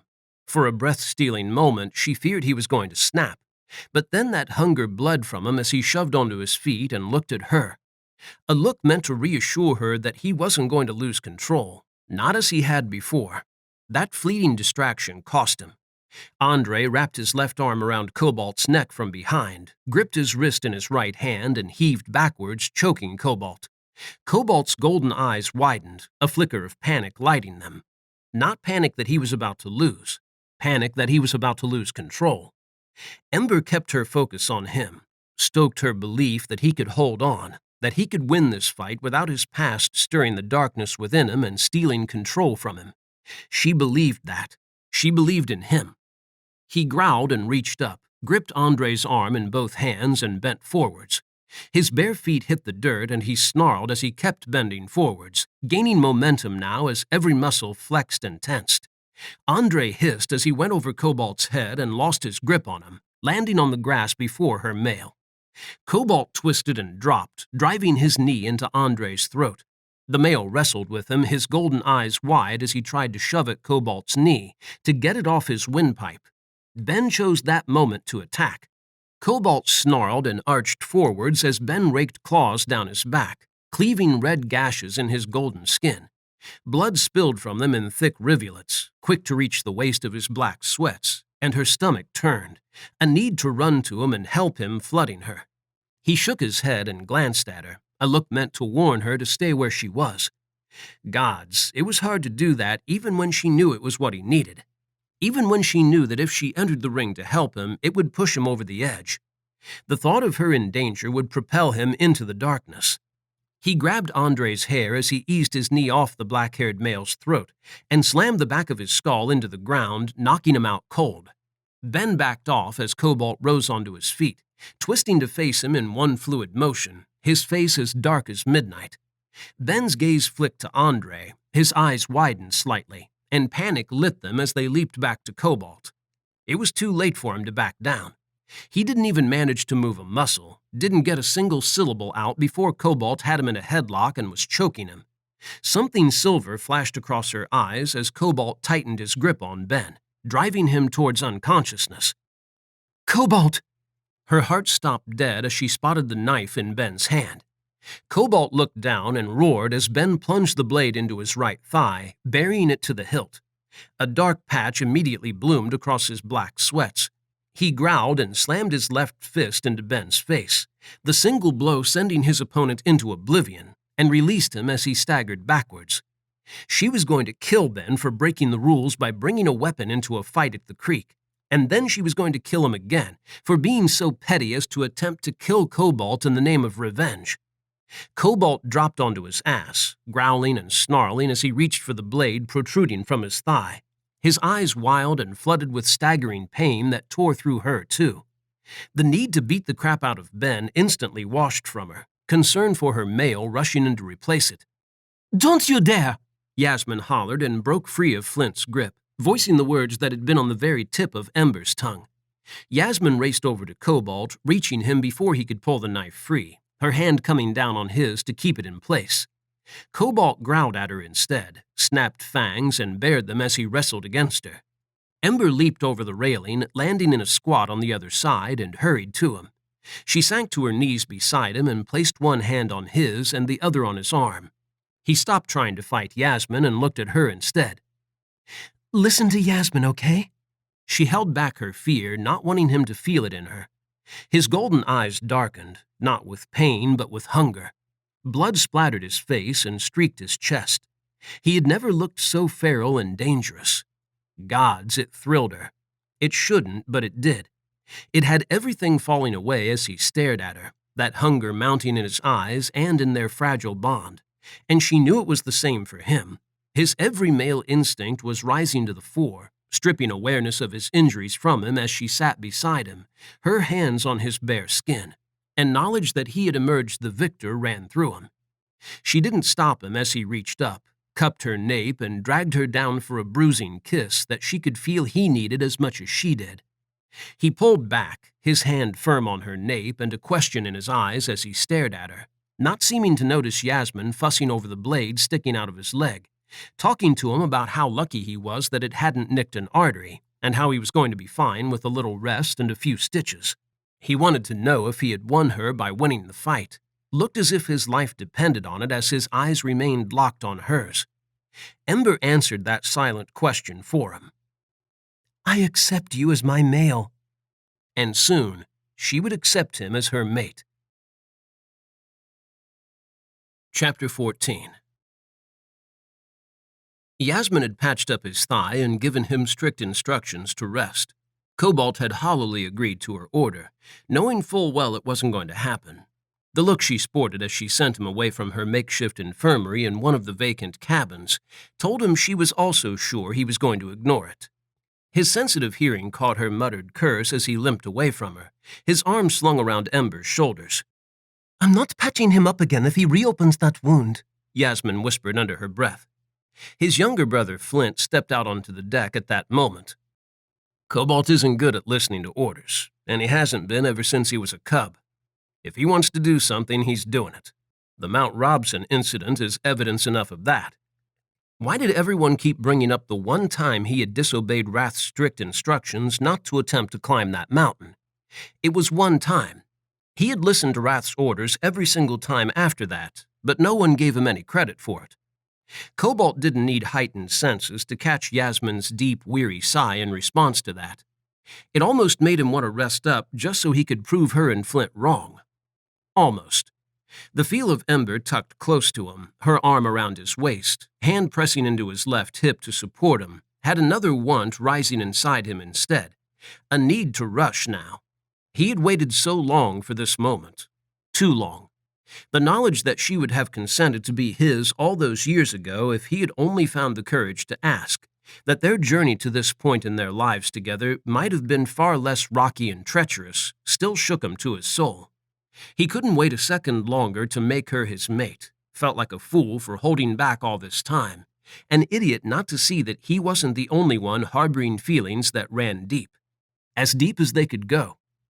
Ember looked up at him, the feel of her eyes on his face heating him, warming him right down to his bones. That warmth grew as he slid her a look, and he lingered, his eyes on hers as they walked back through the woods to his cabin. "Gods, you're beautiful," he breathed, lost in that beauty, in the way her stunning blue-silver eyes were rimmed with the brightest gold, and her clear cheeks were tinted pink, lost in the way her rosy lips begged him for a kiss as they curved, a hint of shyness in that smile. "I think the pain meds Yasmin gave you have gone to your head." He didn't like the way she batted the compliment aside, or the way her eyes left his, as he sensed the shift in her emotions. He stopped, forcing her to halt with him, and when she looked up at him again, he caught her jaw in his free hand and held her so she couldn't look away again. "I mean it, Ember." He swept his thumb across her cheek, a light touch that sent a shiver through him. As he looked down into her eyes, everything he had been holding back came rushing to the fore, breaking the shackles he had placed on it, shackles he no longer needed, because Ember was his. He could see it in her eyes as she looked up at him. They were soft and tender, as warm as the emotions now rising inside her to vanquish the other ones, the ones that made her feel she wasn't worthy of him. He wanted to laugh at that, but he could see those feelings cut her deeply, had her doubting herself. "You're beautiful," he husked, and held her firm when she tried to look away, keeping her eyes on his. "I mean it. I've watched you grow into an incredible, stunning, beautiful female. One I'm still not sure whether I deserve. One I thought would never be mine. One I want with all of my heart." Another blush stained her cheeks. The hard edge to her expression that had been building, warning she was going to bat away his compliments, softened, and she lifted her hand and placed it over his on her cheek. He melted a lot, as she leaned into his palm, her eyes falling closed. His beautiful mate. "Take the compliment," he urged softly, a smile tugging at his lips as he stroked her cheek with his thumb and gazed down at her. "Because if you don't, I'm going to tell you how beautiful you are every hour of every day, rather than every few days." She smiled at last, a soft chuckle escaping her as she shook her head and lifted her eyes to his again. "Fine. But you're the beautiful one." Cobalt barked out a laugh. "Nah." The way she looked at him, eyes shining with emotions he could feel in her, love that touched him deeply, said she truly believed what she had said. She thought he was beautiful. "Females are beautiful," he muttered and started walking with her. "But I'll take rakishly handsome." "How about drop-dead gorgeous?" She flicked him a glance, that playful smile lingering, teasing him and making him want to kiss her. "Only if you're the one saying it." He pulled her closer, pressing his fingers into her right shoulder, and leaned down to brush his lips across her brow. "I'm not interested in what anyone else thinks." When she looked up at him, he dropped his head and kissed her. He meant it as a sweet one, a quick peck to tide him over. But as soon as their lips touched, he leaned into it and couldn't stop himself from taking more. She moaned and opened for him, her free hand snaking around his neck to hold him to her as she swept her lips over his. He cursed when she abruptly pulled back. "You're meant to be resting," she breathed. He wanted to growl at that, and the way she looked as if she was serious, was going to deny him. She wanted him, needed him. He could feel it. He wasn't the only one the fight had fired up. He had sensed the desire in her then, the arousal that had spiked when he had been battling for her, and he could feel it in her now. It lingered, waiting for him to stoke it again, and to satisfy her. "I'll rest later." He dipped and wrapped his right arm around her waist, intending to sweep her up against him for another kiss that would drive her as wild as he was. Intending being the operative word. His breath hissed from between his teeth as fire lanced his right thigh. Ember shoved against his shoulder, stopping him, her eyes leaping to his sweats. "Does it hurt?" "It's fine," he gritted, and made a mental note to give Ben a little payback when they next crossed paths. The bastard had been swift to make an exit as soon as Yasmin had finished with him, leaving Cougar Creek while Cobalt had been in her care and unaware of what was happening. Apparently Andre had left too. The rest of the pride were celebrating, though, the distant sounds of it rising through the dark forest. Cobalt had insisted they go ahead with the traditional end to the gathering, and that he would join everyone if he could. Wrath had seen right through that lie to the truth beneath. Cobalt had no intention of joining them, and he had no intention of resting. There was only one thing he intended to do: claim Ember. Awareness of what he was going to do grew in him as they approached his cabin, and he spotted it through the woods, bathed in moonlight. He breathed through the nerves that were swift to rise as he limped towards it. Ember had chosen him. She had given herself to him. This was just the next natural step in what was going to be their new lives, a life tied together by a bond that was unbreakable. She wanted this. He knew it deep in his soul because he could feel her nerves trickling through that incomplete bond, and they were rising in time with his as she led him up the steps to the raised deck. She opened the door and he released her, limping past her into the kitchen area of his home. When the door shut with a soft click, his nerves ratcheted up another notch, and he looked over his shoulder at her, expecting to find fear in her eyes. There was only excitement and heat. Incredible heat as she raked her eyes over him, head to toe and back again. They turned gold as she studied him, and he wanted to groan when her need ran through him, pulling at his instincts as her male. He shifted to face her, and a glimmer of something crossed her delicate features, some of the heat fading from her eyes as she looked at his right thigh and then his chest. Cobalt looked down at his body. Dried blood caked him, streaking from claw marks that were already healing, no longer bleeding. He looked like an unholy mess, and as much as he wanted to take Ember in his arms right now, needed to be inside her and claim her, he forced himself to take a step back. Because he wanted this moment to be special. He wanted everything to be right. I should shower. He had meant alone, but the way her eyes darkened and need flared inside her had his blood pumping. She peered around his cabin, her eyes stopping on the door behind him, the one that led to his bathroom. His heart beat harder when she grabbed his wrist and tugged him towards it, and he could only stare as she opened the door and stepped into the small room. He stood on the threshold, watching her as she lit the candles he kept in a row on the shelf between the mirror and the sink, and then moved to the shower cubicle he had installed a few years back when he had upgraded everything. When the water was running, the generator kicking in to fill the night with a steady hum as it fueled the pump, she closed the clear door and turned towards him. His damned nerves kicked up another gear.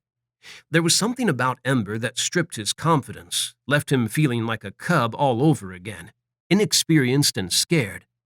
That feeling faded as she grabbed the hem of her top and tugged it over her head and shimmied out of her jeans. It disappeared completely, obliterated by a deep and consuming need to touch her as she stood before him in only her black lacy underwear. She tied her ebony hair back, twisting it into a rough knot at the back of her head, exposing her nape. He growled as his fangs punched long from his gums, the need to sink them into that sweet spot to claim her racing through him. No blush touched her cheeks, no fear colored her emotions. There was only heat and need, and a hunger that matched his own. He stalked towards her, swept her into his arms, and kissed her hard. He groaned as she slipped her hands into the waist of his sweats and pushed them down his hips. A shudder racked him as his hard cock sprang free, cool air caressing it, torture against his hypersensitive skin. Her lips left his as she sank before him, gently easing his sweats down his legs, her eyes on the black stitches on his right thigh. Her eyebrows furrowed as she stroked her fingers around the wound, her worry going through him. Yasmin says it's fine. He reached down and cupped her cheek, slid his fingers down to her jaw, and tilted her head up. It'll be healed before you know it. I was so worried about you. She shot to her feet and kissed him before he could say anything, a desperate little thing as she clutched him, her lips dancing across his. He could feel that fear in her kiss, the worry that lingered even now. Cobalt banded his arms around her and held her to him as he kissed her, tried to reassure her that he was safe now and nothing bad could happen to him here. Only good things happened when they were together. Her kiss slowed, her worry easing to a trickle as desire rose within her, need stoked by the kiss. He skimmed his hands down her spine and groaned as he felt the softness of her skin, the warmth of her beneath his fingers. Her little moan teased him, and he couldn't stop himself from slipping his hands beneath the lace of her panties to clutch her bottom. It filled his hands, rounded and so goddamned arousing as he palmed it. She didn't resist him when he eased his right hand around her hip to her mound, brushed his fingers through her curls and slipped them between her thighs, into her plush damp heat. She rose up on her toes, another moan escaping her as her hands came down to clutch his shoulders. He swallowed that breathless sound in a deeper kiss, pouring out the need that was mounting inside him as he gently explored her, dipped his hand lower to reach her core. She was wet, hot on his fingers, and his cock pulsed, sending a wave of need rolling through him. He groaned and slipped his hand back up, fondled her bead and kissed her harder still, his breath sawing from him as all that need accumulated in him and twisted him tight inside. "Ember," he murmured and broke away from her lips to press his forehead and nose to hers as he touched her, as he savored the way she came alive in his arms, responding to him so beautifully. Her hand came down on his cock, gripped it fiercely and wrung a moan from him. Gods, he needed to be inside her now. He cursed and growled when she jerked backwards, breaking away from him, and opened his eyes to glare at her. Her breast strained against her bra as she stared at him, golden fire blazing in her eyes. The tethers he managed to get on his need threatened to snap as she undid her bra and shimmied out of it, her panties following. He kicked off his sweats, shoving them aside with his foot as he drank his fill of her bare curves. She trembled as she took his hand, and his anger faded as she led him towards the shower. He didn't fight her as she pulled him inside, under the searing jet of water. He battled the needs burning through him instead, battled them for her because he could feel she needed to take care of him, and knew if he let her that he would get everything he wanted far quicker than if he fought her. He reached past her, a groan escaping him as their bodies brushed and 1,000 shivers danced through him, and turned the cold water up to bring the heat down to a level where it didn't sting his injuries. "Turn around," she whispered, a tremor in her soft voice. She wasn't the only one new to this. He had never bathed with anyone before, and he had never had a female tend to his wounds like this, taking tender care of him. Cobalt did as instructed, proving once again that he could take orders. Hell, he would do whatever Ember demanded of him without question or hesitation. It was difficult to focus on keeping his urges at bay as she carefully washed his back, soaping the blood away, her fingers light against his skin. She didn't help matters by skimming 2 fingers down his spine. "I love your ink," she murmured, her eyes lingering on each symbol he had etched onto his skin over a decade ago now. He rarely saw it himself, but he knew it was there, was aware he carried the lineage of his bloodline on his back, just as his father had done. He had done it to honor his family and his ancestors, and it had been painful, the process long because of his naturally fast healing. The tiger shifter who had done the tattoo had worked on the same spots over 100 times to make sure the ink stayed and his body no longer rejected it, healing it to obscure parts of the design. Now he wanted to add a new symbol, one that would take pride of place over his heart. A symbol for Ember, the one who had stolen it from him. "Cobalt, you're not the only one who's been waiting," she whispered, and her fingers stopped on the symbol at the top of his spine, the one meant for him. "I've been in love with you for as long as you've been in love with me." He groaned at that, the reminder that he could have had her all this time, that she could have been his for the last 2 decades was pure torture. He looked over his shoulder at her, needing to see her. She smiled, her eyes glittering with love. "We're together now." Gods, that hit him hard. They were together now, and if he had his way, they would never be apart again. He turned to face her, gathered her into his arms, and kissed her, pouring his need and his love for her into it so she would feel it, would know how much he loved her. The feeling ran soul deep, was fierce and raw and consumed him, but it lifted him up too, had him floating on air as she kissed him back. A shudder racked him as she brushed her hands down his sides, as she stepped closer to him and cupped his ass, bringing their bodies into contact. His aching erection pressed into the soft roundness of her belly, and he groaned and kissed her harder, the need he had leashed breaking its tether. It swiftly overwhelmed him, had him spinning her in his arms so she faced the pale tiles of the shower. She braced her hands against them and moaned as he tongued her nape and clutched her hips to grind against her bottom. His cock slid freely up and down, the water cascading over her back, slickening her skin, and he groaned again, lost himself in rubbing against her as he licked and kissed her nape, need surging inside him. She arched back against him, pressing her backside against his cock, and moaned, her fingers tensing against the tiles. Her need collided with his, and he growled and cupped her breasts, teased her pebbled nipples with both hands, before lifting his right one to her cheek. He twisted her head towards him and kissed her hard, held her there until she was as lost as he was, remained kissing him desperately as he dropped his hand again. She trembled with the first brush of his fingers over her mound, shook in his arms, and moaned as he delved his hand between her thighs. He groaned and kissed her deeper, his tongue tangling with hers as he found her bead and teased it. She was so slick, ready for him, and it took all of his will to stop himself from spreading her and plunging into her right that moment. He focused on teasing her, sliding his fingers over her sensitive bud as he kissed her and fondled her breast, tweaking her nipple. She moaned and twitched whenever he did that, her need shooting higher, calling to him. When her hips started rocking, rubbing her ass up and down his straining cock, he couldn't take any more. He gripped her inner thigh and pulled her legs apart.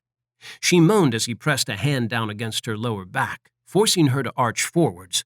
His own groan joined hers as he stepped back and stroked his hand down the curve of her back as she braced herself against the wall, her bottom raised before him. He smoothed both hands over her backside, his cock jerking as he looked at it, as he thought about what he was going to do. He twisted his right hand and lowered it before him, brushed her bundle of nerves with his fingers. Her barked moan echoed around the bathroom, goading him.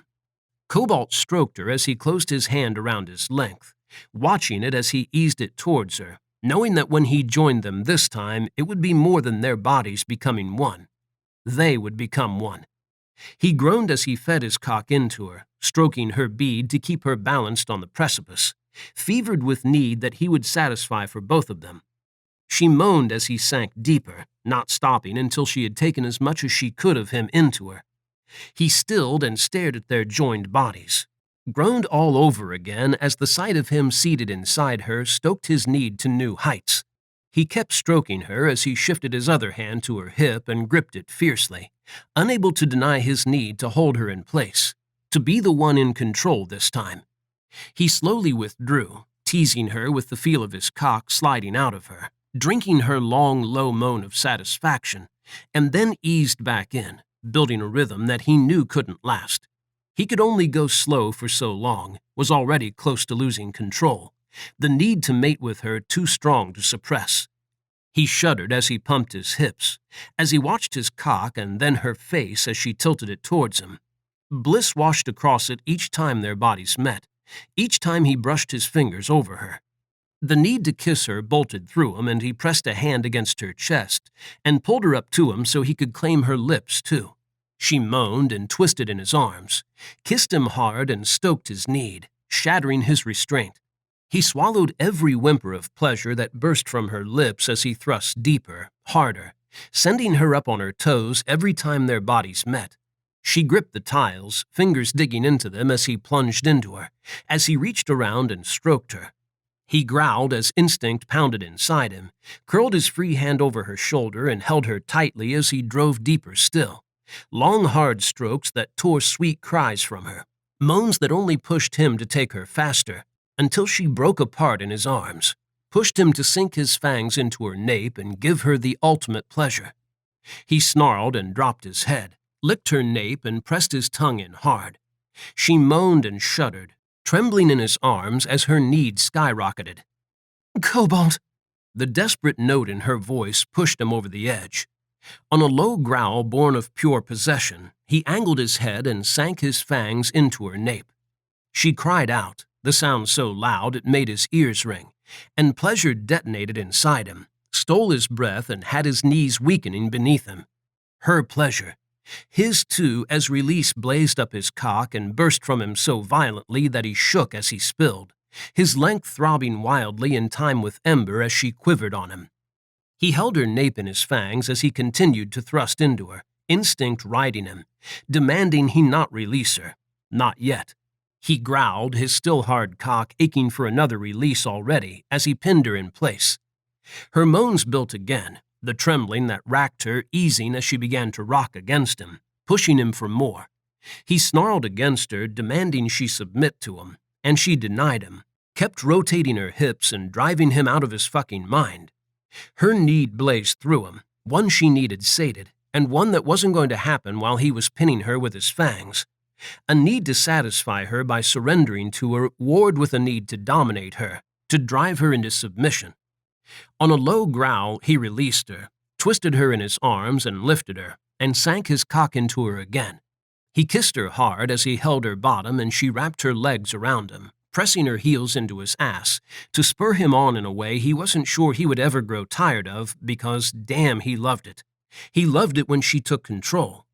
Cobalt pinned her to the tiles and plunged deeper, swallowing her breathless moans, as he pushed her towards another climax with him, determined to give her another mind-blowing release, as their bond slowly formed, tying them together. He could feel her need, her bliss, damn near everything as he moved inside her, long hard strokes of his cock that had him flying on their combined pleasure. Ember sent that pleasure and him soaring as she gripped his shoulder, hauled herself higher and twisted him left so swiftly he barely registered the sudden shift in his grip in time to keep her upright. He couldn't say the same about keeping himself upright.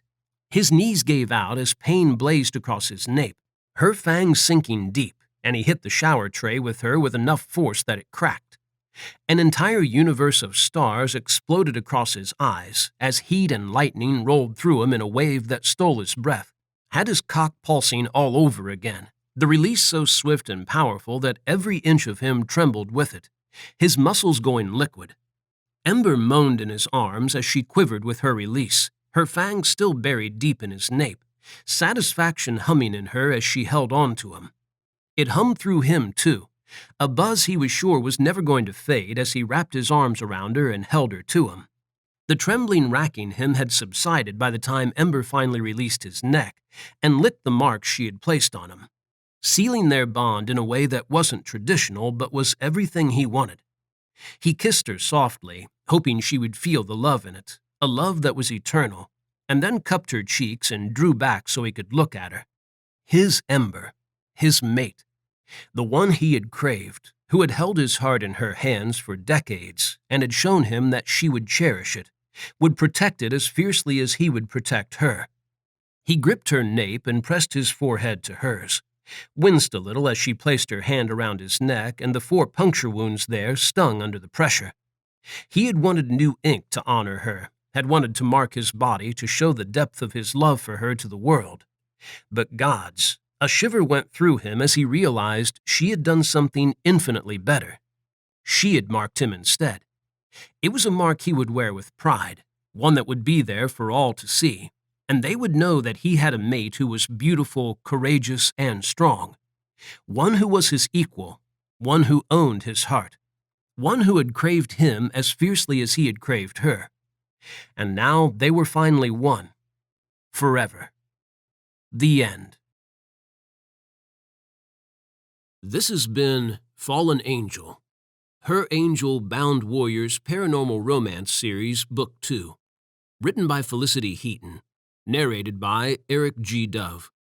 Copyright 2018 by Felicity Heaton. Production copyright 2018 by Felicity Heaton.